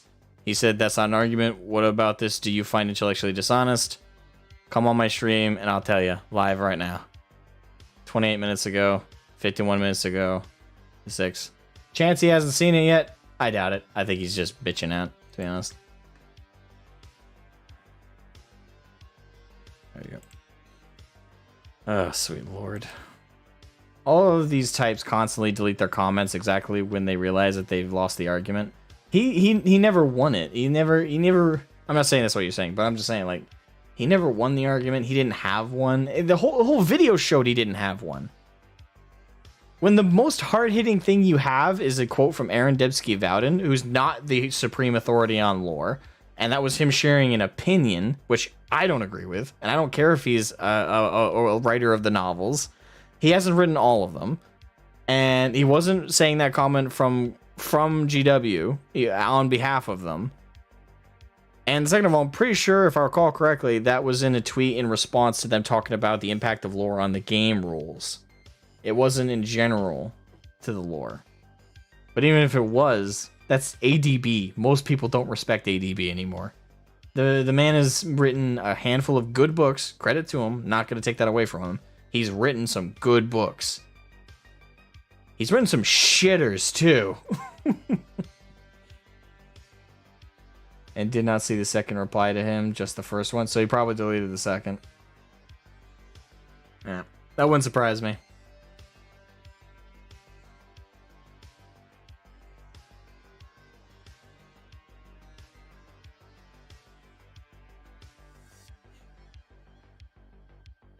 Cough, master of mankind, cough. Oh, God.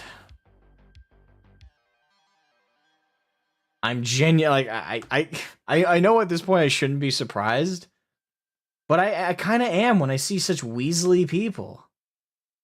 It's just how you can go from being a keyboard warrior in Twitter to that. And just how bad the video was. And it's all based on the supposition of his own making, his own opinion, based on no contextual evidence. Here's the thing. If he had found this golden nugget in the lore where there was like a hint, and we're talking post Horus Heresy books. I know there's references of female space marines all the way back in like Rogue Trader days / second edition kind of, but nobody considers that canon, not even GW, because that was back when 40k was experimental. The actual canon of 40k was being developed after the books came out with the Horus Heresy novels. That's when canon was starting to be established in 40k. Most of the community agrees with that. So does GW themselves, just based on how the codexes read, based on everything they released afterwards. It's pretty obvious where they stand on that, even if they don't say it like verbatim. As shareholder, so as GW shareholder, I don't agree with. Well, thank you, Michael.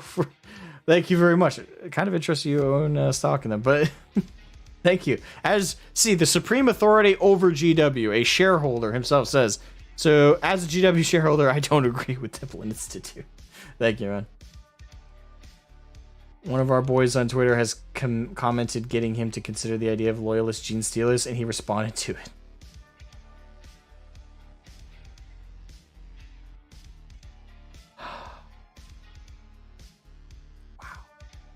Wow. Just wow. I already saw the... Wait, is it a new Discord post, or is it the one I already saw?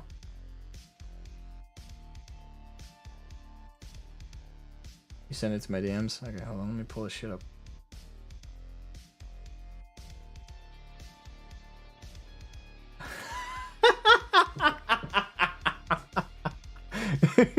Now make a video about how we need loyalist cheat stealers. I have no idea how you justify that. Really? Since when do you care about justification? Your whole video has none. What do you mean? What do you mean?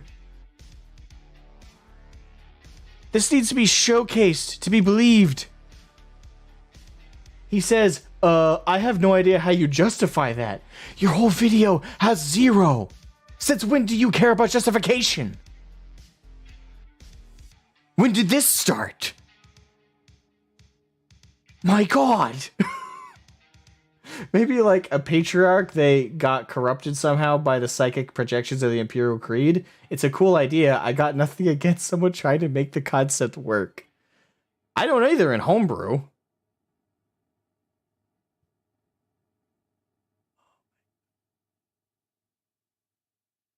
That is so bad. Oh my God. Oh, I create the voids there, of course. Oh my God. That is hilarious. Just the idea of him bringing up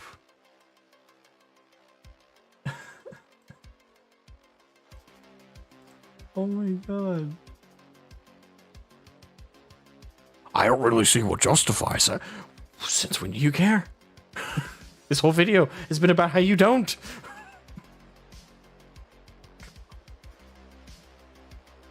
Oh, sweet Jesus.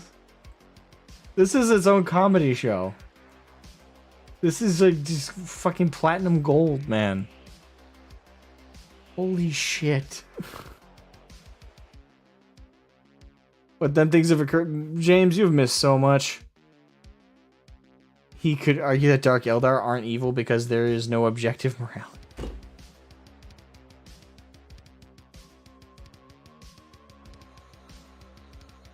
All the factions in 40k are evil, you cocksucker. They all are. That's the idea. Talk about someone who doesn't understand 40k or the lore of 40k. And he's the one who said that first. Oh my God. Were you looking at a mirror when you said that, you dipshit?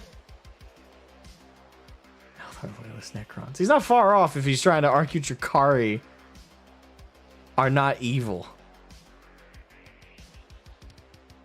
Quafesa. Oh my god. This guy's so dumb. He's just... My man Mark from Templin Institute is a living seesaw teeter-totter. Oh, I'm gonna need a Jack Daniels after this. This is just... I need something to alter my cognition ability so I can comprehend this nonsense.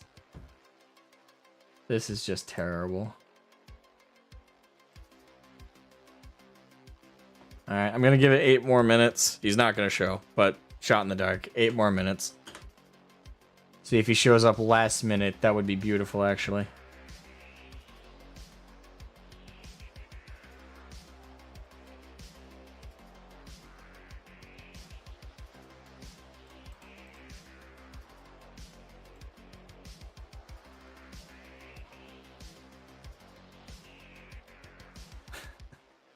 Yeah, if anyone wants to hop into one of the voice VCs for the last few minutes and give their closing thoughts. I've given mine. I've given my thoughts thoroughly.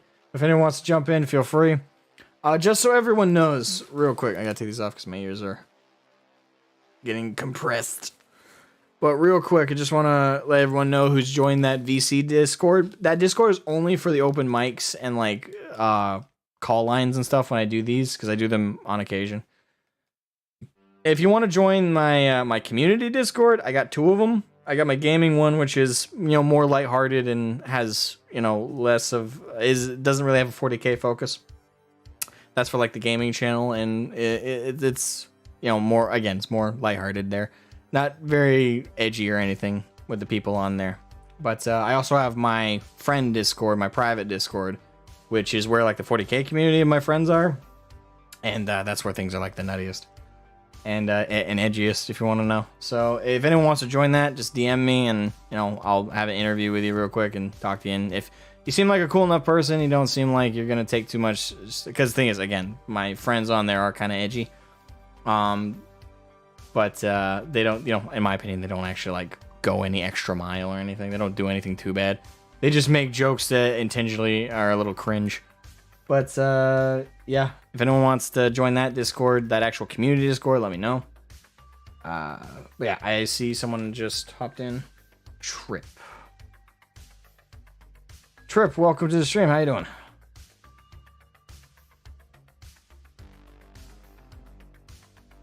Hello? Are you on Android by chance? Alright, have a good one, Nico. Thank you for joining, man.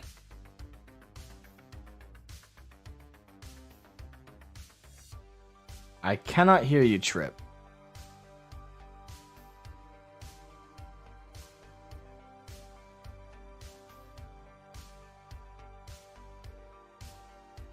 Okay.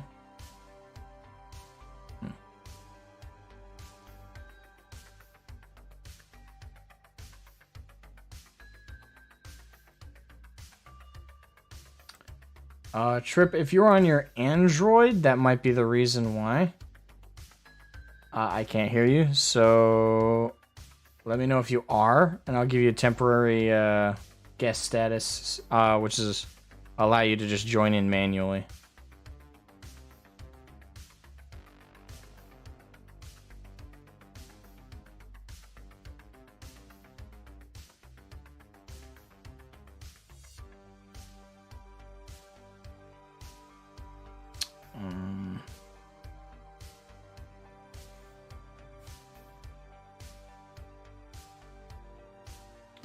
Okay. I'm not seeing anything from Trip.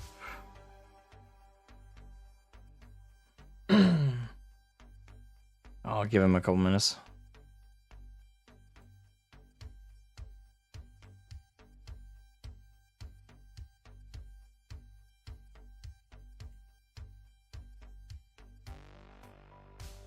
Alright, Trip, I can't hear you, so I don't know what's up with that.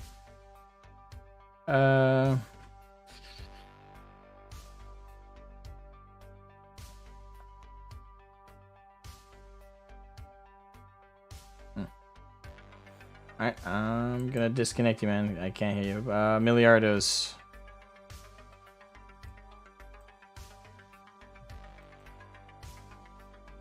Miliardo, what's up, man? Hello. Hello. So, let's go to the video because one thing that he said really ticks me off because the lore, the way he plays it. Oh, it was all because the Ecclesiarch grabbed down his head cannon. That kind of breaks the Sisters of Battle rules, doesn't it? What was it? Sorry. During the Templin explanation for why his headcanon for why the female space marines already exist, he says, "Oh, the reason why we don't know because his video is from the perspective everyone who's getting the lore is a citizen of the Empire and the Imperium." He says, "Oh, it's because the Ecclesiarch corrupted all female space marines on the lore." I must have missed that detail when I was listening through. But if there was, why they would create the sisters if there was already females they could use, and if there was, why they scrub that? Why they not keep using? That's I don't understand why he's bringing that. And yes, the whole video is I want my headcanon, or I want all fan fiction becoming canon. That's his point. yeah, and it's asinine as fuck. Again, and such an irony with him saying everyone who disagrees with him is asinine on Twitter. I think, especially because in theory, he's a lore channel saying that, oh, lore doesn't matter because if this is a thing... He starts with saying lore needs to die. Yeah, and not only that, but he says that should be, more to the end, that should be the thing for all franchises, not just Warhammer. He says, for example, oh, in your world wouldn't be better if Rey was not a Palpatine. Yeah, but shitty lore exists. We cannot do anything about it. Yeah, I mean, there's shitty lore in 40k. I have to accept it. So, like I said when I came before, it's the push, not only in 4K, but it's pushing for everything. Like a blank check to turn all fanfic or everything in canon. And like you said, if it isn't homebrew, fine. But when we're talking about the rules of the universe, and that's the thing. There's a difference between events and, I think, rules for the universe. He's not going to say the gravity stop works because you do not believe gravity works in the 40k, or how the warp works. There are rules. Things works in some way. Yeah, you're correct. So breaking that, it does not make a good argument, especially when you build your career explaining that to people, because that's what they did. Oh, I just got sent another screenshot by Lord Metal. Apparently this is okay. So someone left a comment. Starts with agree to disagree and ends with you will not be missed. Bit of a conflicting message. Sounds like an olive branch ends with a backhand. Typical shit. He went. Did you listen to the words that were said? Yes. Agree to disagree on canon interpretation, not like real world sexism. If you felt backhanded by that, then look inward. What the fuck is that? Templin suit. Oh, I did, man. And I agree with you on up to a point. I just thought the tone felt awkward throughout. I understand you were trying to walk a thin line. He wasn't, though. Like, again, like, you're being way too kind, ZC. Whatever your name is. He was so full of shit through that whole video. He's such a liar. He does say at the end of the video, if you are a misogynist, it's one of the reasons why you're gonna be leaving his channel, and channels need to sometimes, I don't remember, something use has fertilized for the tree of the channel. He's going full nuts on the last 5 seconds of the video or so. Oh yeah, he saved it for the very end because most people were gonna click off. I think he knows most people will click off when he contradicts himself, showing the reasons in the lore. Yeah. He is a liar, a coward, So many things. Yeah, he deleted the second part of your comment, when you give him the link. Yep. And he only responding, like you said, to people who is like nodding their heads and going along, or when someone do a really good bait.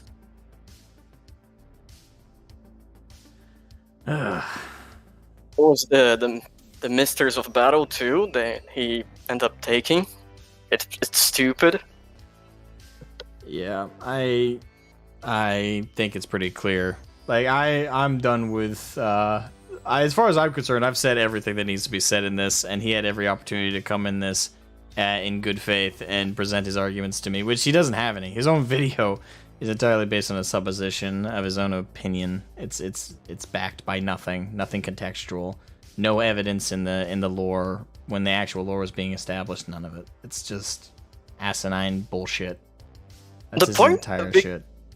Because the point of the video is not that based on lore, is you do not need to base anything on lore. That's the whole point. Make your own fanfiction and say it's the lore. It's that what he's trying to make. And again, for a channel, for someone who, in theory, helped on the creation of another universe, like we said before, Iron Harvest. It's completely asinine. Like, yeah, nothing matters. Even his work by that extent. Yep. All right. I am going to pull Trip in, and that's going to be the last one, guys. Thank you, Miliardo, for coming in again, man. Much appreciated. Thank you. See you on the stream. This is tiring. All right. Bye. Trip, I'm going to end the stream off with you, brother. I assume, brother. I could be wrong. Welcome. You're currently muted.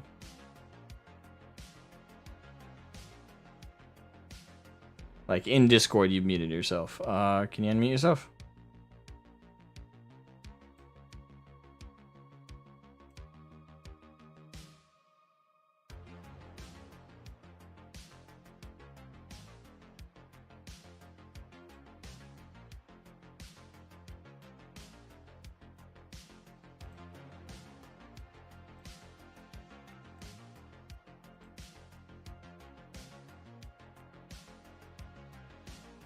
Trip.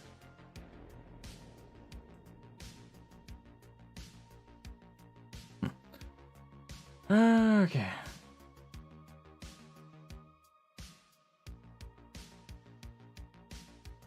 I mean, he says it flat out there, at least. No, by my account, there is no canon. Come on, guy, watch the video.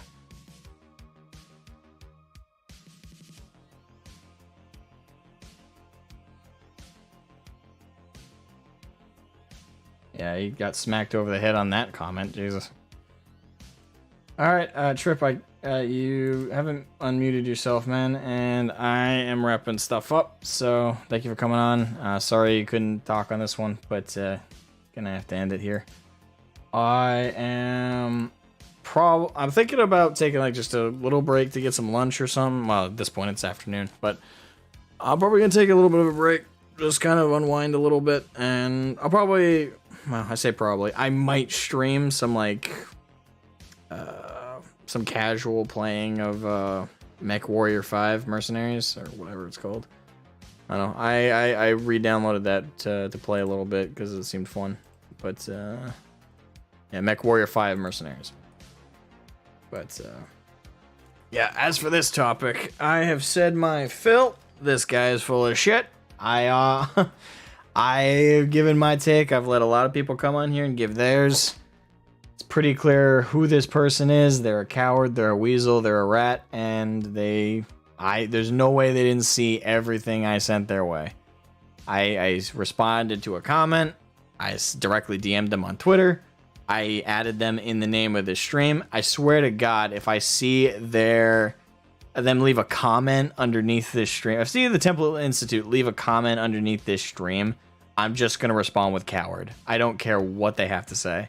They had every chance to come on the stream and actually present their side, present their arguments, and be slapped down by me when I proved them wrong. But they didn't do that. They're a coward and a bitch. And I'm done. Night, guys. Hope you guys enjoyed.